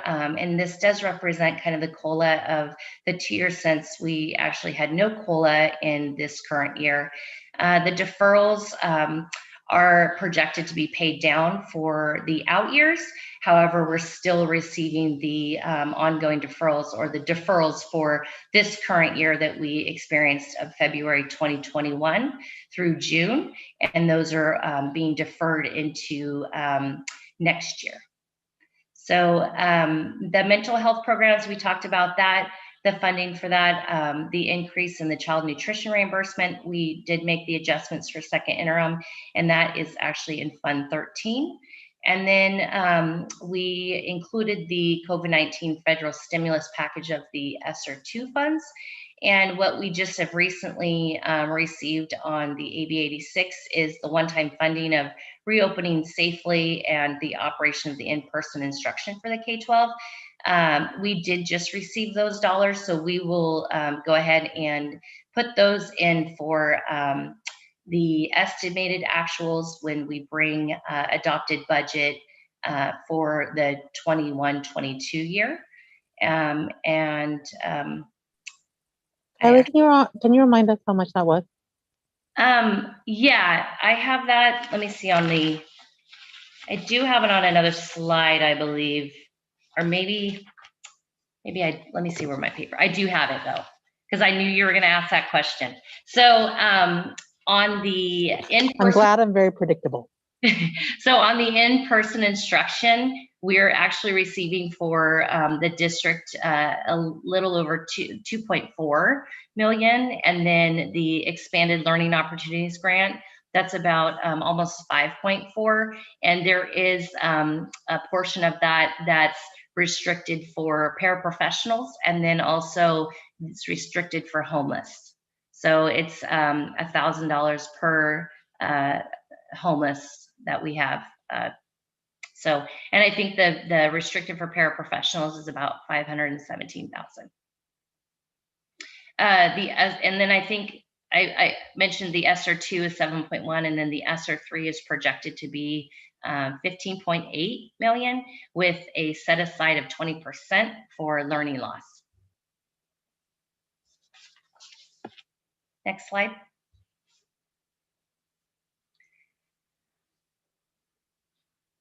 So the STRS and PERS, the multi-year rates, this just shows the change of the current year, which is included in the second interim report, and then the out years, just the rate change and the calculation of what that actually is, the impact to the general fund.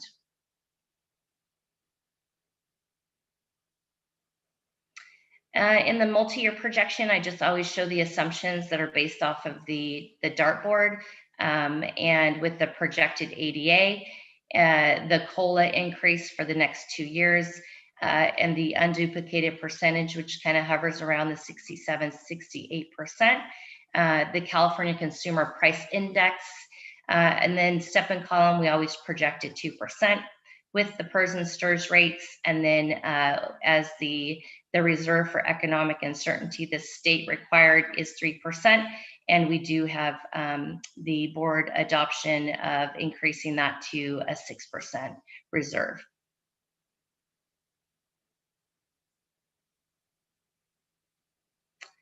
This will give you an idea of just how what the multi-year projection looks like right now in the unrestricted general fund, with a excess of the revenues for the 2021 year and expenses. So we do have a positive balance that will then, of course, be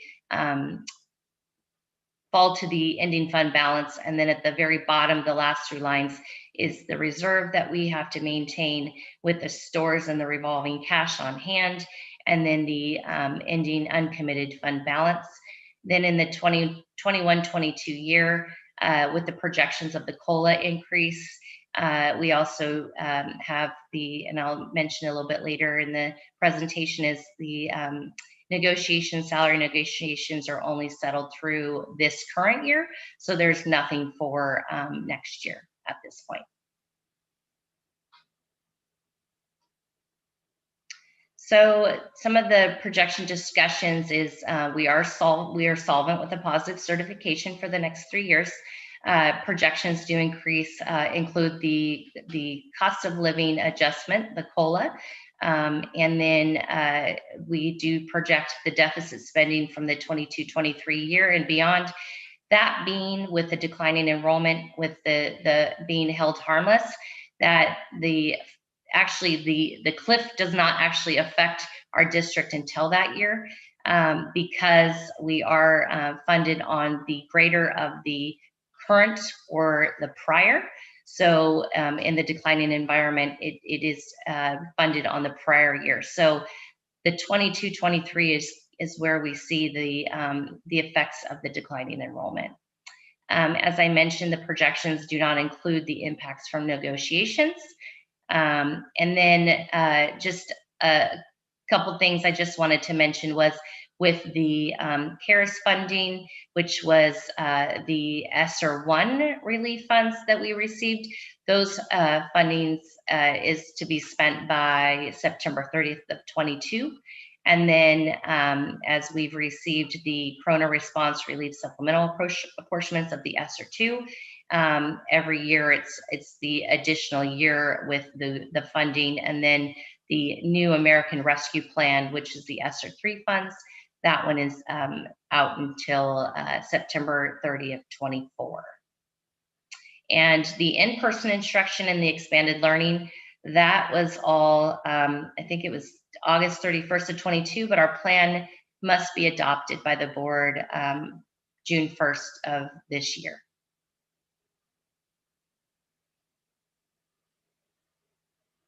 So some of the district future funding, obviously we are concerned about the ADA projections that are based on a declining enrollment. Negotiations are settled just through this year.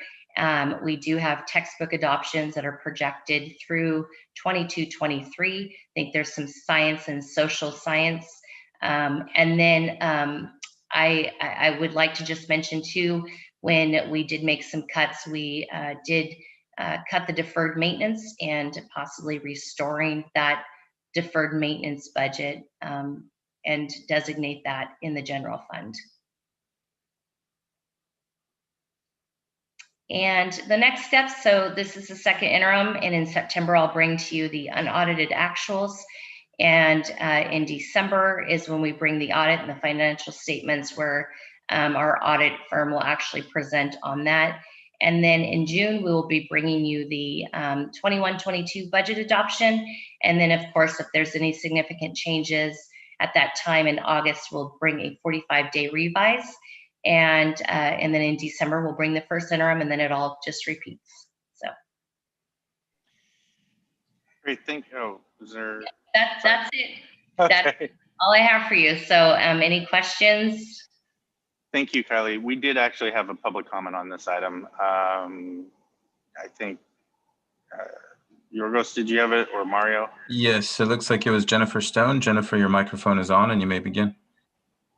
I just had a question for the board regarding the finances. So it looks like, from what I can tell, we would have been in a net deficit on the budget if not for the COVID funding, given the declining enrollment. So if we adopt the MOU, we will be willfully adopting a contract that puts state funding at risk. And in 22-23, the school year deficit doesn't account for the MOU negotiations for the full contract that have to be done in June. So again, our concern as parents is not just on the science, it's not just on our kids, it's on the future of the school district, right? Like, we're long haulers. I've got 2 11-year-olds, so we're gonna be here for a while. And I wanna make sure that the school district stays solvent, regardless of politics or anything else. And with declining enrollment and parents leaving and finding other school districts that are going back full time, and this district signing an MOU tonight that has a 6-foot guidance and not choosing to go back full time, we're not just putting our kids at risk, we're putting our finances at risk. The funding for the district is at risk. And I want to make sure the board understands that point. That's all. Okay. Questions from the board? Anyone? Yeah, go ahead, Kylie, Vice President. so we have to have a plan by June 1st. So this is maybe a technical thing, is that when do we actually have to expend it all by? And does expense mean, what if we encumber it by the said date that would extend it? So that was like the obligation. And there's been a lot of like back and forth on that, because when the ESSER 1 and the Learning Loss Mitigation Fund, same thing, we were told that everything had to be, and from the county guidance was that it needed to be spent, not encumbered, not obligated, not, it was, they made it very clear that we needed to make sure it was paid, invoice was paid, just in the event of if something was to happen. But then of course they extended out that to May. So after I reported on many of those dollars that we had spent so fast in December. So, and I also wanted to just clarify too, the multi-year projection that I presented was the unrestricted general fund. So that did not include the federal funds. Yeah, no, helpful, but we for sure clearly have declining enrollment in the hundreds over time. So thank you for that. Okay, so to be clear, when did we need to, on current law, when do we need to expend it by? So are you talking about the in-person and then okay, so Yeah. that one was August 31st of 2022, and the plan needed to be adopted by June 1st of this year. And then the ESSER dollars, the second ESSER dollars? So the ESSER second ESSER was September 30th, because federal it goes into the next fiscal year. It's not the same as a lot of the state funding, but that was September of 2023. And then the ESSER 3 was September 30th of 2024. Okay, just needing to know the timeline so that as we budget out, like what that means and how far we're stretching it. Thank you. Again, because I think budget session is avoidance of paying things that eat, right? I remember that. But with that said, we also have other obligations about related to social emotional learning, and we will have to probably pay things that eat, including the instructional aid. So how, that's something for the board to consider. Thank you. Thank you. Anyone else? Trustee Kirby Gonzalez, did you have something?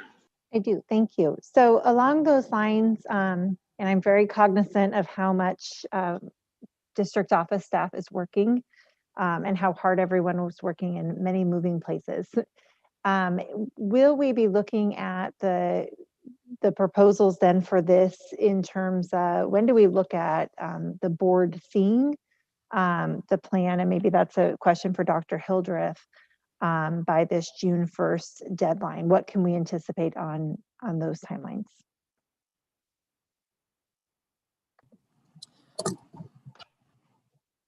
Yes, thank you for that. We are working with staff to finalize a plan, because we will need to bring that plan to the community as well to get input, and our goal is to be ready to present that plan to the board at our May meeting. I think it's May 20th, to bring that plan to the board. And we have to adopt it by June 1st. That seems a little bit late if we need discussion or revision. A draft to the board early, is there a possibility of getting a draft to the board earlier? Because that wouldn't give us any time, or staff any time, if we have input. Yes, so we will move that timeline up.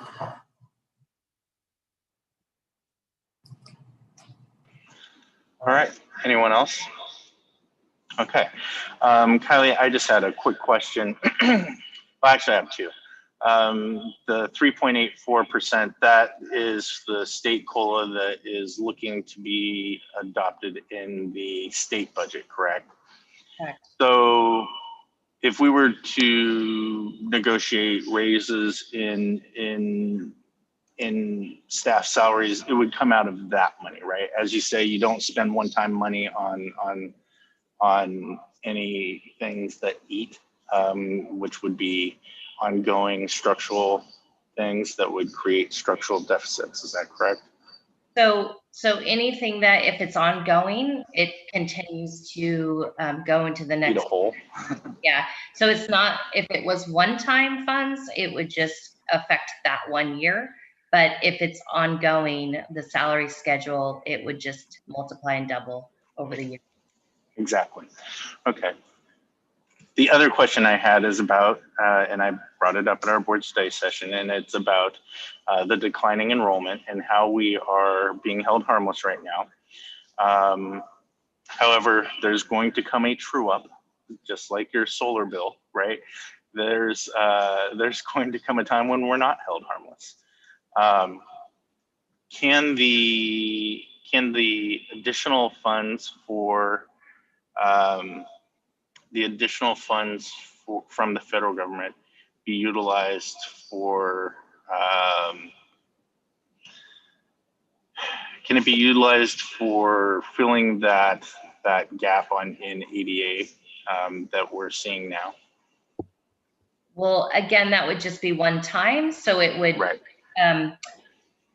It wouldn't necessarily help us in the situation of it being just 1 year, but it would be, I mean, those are one-time funds. So for it to just think about something that's going to go for out years, we're not going to see the effects of the true declining enrollment until 22-23. And by that time, we should be having the ESSER II funds spent. We'll have the in-person instruction dollars spent. We'll have the remainder of 1 year for the ESSER III. But yeah, one time, I think this is the kind of the big picture of looking at ongoing salaries. Thank you, and I appreciate that. I just wanted to make sure that the public was aware of that as well.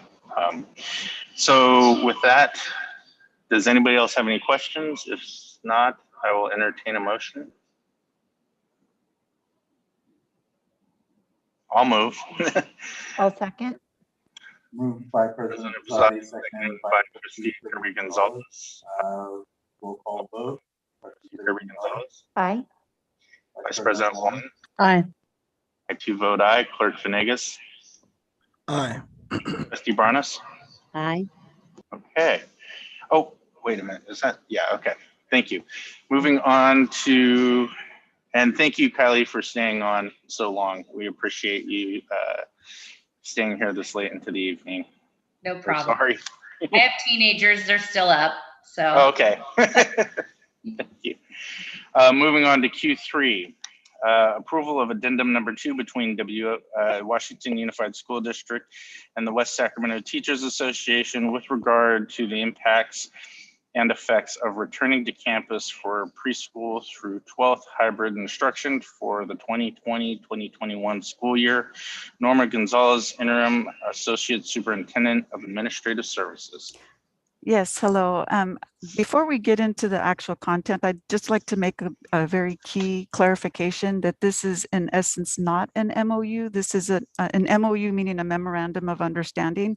The MOU that we agreed on with our labor partner WSTA was back in August, and want to say and give them kudos throughout this whole process, because this has been very unprecedented times that we've been experiencing.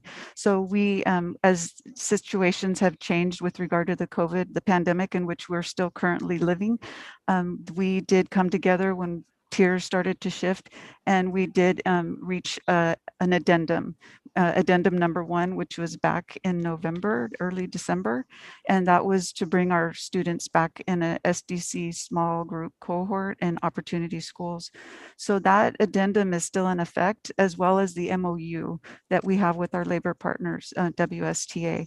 So what's coming to you this evening is addendum number 2, which is as addendum to that MOU. So the conditions and the language of that MOU still remains in effect. So, and this is all in compliance with the EERA, which in California, we're required to bargain the effects and impacts of working conditions, and EERA, which stands for Educational Employment Relations Act. So what we've done and throughout this whole process with WSTA and the WUSD bargaining teams, and throughout several sessions, have reached a tentative agreement. And I just want to go through a couple of highlights from that addendum that is being presented to you this evening. So in essence, we did bargain for our teachers to return. And as you all know, we've all celebrated it. I got to go to the school sites, we all have, and got to see the little beaming faces of our students as well as our teachers. It was really a joyous experience to see that first day of school last week. But with that said, under this tentative agreement, our teachers in good faith returned, and WSTA did ratify their this agreement, and of course it's coming to you this evening. We do understand that there is a shift in the guidelines with regard to the 6 to 4 feet is what is currently in the MOU. Assistant Superintendent Moisich and myself have been in communication probably daily this whole week, having discussions about this piece in which we believe we need to negotiate or have conversations, because we do realize that that has shifted, and we want to honor that as we need to. But other pieces of this MOU, or rather addendum, I beg your pardon, is just to go through, just really whip through it really quickly because it is late, so forgive me, is the substitute coverage, and then the impacts of our teachers. Several of our teachers and certificated support staff are not able to return yet for various reasons, primarily because we're still in COVID, experiencing the COVID world right now. But and with that, I want to definitely thank you, trustees, for approving the increase of the sub rate, because that will help us to source our classrooms to make sure that we have teachers with our kiddos and kids at the high school. So yeah, part of that bargaining of this addendum was not specific to that one piece. There are other components, as mentioned, which are also their class sizes, the subs, the leaves, etc., and then also the minutes and the preparation time. So there are several components to this MOU, or rather the addendum.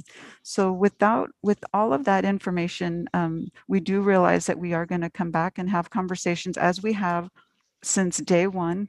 Back in March, we did bargain the pandemic, we bargained the return, as well as the addendum, and then this addendum number 2. So we do realize that we're going to have conversations about the 3-foot guidelines, as well as combining the AB. And currently, as it is with this addendum, it does allow for it, as has been spoken and expressed. So with all of that, the administration would like to thank both bargaining teams for the hard work. A lot of this negotiating has happened outside of the workday because our teachers haven't wanted to miss time while with their kids. So it is a very challenging time, but very rewarding at the same time when we were able to see our kids return. So without further ado, the administration does request that the board approve the addendum number 2 to the MOU that we bargained back in August. Thank you. Any other staff have comments they'd like to make? No? Okay. From then on, we'll go to public comment. And I saw Doug Knepp had his hand raised. Correct. The first in line for this particular item is Doug Knepp. Doug, your microphone is on and you may begin. Yeah, I just wanted to, I was hearing discussion about a resolution earlier in support of 100% return, of course, with a virtual academy option potential in the fall. And I just wanted, it has always been the teachers and WSTA's intent to return in the fall if conditions existed to allow that. And right now conditions look good. So we just want to provide our support for a fall return, barring some unforeseen circumstance. So we're really excited about that. I also wanted to just point out also in this addendum, bargaining on this addendum was occurring before the new guidance that came out. And so we didn't have the opportunity to talk about the new language in bargaining. But as Norma spoke to, in all of our MOUs and addendums this year, the language exists so that we have the opportunity to return and discuss the changes so that we can evolve with the changing conditions in this virus. And of course, that is our intent, as is WUSD's. We have a great working relationship. So we request that the board honor the process of bargaining and understand that we intend to continue working in good relations with the district. Thank you, Doug. All right, our next public comment is from Amber Beck. Amber, your microphone is on and you may begin. Hi, I submitted written comments, but before I read them, I just want to say that after hearing staff comments and the gentleman from WSTA, sorry, I don't remember your name, about adopting this item and then going back to the table, I just want to say that's just not possible. We have 2 months left of this school year. The next board meeting is at the end of April. Do you really think parents believe that you'll go back to the table and bring something back in April for 1 month left of school? While our students have the ability to go back into the classroom 4 days a week for 2 months. Okay, I'll read my comments now, but that just seems ridiculous to me. Okay, as prepared. My name is Amber Pasricha Beck, and our family has 2 children at Stonegate Elementary in K-5. We love Stonegate, and we're proud to be a family of Lions. The teachers, principal, and staff are amazing. They're working so hard to keep kids engaged and continue learning. I sent an email to the board earlier in the week urging Washington Unified School District to amend the Memorandum of Understanding before it's adopted. Thank you, Trustee Wong. You're the only person who responded. My kids are ecstatic about in-person learning. After their first in-person class, they said it was the best day all school year. I want that passion and that excitement to continue. First, I want to say that I support a return to full-time school for our children. That should be your goal, period. Have you surveyed the parents? Have you begun hiring teachers for our all virtual model for the fall? I want to hear about your plans for the fall now. The board needs to communicate and operate transparently with parents because so far that's not happening. Second, due to the new guidance from CDC and CDPH, I'm urging you to amend the language in section 2.8.2.1 in the MOU before adoption. If you do not amend the MOU, this could hinder schools from combining A and B groups to allow more students in class time. It would also violate state guidelines under AB 86, indicating that schools offer in-person learning to the fullest extent possible.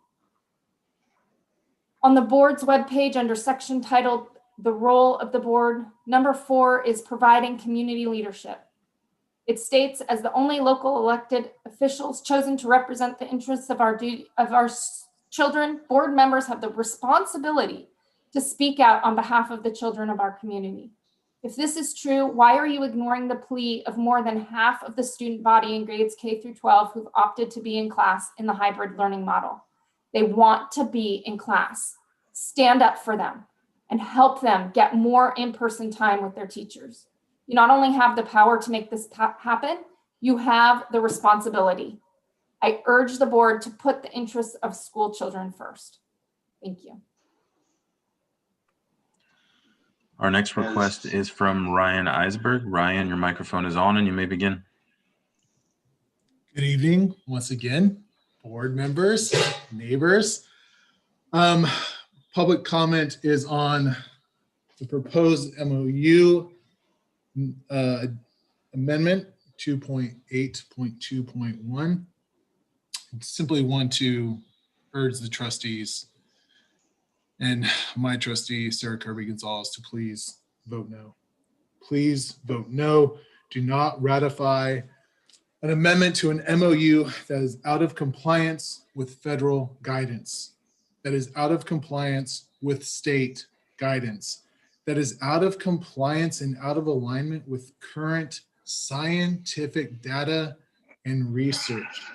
If you want to vote on an amendment, make the amendment in alignment with current CDPH guidelines, not above.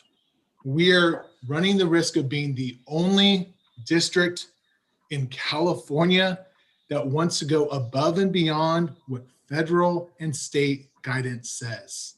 That is a problem, and it's a problem for our kids who want to be back in the classroom. Please, I beg you, vote no. Thank you. Our next request is from Tiffany McFadden. Tiffany, your microphone is on and you may begin. First, I just want to say, will you please quit making me follow Ryan Eisberg? I can never beat Ryan.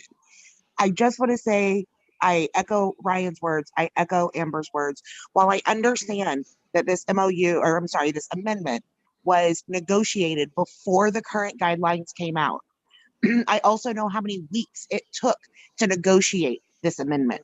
And that does not look good for our students to be able to get anything renegotiated to get them back in school more with the current guidelines. I do not think it would be a good decision for our board to approve something that does not meet our current guidelines. We should not have stricter guidelines than we have to. There's no reason for it. We need to be doing everything we can to get these kids back in school. You're there to serve our kids. So I urge all of you, including my board member, President Kobe Pizzotti, to vote no on this amendment to the MOU. Our next request is from Kenna J. Kenna, your microphone is on and you may begin. Happy Friday, everybody. Thank you for staying into the next day. It seems these tend to happen. I just wanted to finish earlier what I did not finish on my reading. So let me finish with more specifically as it relates to any negotiations involving the current MOU. The unions have no legal right to bargain about whether they will comply with state law, district policy, or their own contract requiring person 5-day work now that the state and county public health agencies have lifted the closure orders. So just so you guys know, during this time, Woodland has voted tonight to go back 4 days. Davis is returning to go back 4 days. We are a part of Yolo County. You had many conversations with Dr. Sisson. I heard this last week. So I'm going to urge you to vote no on this. There are current line guides, there are updated science. And if you want to talk about this continuing update our students to go back every day. I'm out of answers for my child, as I'm wondering how many else are too. Thank you guys so much. I hope you have a good weekend, and I hope everybody thinks conscientiously about this and does not vote with emotion, but votes with data, which is what you're telling us you've used all along. Thank you. Our next request for comment is from Dante Early. Dante, your microphone is turned on and you may begin.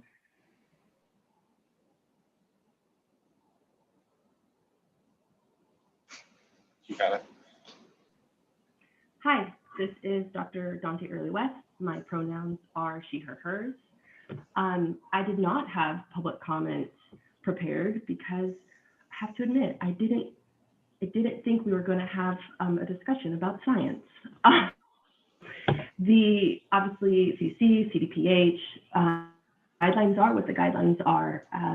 I would hope that as very intelligent educators yourselves, health professionals, that it is not on the table to vote for something that goes against what science and our current guidelines are telling us.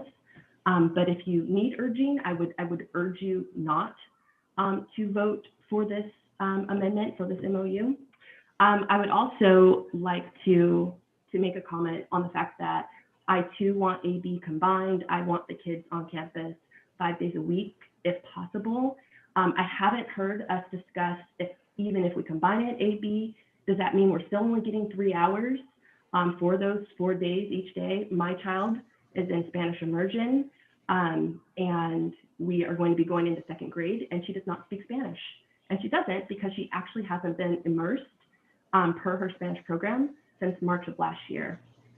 And it's unfortunate. She does not feel comfortable. She actually hates Spanish, and it's because, again, she has not been put in a position to be successful. So I would hope, in addition to combining AB, that we talk about having the kids be on campus as long as possible, again, within safety and guidelines. Thank you. Our next request is from Sven Rothfuss. Sven, your microphone is turned on and you may begin.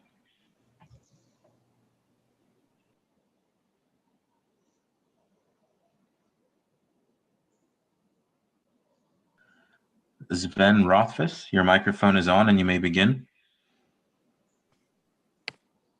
Sorry. Yeah. Good evening. So I didn't understand that I have to unmute myself. So I don't have anything new to contribute here. I just still want to emphasize what all the previous speakers said, that especially emphasize what Ryan Eisberg was saying. Although our kids are doing fairly well in school on the virtual learning, I still think it's really important that they go back to school as much as they can, as fast as they can. That memorandum of understanding or that addendum will hinder that from my point of view. I don't think it's a wise decision to include a language in such an addendum which cements certain measures, certain especially here the distance. Why would you not refer to the all changing guidelines all the time? Because it goes up, it goes down. So why would you not include language which always refers to, for example, the CDC guidelines and state guidelines in the first place, which would give everybody a lot more flexibility to adhere and react to the fast changing situation all the time. That's it. Thank you. Our next comment is from Jennifer Stone. Jennifer, your microphone is on and you may begin. So, Sarah, this is for you. You represent my school and my children.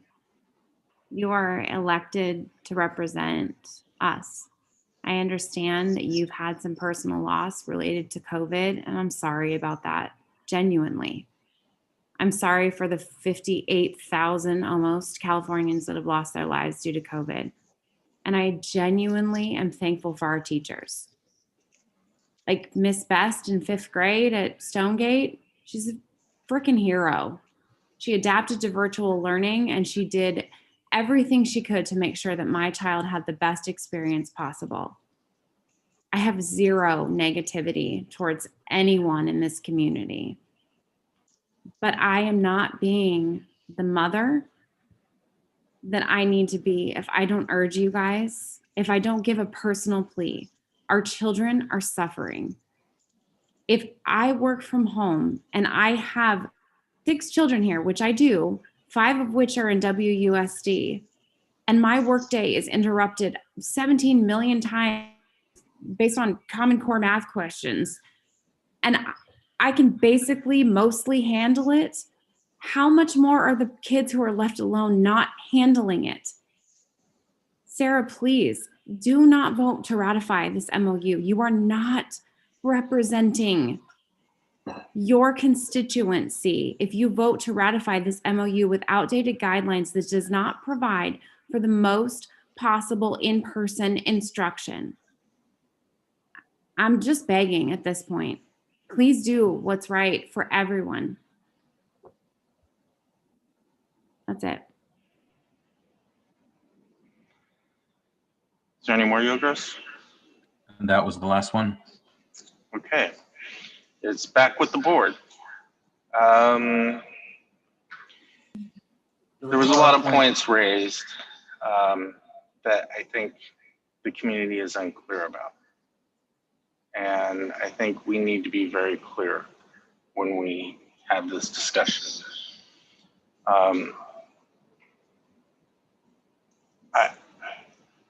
I would ask staff to answer a couple of questions. Huh? Oh, Marie's here. Oh, hey, Marie. Legal counsel is here, and it would be helpful to probably have some clarifying language.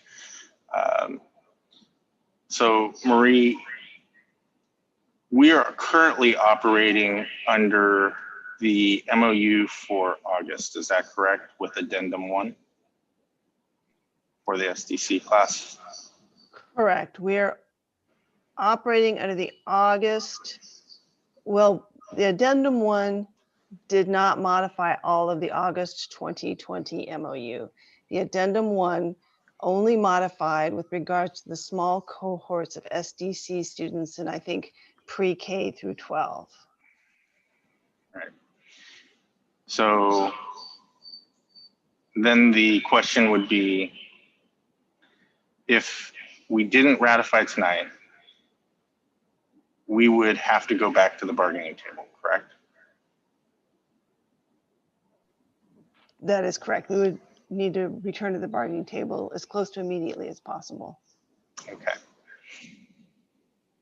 So then if we did ratify tonight, there are provisions in the TA that the teachers have been operating under in good faith. Is that correct? If you mean that the teachers returned to work last week on a promise of the TA, then yes. Yes, that is correct. Thank you. That was my question. Thank you very much. Okay, thank you. I think that's very important for the public to understand. Is there questions on the board? I have a question. Because it's been mentioned a couple times, and just to be clear at the top, I'm going to be abstaining from this because I also asked to table it. So it's not a no, it's an abstention. And in large part because there are good things in here, and specifically because there were changes in conditions, I thought it appropriate to table it for further discussion. It has been mentioned that this MOU actually says that there is an opportunity to bargain when conditions change, but as I read it, it only refers to purple tier. Am I missing something? We've committed to bargaining even back in August in the original MOU, in the MOU itself. And whenever circumstances or tiers or situations changed, we've come to the table multiple times throughout this process. So I know that they would, in conversations, as I mentioned, on Monday, we met with them as well as a couple of days this week. And even today, having discussions about needing to come back to the table to bargain the effects of this new provision of the 3-foot. But it's a verbal agreement. I'm just talking about the words. Somebody kept saying like all I see is purple tier here. Like, is it written somewhere that that's what we've said? I'd have to look at the August 5th. I don't think it's specifically spelled out in this addendum 1, but it could be an addendum. I mean, addendum 2 and the addendum 1. Let me check. It's just been mentioned several times, and all I see is purple tier. Vice President Wong, if I could make a statement. It's been said throughout this evening that Addendum 2 would keep students at 6 feet. Addendum 2 does not keep students at 6 feet. At this point, it says that we'll try to do 6 feet, but we'll go no less than 4 feet. And I understand that that's a concern based on the language from the CDPH, which changed last weekend to maintaining a minimum of 3 feet between student chairs is strongly recommended. Again, because the CDPH changed it, there is no specific spacing between students that is required at this time. And I mention that because it is in the board's purview to make the determination that they're going to bring back more students simultaneously, whether that's to extend the day. I have clients that are extending the day, going to 4-day, extending the day, going to 5-day.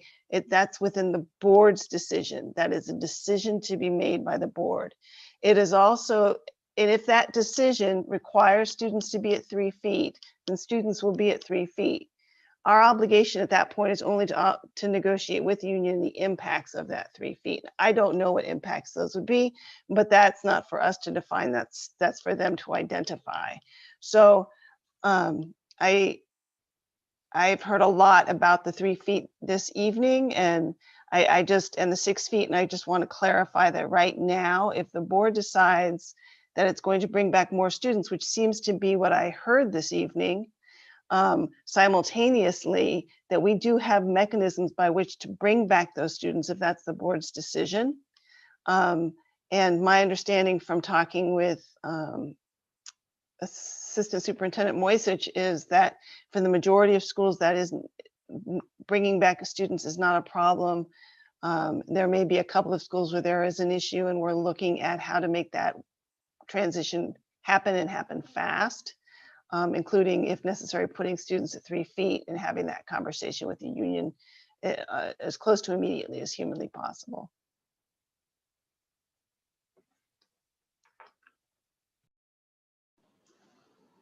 Do you have any more questions? Because it's been mentioned several times, and I just hadn't seen it. So I don't think the first addendum came back because not officially because the SDC didn't come back. So that's why I'm asking.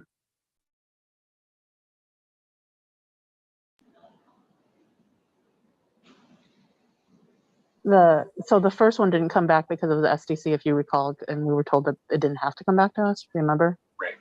And so it's the language specific to like coming back to the table when conditions change. It's not in this, and that's what Norma's looking for. Got it. Might Thank be you. in the August. Got it. Yeah. And basically it cites the contract itself, the actual collective bargaining agreement, where it references that the district retains its right to temporarily amend, modify, or rescind policies and practices referred to in this agreement in cases of an emergency. Section 7.5 defines an emergency to include, among other examples, a plague. And then another section of that MOU states that as of this date of the MOU, the parties recognize that the COVID-19 pandemic necessitates significant modifications to the operation of schools to minimize the health risks associated with COVID-19 infection for all staff. Well, that kind of just, it goes on about who would be impacted, which are students, staff, and their families. while also providing equitable access to education for students. So again, it's been in good faith as well, and referencing that has served both parties well as far as being able to come together and bargain the effects and impacts of this pandemic throughout this process. Thanks for looking that up. You're welcome. Okay, since Doug Knepp is still on the line, can I ask him to unmute and we can have him make a quick comment on that? You wanted me to comment about the intent of returning to the table? Yes. Okay. Yeah. Listen, we are operating in good faith with WUSD and have been. We have a great relationship with the WSD bargaining team, and when we are asked to return to the table, we will return to the table. That is what we do as good faith partners in bargaining. We will return to the table when asked. Great. Thank you, Doug. Okay. I see that, yeah, I was just going to say, I see that there is a hand raised. Yes, we do have a request from Amy Alfieri. Amy, your microphone is turned on and you may begin. Why is the district giving up all of their power to... Oops, sorry. Why are you giving up your power to open the schools now? Am I listening to an attorney telling you that this is your decision to open the schools? You can only bargain the impacts. We are in the orange tier. Why is this happening? Why are you giving up your power? Is this your attorney? I think she has just explained to you that you are in charge of this. You are in charge of opening the schools.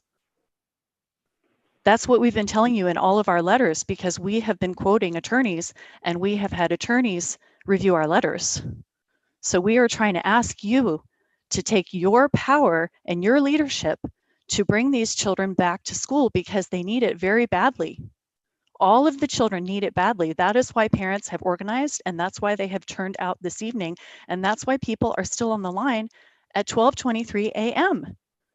We have been begging you to use your power to open the schools like many school districts across the state are actually doing today.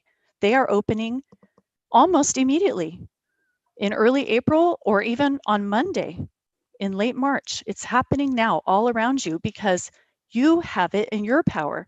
The union can only negotiate the wages, the impacts, and the conditions of their employment. They cannot deprive my child of an in-person education to the fullest extent possible.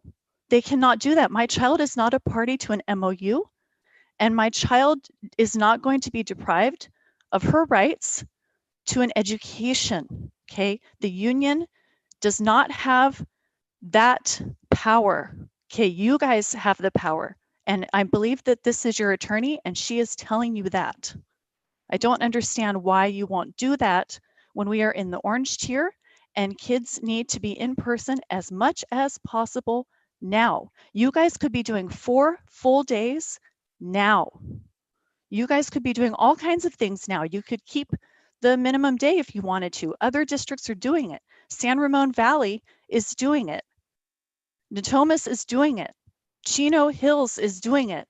We have provided you a list of districts who have done it. They have pivoted. One district, Natomas, pivoted on Sunday, okay? Sunday, they announced it, okay? All of us here are extremely frustrated with this board not using what is their purview. Their purview is to bring the children back as promised. Thank you. I am urging a no vote on this, a no vote, because it is under a 6-foot to 4-foot guideline, which has been superseded by Amy, the that's your time. That's Thank your you. time. Thank you. Okay. I'm going to bring it back to the board. Sorry, I did have a comment. Okay. I did find that section and I apologize for not having it handy, but it is section 3.2.3 of the original MOU that reads that the parties agree to meet as soon as possible to negotiate the impact and effects of any revisions or updates to these guidelines. So it is written in our current MOU that we're operating on. Thank you. So to be clear, that means that they will be coming back to the bargaining table, correct? Thank you. I see your head shaking. Does anybody else have any comments? Questions? Anyone? Well, you're not. Thank you. I appreciate this. So to be clear, if without this MOU, we do not have a current MOU with our teachers to be in the hybrid format that they are currently teaching in. Is that correct? An addendum. That our agreement right now would go back to the August and that they came operating in good faith. That is correct. Thank you. And this addendum will also include our substitute rate, which we know are very hard to get right now, leaves, and many other pieces. This is a robust addendum for this.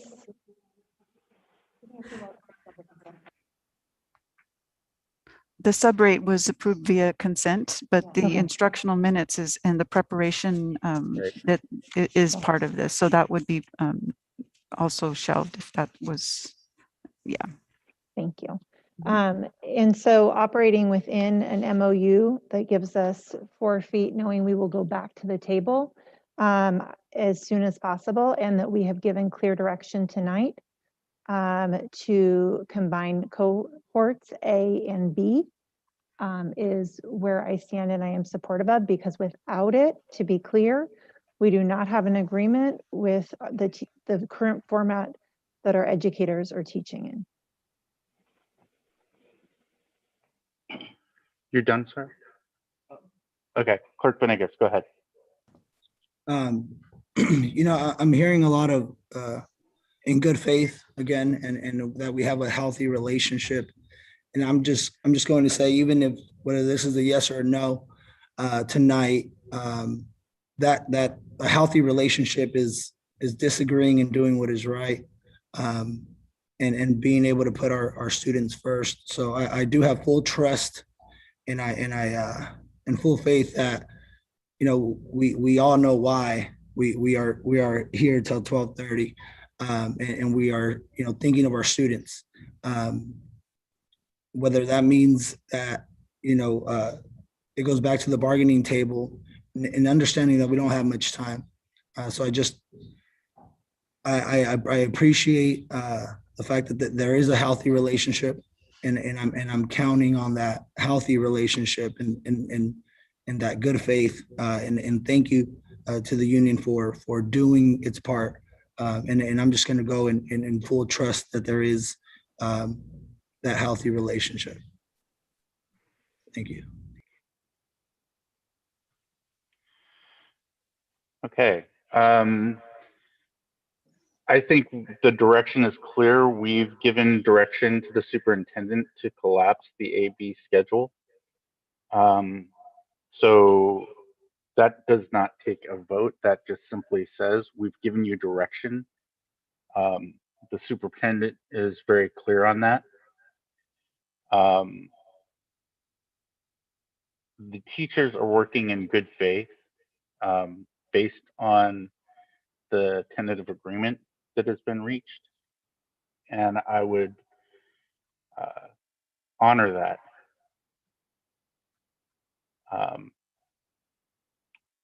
You know, as somebody who's negotiated contracts before, it is important to keep your word when you give your word. And we have given our word, they have given their word, and we should honor that. We will go back to the table, which we would have to do anyway, to address the impacts of combining classrooms. So it is something that's going to be done anyway. And I would just like us all to keep that in mind as we move forward. With that, we have a comment, I believe. Yorgos? Yes, it looks like we had a couple hands raised, but the only one remaining right now is from Jennifer Stone. Oh, looks like we've got some more. So Jennifer Stone, your microphone is on and you may begin. So I appreciate that there isn't I think Norma responded and said section 3.2 point something of the original MOU says that everyone will come back to the table. But to be clear, the teachers could have come back to the table this weekend. I'm pretty sure they were offered an opportunity to come back. They saw the guidance change and they didn't. And everybody has read every news article about how the National Federation of Teachers, or whatever their union is, said, we're not sure about the science. So our teachers did what every other teachers union in this country did and said, we're going to take a minute and just think about it. So the good faith discussion is over. At this point, everybody could have come back to the table before tonight. We urged board members, we urged the superintendent to come back to the table before tonight. And yet here we are. So it's a hope and a prayer that they come back to the table. And that makes zero sense to us as parents. For those of us that negotiate contracts for a living, which I do, just like you, Kobe, I'm no stranger to contract negotiation. There is nothing in writing that brings them back to the table on this. And if we give right now, if we give up this point of science, we won't get it back. It's absolutely ridiculous to sign something. If the teachers are back in good faith, if someone promised them last week they'd come back in good faith because they were going to ratify this, then someone didn't do their job. Because you don't promise someone something before the ink is dry. So right now, if all we have to do is amend this contract to say it will follow state and federal guidelines, then no one should have a problem with it. What's the problem? That's it. So all we have to do is amend it. That could take a few hours. It's a red line and an agreement. That's it. So pretending tonight at 12:30 at night as though somehow we don't understand how contracts work is ridiculous. Put it in writing and it's there for a while. That's not the right thing to do.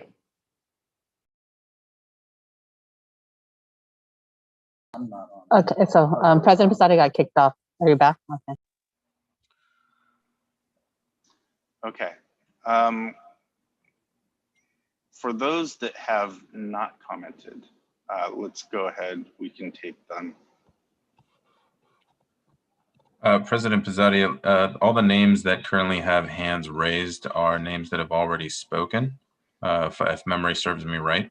But I'm happy to turn on their microphones in the order in which they raised their hand if you'd like.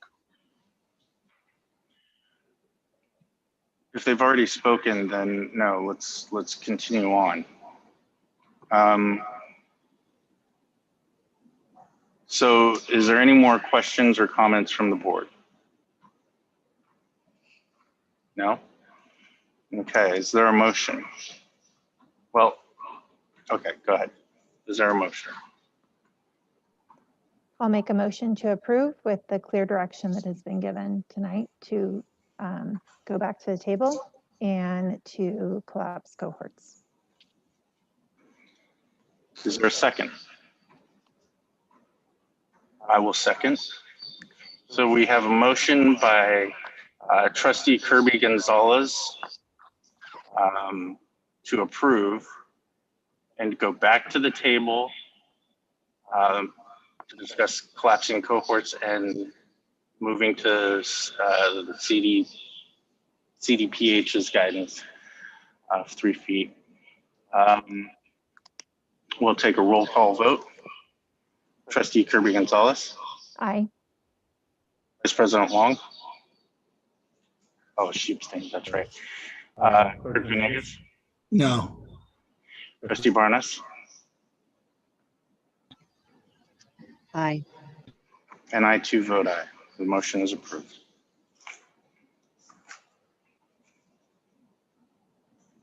Okay, moving on to P1, list for action. This is the consent agenda item that was pulled and amended. Did you need to say anything, or you just want to make a motion on that to adopt since it's been amended? So we have CSCAs. Oh, CSEAs. I'm sorry. Where is that one? Q4. Okay, I didn't see. Okay. Let's not skip over our classified staff who've been on Oh my campus God, since I am March. so sorry. Please. I'm so sorry. I'm so sorry.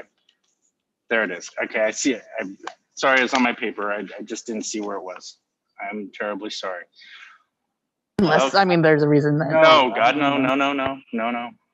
It's just late and my eyes aren't working right. Okay, the approval of addendum number 2 between the Washington Unified School District and the California School Employees Association and its Riverview chapter number 168 with regard to the impacts and effects of the return to campus in a hybrid model for the 2020-2021 school year. Norma Gonzalez, Interim Associate Superintendent of Administrative Services. Thank you. In like manner, having good faith bargaining with our labor partners, CSEA has also been team players, as mentioned throughout this whole process, have been working through this whole pandemic, and their MOU, their MOU in this August as well, and then their addendum number 1 was also agreed upon. And tonight I present addendum number 2 for CSEA, and again highlighting their additional stipend as well as conditions regarding their continued return to work in a hybrid model. So with that, the administration requests your approval of CSEA's addendum number 2 to return, and the effects and impacts of the return to campus in a hybrid model for them as well. So would we need to make the same motion, Norma, as we did in the previous one? Are they impacted by any of the same direction that was given of collapsing the A and B? And no, they are already working in Okay. harmony with the same schedule, and the guidelines of the 4 to 6 feet is not embedded into their contract. They have different working conditions. Okay, thank you for that clarification. Absolutely, you're welcome. Is there any public comment on this one? None received, President Bizzatti. Thank you. Is there any commentary or discussion? None? All right. Just thank you to our CSEA employees and Absolutely. Our WSD bargaining team for negotiating a good agreement. And with that, I will take a I'll move. Motion by Vice President Wong. Is there a second? Second. Second by Clerk Venegas. Roll call vote. Trustee Barnes. Aye. Clerk Venegas. Aye. Vice President Wong. Aye. Trustee Kirby Gonzalez. Aye. And I too vote aye. Thank you. And I also want to thank the bargaining teams like I did for WSTA, because both parties have been very collaborative in this process. So thank you. Thank you very much. Mhm. Now we're on to P1. Okay. Thank you for that, Vice President Wong, for catching Oh up. no, as a former classified staff and mom who was a food service worker, that was not going to happen. That was not going to happen. All right. So P1, it was the consent agenda item number 1. Yeah. It was the classified Only because or we, certificated. right. So usually when it's amended, we get a revision of the, and we didn't get one this time. So I just wanted to pull it to make sure. I know you verbally said it, but the substitute administrator was taken off for this adoption. We're currently amending it. I think. Oh, we're currently amending it. Oh, we're currently, I don't know what that, I don't know what the action is. I just. Say amend, P1 is adopted as amended. And the motion will amend. I don't think we amended it. It's staff recommendation. That's why. So the recommendation was to amend the certificated recommendations to change the certificated administrator substitute position. We will be able to support that role with staff. So it's not on the, okay, so it's not on the adoption. I just wanted to be clear. Yeah. With that, I move to adopt. Perfect. With that, I would second. Motion by Vice President Wong, seconded by President Pizzotti. Trustee Kirby Gonzalez. Aye. Vice President Wong. Aye. I too vote aye. Clerk Venegas. Aye. Trustee Barnes. Aye. Awesome. We are now on to board governance. R1, Resolution 2021-36, recognizing Child Abuse Prevention Month in April 2021. Does anybody happen to have that one pulled up? Yeah, I'm trying to get that to happen.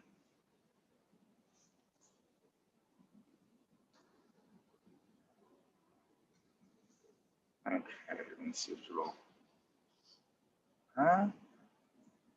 Okay, I got it. I'll read the resolution. Child Abuse Prevention Month, Resolution number 2021-36, whereas child abuse and neglect continue to pose serious threats to our nation's children, and whereas adverse childhood experiences such as physical and emotional and sexual abuse, neglect, and parental stress or illness can have short and long-term outcomes, including a multitude of health and social problems, and effective early interventions and prevention efforts are less costly than trying to fix the adverse effects of child maltreatment, both in human and financial terms. And whereas the Yolo County Health and Human Services Agency, CWS, received 2,499 reports of suspected child abuse as of December 2019, of which 457 children were found to be the victims of abuse and neglect. And whereas preventing child abuse and neglect is a community issue, and we all have a responsibility to nurture and protect our children and help ensure they become healthy and productive adults. And whereas the Child Abuse Prevention Council of Yolo County, a Yolo County Children's Alliance program, coordinates the community's efforts to prevent and respond to child abuse and neglect, and has members from Community Care, Empower Yolo, First Five Yolo, the Multidisciplinary Interview Center, Yolo County Court Appointed Special Advocates, Yolo County Health and Human Services, our Youth and Family Branch, and Community Health Care Branch, Yolo County Office of Education, Yolo County Probation, and a community partner. And whereas the Child Abuse Prevention Council of Yolo County, a YCCA program, coordinates the community's efforts to prevent and respond to child abuse and neglect, and has members from CWS, the Criminal Justice System, Prevention and Treatment Services, and the large community.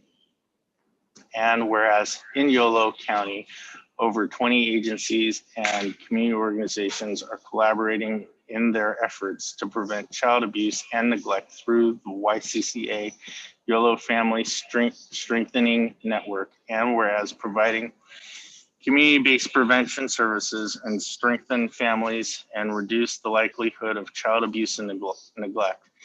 YCCA family strengthening programs include evidence-based home visiting, family resource centers, safety net services, parenting classes and education, developmental screening, subsidized childcare, and VITA, which brings money back into the hands of families. And therefore be it resolved that the Board of Education of Washington Unified School District hereby declares the month of April is recognized as Child Abuse Prevention Month, passed and adopted by the Washington Unified School District on this, well, now 26th day of March 2021 by the following vote.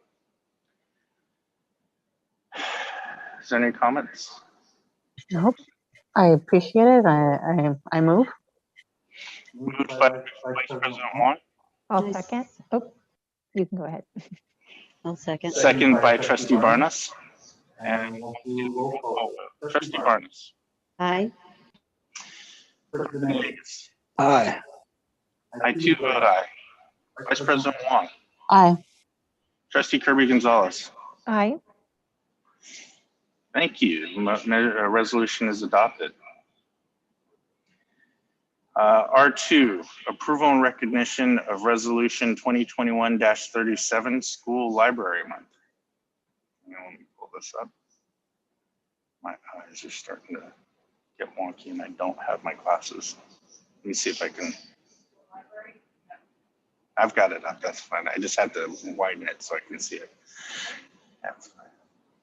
School Library Month, Resolution number 2021-37, whereas April 2021 has been designated School Library Month, and whereas school libraries provide materials for teachers and students that encourage growth and knowledge, and whereas school libraries provide materials to develop literary, cultural, aesthetic appreciation, and ethical standards, and whereas school libraries provide materials that reflect the ideas and beliefs of religious, social, political, historical, and ethnic groups and their contributions to the American and world heritage and culture, and whereas school libraries provide books to encourage children to read for pleasure, and whereas school libraries provide materials to meet individual needs, varied interest, abilities, of socioeconomic backgrounds, and maturity levels of the students served. And whereas the school libraries are a fun place for students to go, and all students deserve a well-managed library to provide for free expression and access to ideas. Therefore, be it resolved that the Washington Unified School District hereby recognizes the month of April 2021 as School Library Month and encourages all districts, school sites to do the same, and passed as adopted by the Washington Unified School District Board of Education on this 26th day of March 2021 by the following vote. Do I have a motion? I move. Moved by Clerk Venegas. I second. Second by Vice President Wong. Trustee Barnes. Aye. Clerk Venegas. Aye. I too vote aye. Vice President Wong. Aye. Trustee Kirby Gonzalez. Aye. Okay. Trustee Kirby Gonzalez, do you want to read this approval of recognition of Administrative Professionals Week? Sure, you got it. Okay, Administrative Professionals Week and Day, resolution number 2021-38. Whereas the week of April 18th through 24, 2021 has been designated as Administrative Professionals Week, and April 21st, 2021 as Administrative Professionals Day. And whereas administrative professionals are the backbone of the school district, they are the link between parents, teachers, and administrators. And whereas administrative professionals complete various tasks, including accounting, scheduling appointments, maintaining administrative calendars, and caring for students and staff. They maintain attendance records, answer the phones, pay the bills, and communicate with parents, community members, and staff. And whereas administrative professionals ensure that school site and district staff have the information and materials to do their job effectively. And whereas administrative professionals are the face of the school and district and are usually the first to contact that parent and community members have with our school district. It is through them that the community members and parents form positive impressions of our school and the work that is accomplished in the district. And whereas administrative professionals keep pace with advances in computer, phone, and document reproduction technology to better perform their duties. And whereas administrative professionals listen to the students, parents, community members, as well as staff members, and guide them in finding a resolution to their concerns. And whereas administrative professionals are the livelihood to the everyday ebb and flow of activity in the school and district offices. Administrators, teachers, and other classified staff, students, parents, and community members depend on our administrative professionals daily. Therefore, be it resolved that the Washington Unified School District Board hereby recognize Administrative Professionals Week, April 18, April 18th to 24, 2021 as and administrative professional days as April 21st, 2021. Passed and adopted by the Washington Unified School Board on this 26th day of March 21st by the following vote. Okay, thank you, Trustee Kirby Gonzalez. Do we have a motion? I move and Nice second. and I wanted to thank Mario, who's here late at night with us. So thank you so Often, much. as such, is actually what I wanted to say, but yeah, in honor of Mario at 12:51 Right. a.m. Thank you. Thank you, Vice President Wong, for the motion and Trustee Kirby Gonzalez for the second. We'll start with the roll call vote. Vice President Wong. Aye. Trustee Kirby Gonzalez. Aye. Trustee Barnes. Aye. Clerk Venegas. Aye. And I too vote aye. Okay. We are down to the approval of revisions to the 2020-2021 regularly scheduled board meeting calendar. Superintendent Hildreth. Yes, thank you. The board annually approves the calendar for our board meetings, and traditionally they are held on the second and the fourth Thursday of each month. This month, the second, well, I should say in the month of April, the second and fourth Thursdays are April 8th and April 22nd. And spring break for this year has impacted the April 8th meeting because staff usually prepares for board meetings the week before the board meeting, but because of spring break, that will not be possible. Additionally, there is a requirement to post the agenda for a regularly scheduled board meeting 72 hours before the actual meeting. And that would mean posting on April 5th for the April 8th meeting. And again, April 5th is the last day of spring break. So I'm bringing forth a recommendation that the board keep the April 22nd date as the next regularly scheduled board meeting for the month of April, with the option to hold a special board meeting after April 8th and before April 22nd, should the board find the need to convene before that next regularly scheduled board meeting. Great. Thank you, Superintendent Hildreth. Do we have any comments on this? I think it's a good idea. I don't think we can feasibly get an agenda done by tomorrow. So, especially, I can see Mario cringing, just cringing back there. We just honored you. We just adopted a resolution for you, though. We said thank you, Mario. What more do you want? So having said that, I think that makes sense. Does anybody else have any comments? We don't need, we need a vote on this to cancel? I think it's direction, right? We do need to vote to probably cancel because it's a regularly scheduled. Either or, yeah. All right, do I hear a motion to cancel the? I move. Thank you, Clerk Venegas. Second by Trustee I Barnes. second. So we'll go with Trustee Barnes. Aye. Clerk Venegas. Aye. I do vote aye. Vice President Wong. Aye. Trustee Kirby Gonzalez. Aye. Superintendent Hildreth, your meeting is canceled. With that, is there any future board agenda items that are to be added? What I noticed is the resolution that Trustee Kirby Gonzalez wanted to do about testing. I don't know if that's still appropriate considering all the things. I just make sure that we spoke that we talked about last time. So she shook her head no, so it's unnecessary.